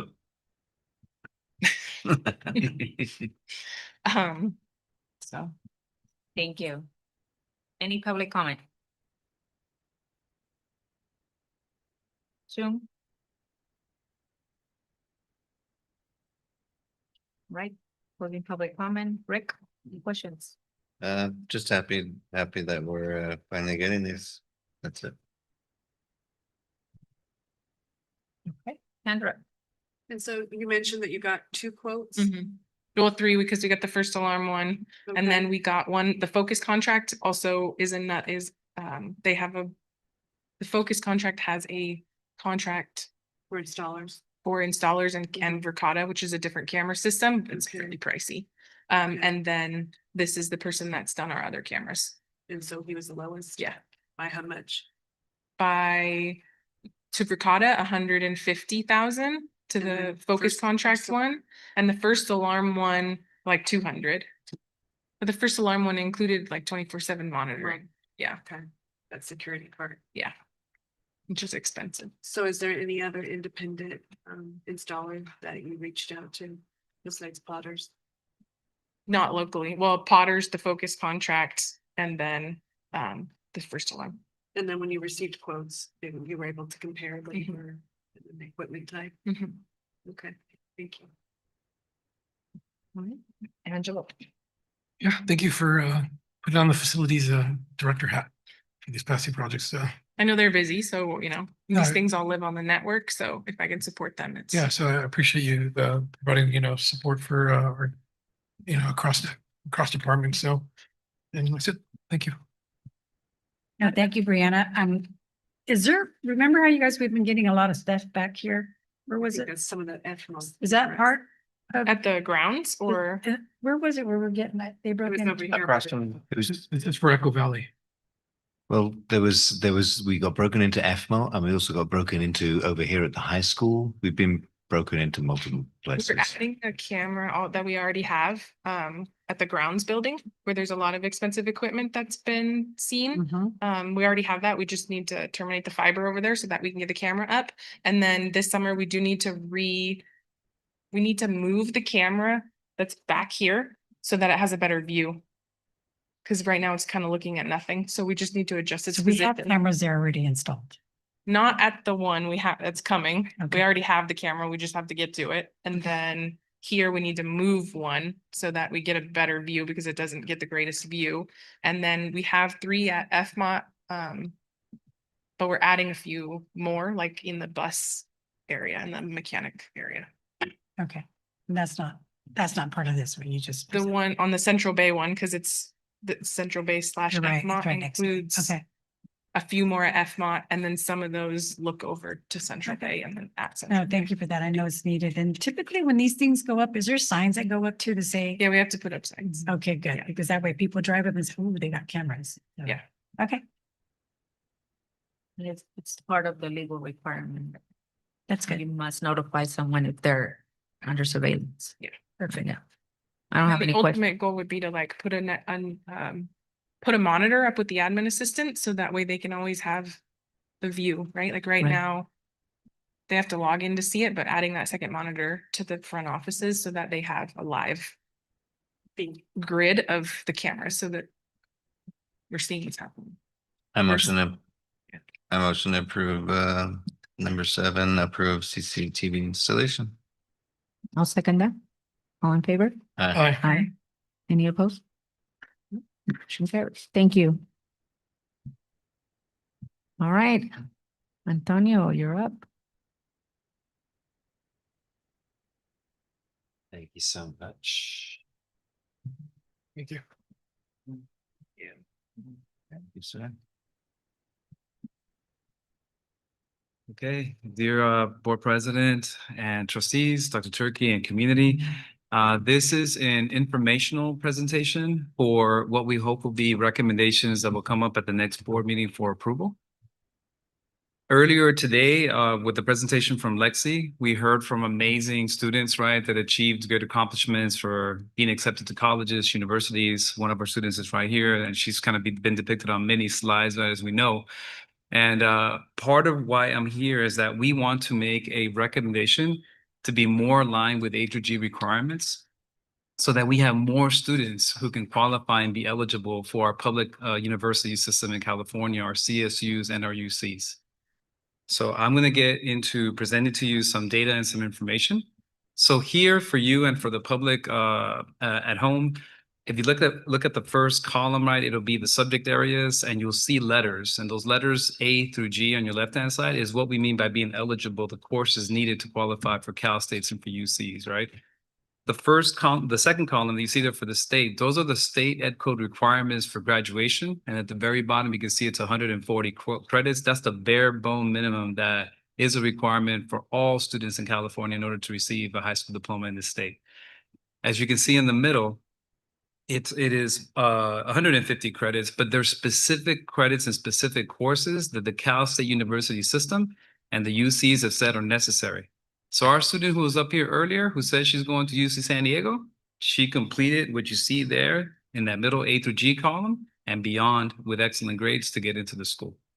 On the far right, you see what we currently have with our board policy for high school graduation credits. When you see a color in green going across, that means that we have alignment with A through G, as you can see there, right? So we have for social studies, A through G requires 20 credits or 2 years, and we currently have 30 for our school district. And as you go down, we're going to see that we're not aligned in board policy when it comes to ELA. You need 40, right, to be eligible for a Cal State or for a UC. And in our board policy, it says 30, although in our ARs, it is 40. But we need to correct it so that they both align because board policy trumps our ARs. So it's not up to date as it should be. When you move down to mathematics, you can see that there's a misalignment there. We only require 2 years or 20 credits. And in order to qualify for a UC or a Cal State, you need 3 years of mathematics. And we are aligned in science. We are not necessarily aligned in areas E, F, and in E and F, as you can see, because where it currently stands, whereas you see you need 2 years of world language, right? You need 1 year of VAPA here to qualify, and then 10 credits in the college elective, as you can see there for G. We have a policy currently where it says student is required to take 30 credits or 3 classes, but it can be any kind of combination of world language or VAPA or college prep. So what ends up happening is a kid hypothetically could do 3 years of all VAPA and not qualify for world language or not qualify for college prep elective. So here is just to give you an assessment of where we are currently aligned, because we are aligned in some areas, and where we're not aligned, okay?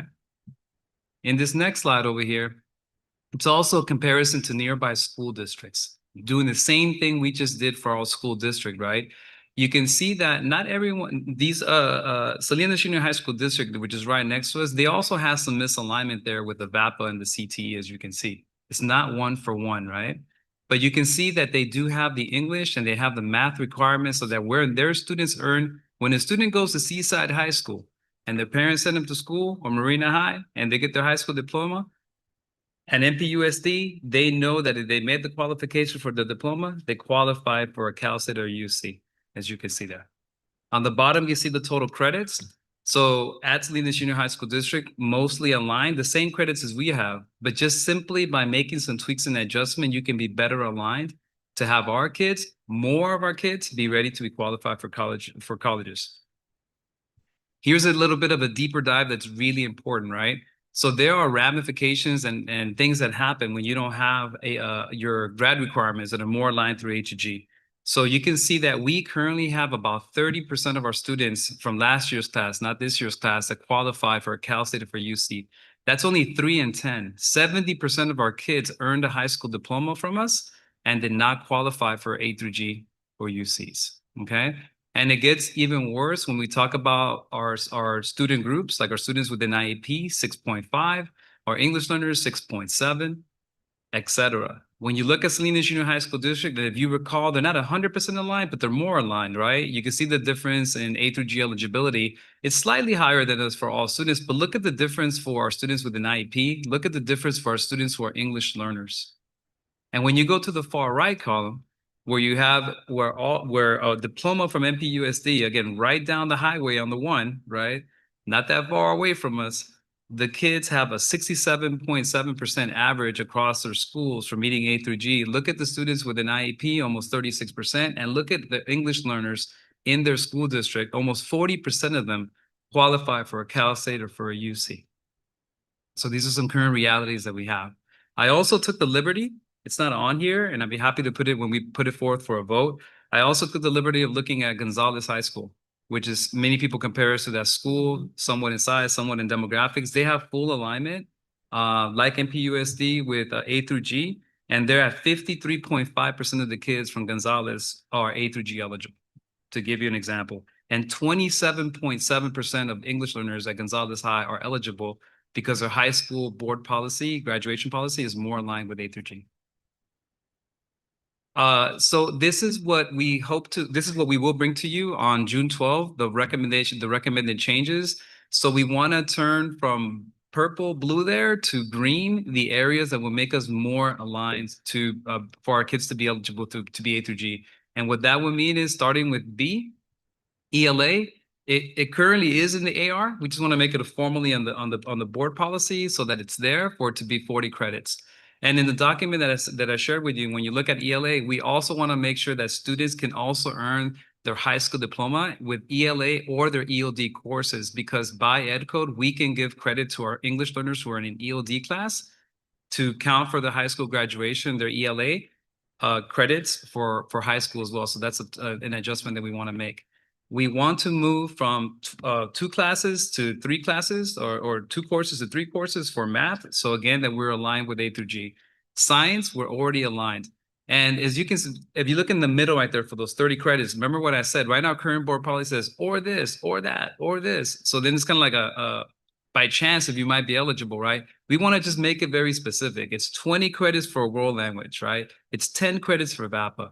And then kids will still have the flexibility with 40 credits to take college prep courses, which can include CTE courses as well. So the flexibility is there, but we don't lose the focus with the VAPA and the world language to make sure that when a kid earns that diploma from our school district, they're meeting those requirements. That is the information that I have before you, and I'm happy to take any questions that you might have. Our expectation is to come back on the 12th for a vote that we hope for approval to make our board policy more aligned to A to G. Right. I'm going to open it up for public comment. Thank you for that. Quite interesting. I do support the increases in rigor for math and ELA. I would like to comment on the 21st century skills class that I've been told ethnic studies is replacing from the graduation requirements. First, it astounds me to no end that our district with 10% of 11th graders proficient in math, that students were taking a course that had so little value that it could be removed without consequence. And I compliment the district for removing this course if that was the case. This being said, at a board meeting with an item about career technical electives, I asked if mandating ethnic studies would affect students' abilities to access CTE courses, and Dr. Turkey responded that they would not. I looked in our course catalog for a description of the 21st century skills course and read, quote, "This course provides equity and accessibility to multiple career technical education pathways and allows students to gain exposure to the opportunities within CTE, explore site-based CTE courses, while also creating foundations for success in these areas," end quote. So if the course was not doing this, it should have been, and it should have been a foundational course for our CTE pathways. And to give an idea for what could be done with the course in general, I want to mention what is done at the United States Naval Academy. You know, perhaps being a naval officer is a dream of some students in this district. And at the Naval Academy, all students are required to take through Calculus 3. And this can be very challenging for students. So what the Academy does as part of their "We Want You to Succeed" policy is for students that struggle with math courses, they can take in parallel additional supplemental course to help guide them through the course they are taking. So this is a thought-provoking example of what can be done with a foundational course. Thank you. Thank you. Any other public comment? Zoom.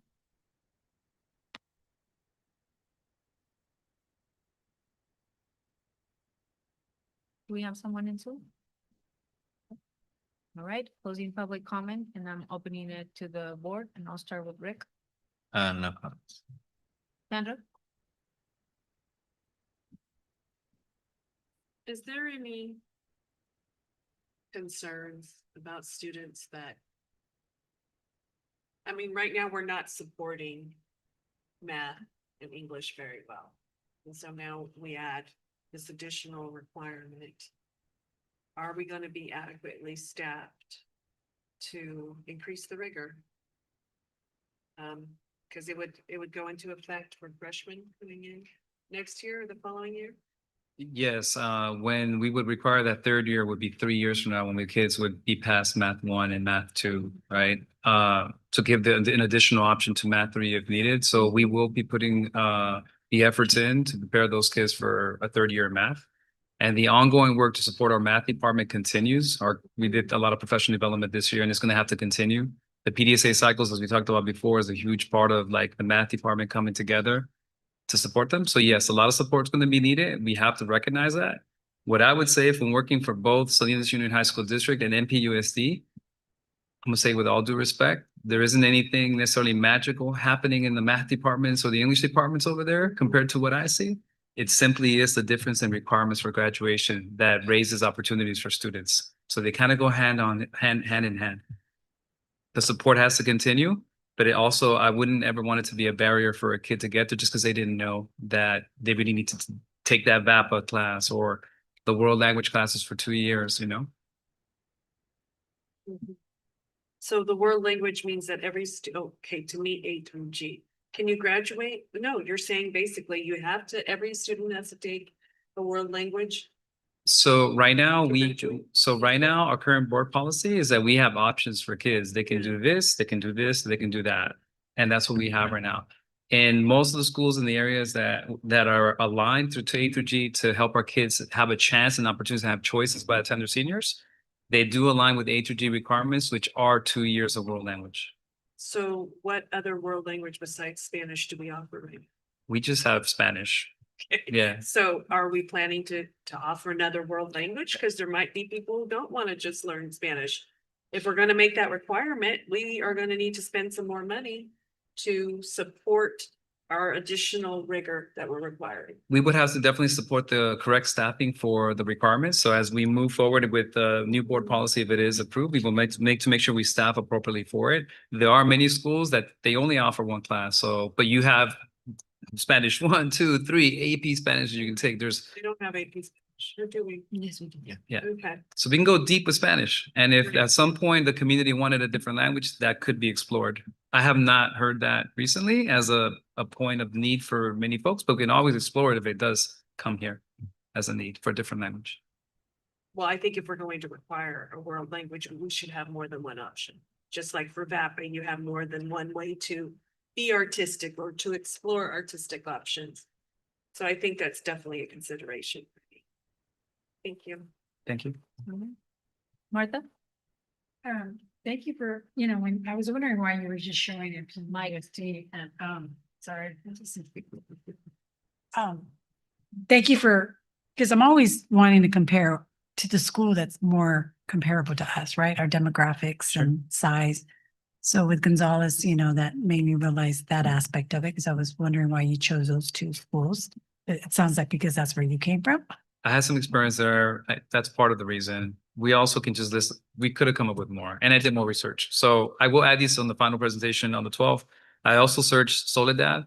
Soledad is not fully aligned for A through G, and their A through G rates are very similar to us. They're at Okay. 33%. Yeah, it'd be and they're good to also not kind of aligned. share all of that. I'll add that to The next presentation. thing is like, Martha, before you continue, let's vote if we want to. oh, shoot, it's already 10:30. Okay, yes, I vote to continue for another 5 minutes. So you move. Second.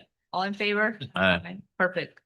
Okay. Continue, Martha. Okay, thank you. Thank you for I, that. I would add Soledad to the next presentation. So you said we're gonna bring this back to the next board meeting and then we have to approve it in order to be ready for our ninth grade class coming in. Yeah. And you brought up some really good valid points, in hiring the right staff. We have been challenging to hire math teachers, so I am concerned in that area too. And then I'm also concerned, like, have you been collaborating? I know you guys had meetings, but have you been collaborating with the counselors and the teachers and getting their feedback on how they feel about? We did. We met with them specifically as a whole team to talk about this, to discuss the reason, the why behind it, the challenges behind it. We also presented twice to the board policy committee as well. So we got that So level of what feedback. challenges were brought up I besides? think the ones- one of the main ones was definitely around math, right? So that's one that was brought up. I would say that's probably like the biggest one. Somebody also mentioned that they like the ability to have choice. I think there's a tension and a balance point between choice and making sure our kids also have choice. Like I think the proposal that we're gonna have is still gonna give choice, right? What do you say? Spanish or Spanish. We said 40 credits so that they can take for the different college prep courses, right? Not in language, Sandro, but for the college prep courses for sure, like still some choice, but that they would still make sure that they meet the requirements for A through G. So those are a couple of the pieces that we heard. An interesting thing when it comes to this is that the main letter or course for why most of our kids are not meeting the A through G is not even math. It's English. And the reason why it's English is because it's 4 years. So if you fail just one, it's really hard to be picking that. There's like there's no room for error because you have to have 4 years of English. So in actuality, a lot of people don't know this. It's not math for why our kids don't qualify. The biggest reason why it's actually English. Okay, and let's hope it stays that way, because adding another math and another English, just concerned that it isn't. They already do, to clarify, we're doing the 4 years of English. Got it. So even with that longstanding policy of here or action of having a practice of having 4 English classes, that's still the subject area that most kids are not qualifying for A through G. So this highlighted is what we currently have in place? It's what the recommended changes. Okay, so 4 courses in English. Yes. And the one behind it is the what we have currently. Got it. Okay. Angela. I'm gonna have to 100% agree with trustee Ruiz. To do the world language, you gotta have more than one. Monterey Peninsula Unified, my understanding, has French, Spanish, and Japanese. I say French, I know for a fact they have those 3. And even though I might question some of the choices, it just started by one student asking and it grew to they have now they have 2 Japanese class, but it's just for 2 periods. But a lot of those students, from my understanding from follow-up, have been flying to Japan after they graduated high school and been inspired because they were taught this very hard and not very localized language. Just love the idea that maybe we could bring something that might inspire students that is just outside, the norm. Because I know you said a lot of people haven't asked for it, but that doesn't mean we can't find something a little bit more, to add to, Agreed. I think it's something wonderful to explore. Even though my understanding from here, we can even hire part-time teachers, even if we did like a part-time French teacher. Because my understanding that is a possible for hiring staff to do that, right? And teaching. Oh, yeah. Yeah. So I mean, in the essence, to open up the world language thing to meet those requirements and really just give students. We're talking about giving students choice, but this is a great opportunity to see that we're going to actually follow through and give some choice. So, like I say, I 100%. I have to agree with her on that one. And then I just want to answer Sandra's. Really, the big thing that the policy committee did. People talked about SPED, And would you like to clarify that to the board? Yeah, Because- so- because it was a great, I thought it was a great collaboration with SPED. It And really was, trustee DeMarco. So again, the ability for students with an IEP to reach in an alternative manner to get to diploma is still gonna be there. That doesn't change. It's really guided by the IEP and the IB team. So those availabilities for alternative paths to graduation that we currently have in board policy would remain. And we did check that with our special services department. Yeah, so I appreciate you doing all that work. So that's all I have, just more language. Thank you. I agree, more language options, but also think about language, American Sign Language. I would love American Sign Language class in this. There's students who are interested. It's also something that we sometimes don't think about, but it's growing. And it's a pathway as well. So if you're gonna start adding languages, please look into American Sign Language. It looks like the kids would have to vote to see which Yes, second language they yes. are most excited about, Yeah. so that we as the adults aren't the ones making the decision for them. Got it. So- That's You're right up perfect, her right? alley. I think my question is, it was brought up that we don't have to do, I mean, I saw ethnic studies. And that we don't have to do it because of the May budget, I know budget, so if you can you bring information on that or? Can you clarify the state standard? I will bring more information on ethnic studies. I will bring more information on ethnic studies, Hopefully not. President Melgoso Ramirez. Yeah, that would be really useful for all of us to really understand, are we mandated to provide ethnic studies or are we not mandated to provide ethnic studies? Regardless if the state puts money or not. Because the state loves to do that, right? The state loves to make sure that there's regulations, but sometimes there's no funding for stuff. We have to figure it out. And so I wanna get that clarification as well.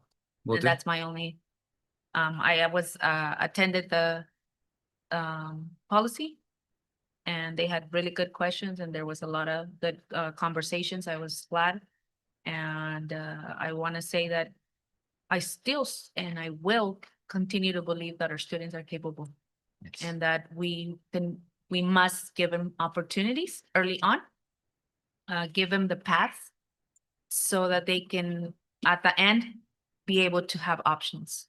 And I don't know about you all, but when I was a freshman, I didn't know what I wanted to be in the world. And so we can't force kids to make a final choice. We should be able to have a path that can give them all those choices if they change their mind at the end. So I'm glad that we're looking into that. And just like other districts, our students are capable. Agreed. And we should be able to bring if we're gonna bring these requirements, we're gonna have to bring the resources to make sure that our students are able to meet these requirements because they will need the resources, especially our students will need the resources. So I look forward also to hearing how are we gonna make sure that we're gonna bring the resources to meet these requirements if passed. Okay. Thank you. Thank you all. All right. Last but not least, approval of, no, it's not last. Approval of compensation for student board members. Okay, so you have before you a proposal which would essentially give student board members the exact same financial compensation as yourselves as board members. So that is currently $315 per month. That's not actually written in the policy because that can increase. What would be written in the policy is essentially that the student board member would get the same financial compensation as you as board members. And that comes along with the change of two board policies, board policy 9150 and board policy 9250. And those are simple strike throughs where it says in the originals that students are not to be compensated. It's simply a strike through saying that, well, they would be compensated. That's the motion before you. Thank you, Matt. First, open it to any public comment.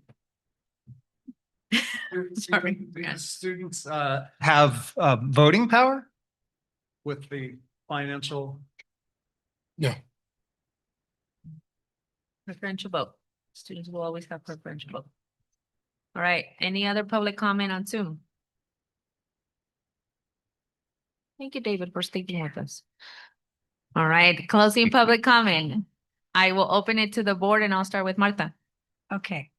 So I know we talked about this and really thinking about it, what would really benefit the child, the student, not the child. After attending the award ceremony last night, the scholarships award ceremony, I just thought it would be more beneficial to honor this board member with a scholarship at the end of the year. And presenting it at this award ceremony. And acknowledging their efforts and their dedication, you know. And it's just cleaner because our policy also says if you miss a meeting, you get docked. That's correct. And it also says, you know, students are not here all the time because of all the other obligations that they have. So if we, actually, it's a win-win for them because then they get a flat, if we calculate what they would earn in these months, then I think, what is it, $1,500? Or 15? It's 315 a month. So Times 10 months, probably. Times it by 10 months. 10 months. 2,000 something. 3,150. Well, depending when they. Yeah. Okay. So I'm just gonna put it out there. I think a scholarship is what I would like to see. I just don't know what your guys' thoughts are. And you know, if we did like a flat rate of $2,000, I mean, that to me is very beneficial for any student too.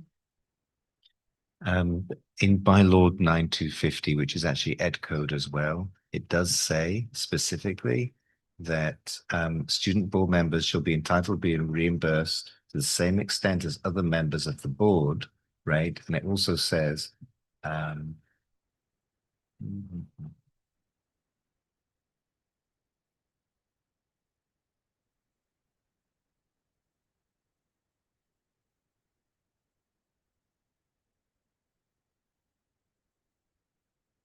think I have it in. sorry, I'm looking at the wrong one. Any member who does not attend all board meetings during the month is eligible to receive only a percentage of monthly compensation. And that would be the same for the student board member. So the student board member has to be attached to the same. So I don't know if you can do a flat rate. Or a scholarship. Well, and when it was presented to us last time, it said it could be a scholarship, a compensation, yeah.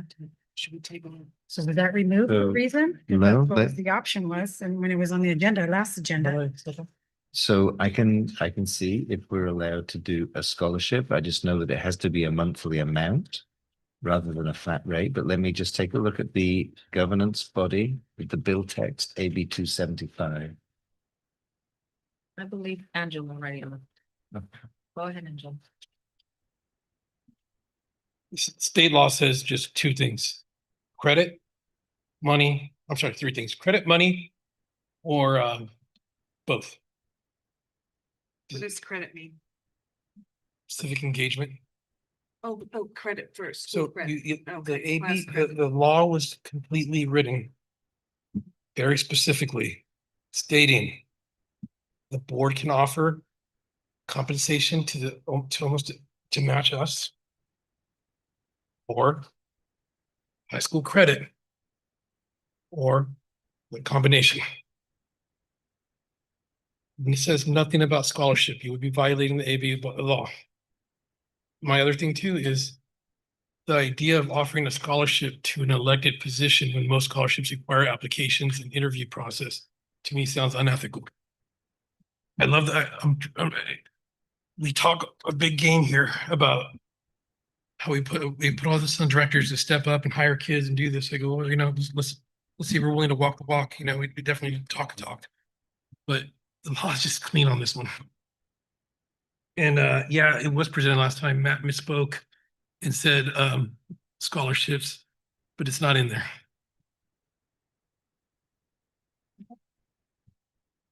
Martha, any other questions while we look into it? Yeah, I just wanted to verify that because I mean, so then this is another exercise, obviously, for the payroll department to manage the attendance and the pay. Correct, Same thing for us. correct. No, again, just because I was there last night and I just thought it would be really beneficial. No, I love the idea of giving them stuff. And I just want to keep it clean to follow this AB law. Mhm. If we want to do something extra, we can motion and discuss it, but So I'm reading what the lawyer sent to us here, and it says that a pupil member shall be entitled to the mileage allowance to the same extent as regular members and may receive financial compensation as specified in subdivision F of three. so we're laughing because One, we don't get two, mileage here. F. No. You do get moved. And Not to here, to events. And in part two, it says monthly financial compensation as determined by the governing board. Okay, I mean, remember when we said other districts are doing scholarships? So that's why I was That's a confused. I mean, why would that be illegal? That's a different board policy. I pulled it up for you. Other school districts are doing scholarships. That is Exactly. correct. Yeah, but but what you're talking about is admin regulation, 5126 and board policy 5126. And it's gonna be at the end, and that's a scholarship and loan fund, which I'm gonna bring up later, but that's apples and oranges. This is just student trustee, what we can do. That scholarship would be a whole different entity of what we want to do as a But trustee. remember, we said, what are other districts doing? And when we said, we found out Gonzalez, that all their board members use that money towards a scholarship. Okay, not for the trustee, the Gonzalez Unified School District Board sends their money that they get and they put it in that scholarship fund that they offer to all the students in the high school, not just one particular student. Okay, That- that's that- what we should put our money for scholarship. But that would be my fear. Like I said, this is for a student, an elected position Gotcha. that the students chose. It would be weird to like violate like all the ethical things about how people apply for, because basically no one gets to apply for a scholarship. So that's where I misunderstood them, because I thought when we talked about it and we're like, hey, Gonzalez does that and they provide a scholarship to that student. No, it's open to, they set the terms of how many students they want to give money to, qualifications, it's a whole different entity, which by my understanding, Ed Code 353011, we're allowed to, well, actually says you shall do this. Which Could we clarify what the market basket does for the students? I mean, So we looked at the market basket. So essentially in the law, it says the most which you can compensate the students is the same amount as the board members get per month on a monthly what are they basis. doing? Not what you can. What are What- different places doing? Yeah, are they providing students with money, in Gonzales and Soledad? In- Yeah, we had that list. Yeah, we do. did. Okay. we did- Something. We there did take a was- list. it Yeah. was different prices. And it depends. It's a, you know. 240, 260, there's different prices. Yeah. I'm gonna go ahead and add this one. Just because another district does something doesn't mean they're following the law. I was just wondering what is happening out there. I mean, my concern is really for how the student board member is selected at our school, because it's a much narrower. And to me, I would really like to have exposure to students that aren't necessarily what you would think of having exposure to the board. And so that's really where my concern is about access to this position, which if we do it It the is- same as us is lucrative, for a teenager to get. It's actually open to everybody. But what's our process? It's through ASB? No, it isn't actually. So I had a similar concern and looked into it, but no, it's actually open to all students. Okay. So any student can say, hey, I How want you many to vote for students me. really know about it? You know what I mean? Is it something that's announced over the speaker? It went through their advisory, so they actually had kind of a few days where they tell kids all about it, and then they kind of, I mean, they did a pretty good process. Yeah, from but what I can tell. besides the ASB, they have the HOA. HOA and meetings, yeah. Then when these elections go out, they have the big election convention, but Yes. the typically what they've been using, the student board member has been the vice president.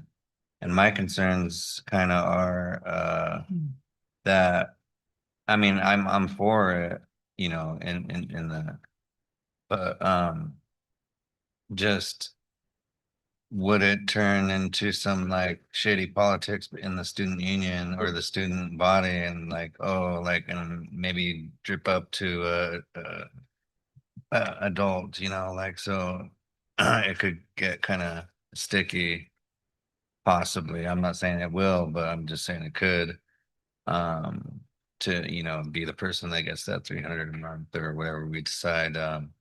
And yeah, I prefer, you know, doing regular cash than a scholarship, because I know there's the other thing that we might talk about that we bring up in the future about board scholarships or whatever. But for this, yeah, I'm just concerned that it eventually might turn a little sticky with who wants it. Like before there'd be like two people applying for vice principal, and now there's like a bunch going for vice presidents, and will that change? I think that we need to differentiate between what we're talking about, because we're talking about compensating whoever gets here. Yeah, that's what I agree that the process to whoever gets here might not be the best right now and might not be a fair process and system, even though it was looked into, and we are now making sure that it's open to every student, and that, and of course, we need to raise more awareness for all the students. So I see it as two different things that we're completely talking about right now, even three different things, because there's also the scholarship policy that we haven't even touched, The scholarship that is not- exists, right? But I feel like right now we're talking about two different things. One is the process for a student to get here, and the other, should we compensate once they get here, or should we not compensate? What we're talking about right now is, should we compensate if a student gets to this board? Yeah, I know that we're talking about two different things, but I don't feel comfortable compensating for a process that I don't feel has fidelity. And so that's why I'm combining these two topics. Like, does every student have access to it? Well, then, okay, if it's a more limited group, then that definitely causes me more Well, it's the concern. same as elections. Do everyone have access to running for the board? No. If Right? you went down to the. Right, no, they don't. And They do said they everyone, lived on my area for. do just everyone, 35. do everyone knows that they can run? No. It's also raising the awareness, right? So that's what's on the table. I move to approve that there's compensation for this student. If it doesn't go from there, then we don't do. But I move to compensate whoever gets here, because I believe that our students should also be compensated. They are spending time. They could be doing homework. They could be doing other things, and they decided to also run for this position, and they're here and they're spending their time just like us. We're spending time. And I also believe it should be compensation. It shouldn't be, because if it's scholarship, I want a scholarship. I don't want it to be compensated for me. Like, you know, like I want it as a scholarship, because I think that it should be the same as us, just like the policy says. So I move to approve this. Second. All in favor? Aye. Aye. Oppose? Aye. I'll go on. No? You're opposed? No. You're aye? Abstain. Okay, so motion carries 3-2. Four. 4-1. Well, no. Martha said yes. No, she said said nay. no. She said aye, but she meant nay. No, I said I'm gonna go ahead and go along with it because my main thing was a scholarship. Oh, wait, we thought you were opposing, Martha, sorry. I wanted a scholarship. I'm not denying for them to be compensated. I just rather compensate that through a scholarship instead of a monthly check. I felt, these are seniors and they can use that for their college. I guess they can save their money. The money, yeah. Yeah. All right, okay, motion carries 4-1. Awesome, let's move on to board requests, and I'll start with Rick. Yeah, 6 of them. Wanted to see if we could get an update, whether it be all of us or personal, on the community schools cohort that we're supposed to like get in the future, the most, whatever one's coming up that I saw on the news that other districts got. The update on like a good comprehensive update on extended learning funds. Oh, I definitely wanna site visit these schools, but during summer school to see the programs, how populated and engaged they are. I had talked to Matt about, since we've had this awesome constructions for the first time in 45, 50 years, that, hey, let's do a bronze plate with the Board of Education's name and the superintendent's name on it. You know, if it's not too much, you know, cause it's once in, like a bronze plate, like they have on that White Rock out there, but that's been like 50 years old almost. Or 40 something years old. But we had basically a makeover that just looks totally different from when we went to school here, and we're part of that. And to have a little bronze plate, you know, with the Board of Education's name on it, and So I talked to Brenda about that, and yes, we're going to be putting that. We have over kind of where the district office is now, there's going to be a large archway. Okay, so we'll be able to put it on that archway. And we also talked about your idea as well about, you know, how you said about people kind of buying bricks, legacy plates. Exactly. tile. We're Yeah. thinking like legacy. I don't know if it'll be leaves or stars or you know, something like that. Yeah. And then that money which could go into a scholarship fund. Yes. Which would be pretty awesome. Okay. And the last thing is just like maybe I'm probably beating dead horse, but I just got to keep on advocating because they're employees, but to, you know, just see if we could help out the mental health counselors with like, I don't know, whatever they're lacking that is not equal to the other employees that are in unions, because they're not in unions. And that's it. I mean, you got it? All right. I have them all. Awesome. Thank you. Thank you, Rick. Sandra? Did we talk about facility summers projects last time? We did. Okay. And then how about Nest transportation for after school programs for? So actually that has it started. So we actually have started transportation for the high school already. And we're going to be doing high school and middle school come August.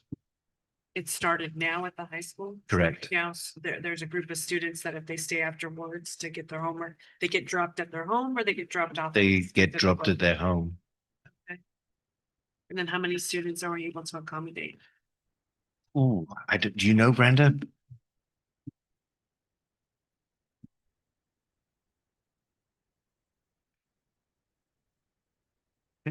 Okay.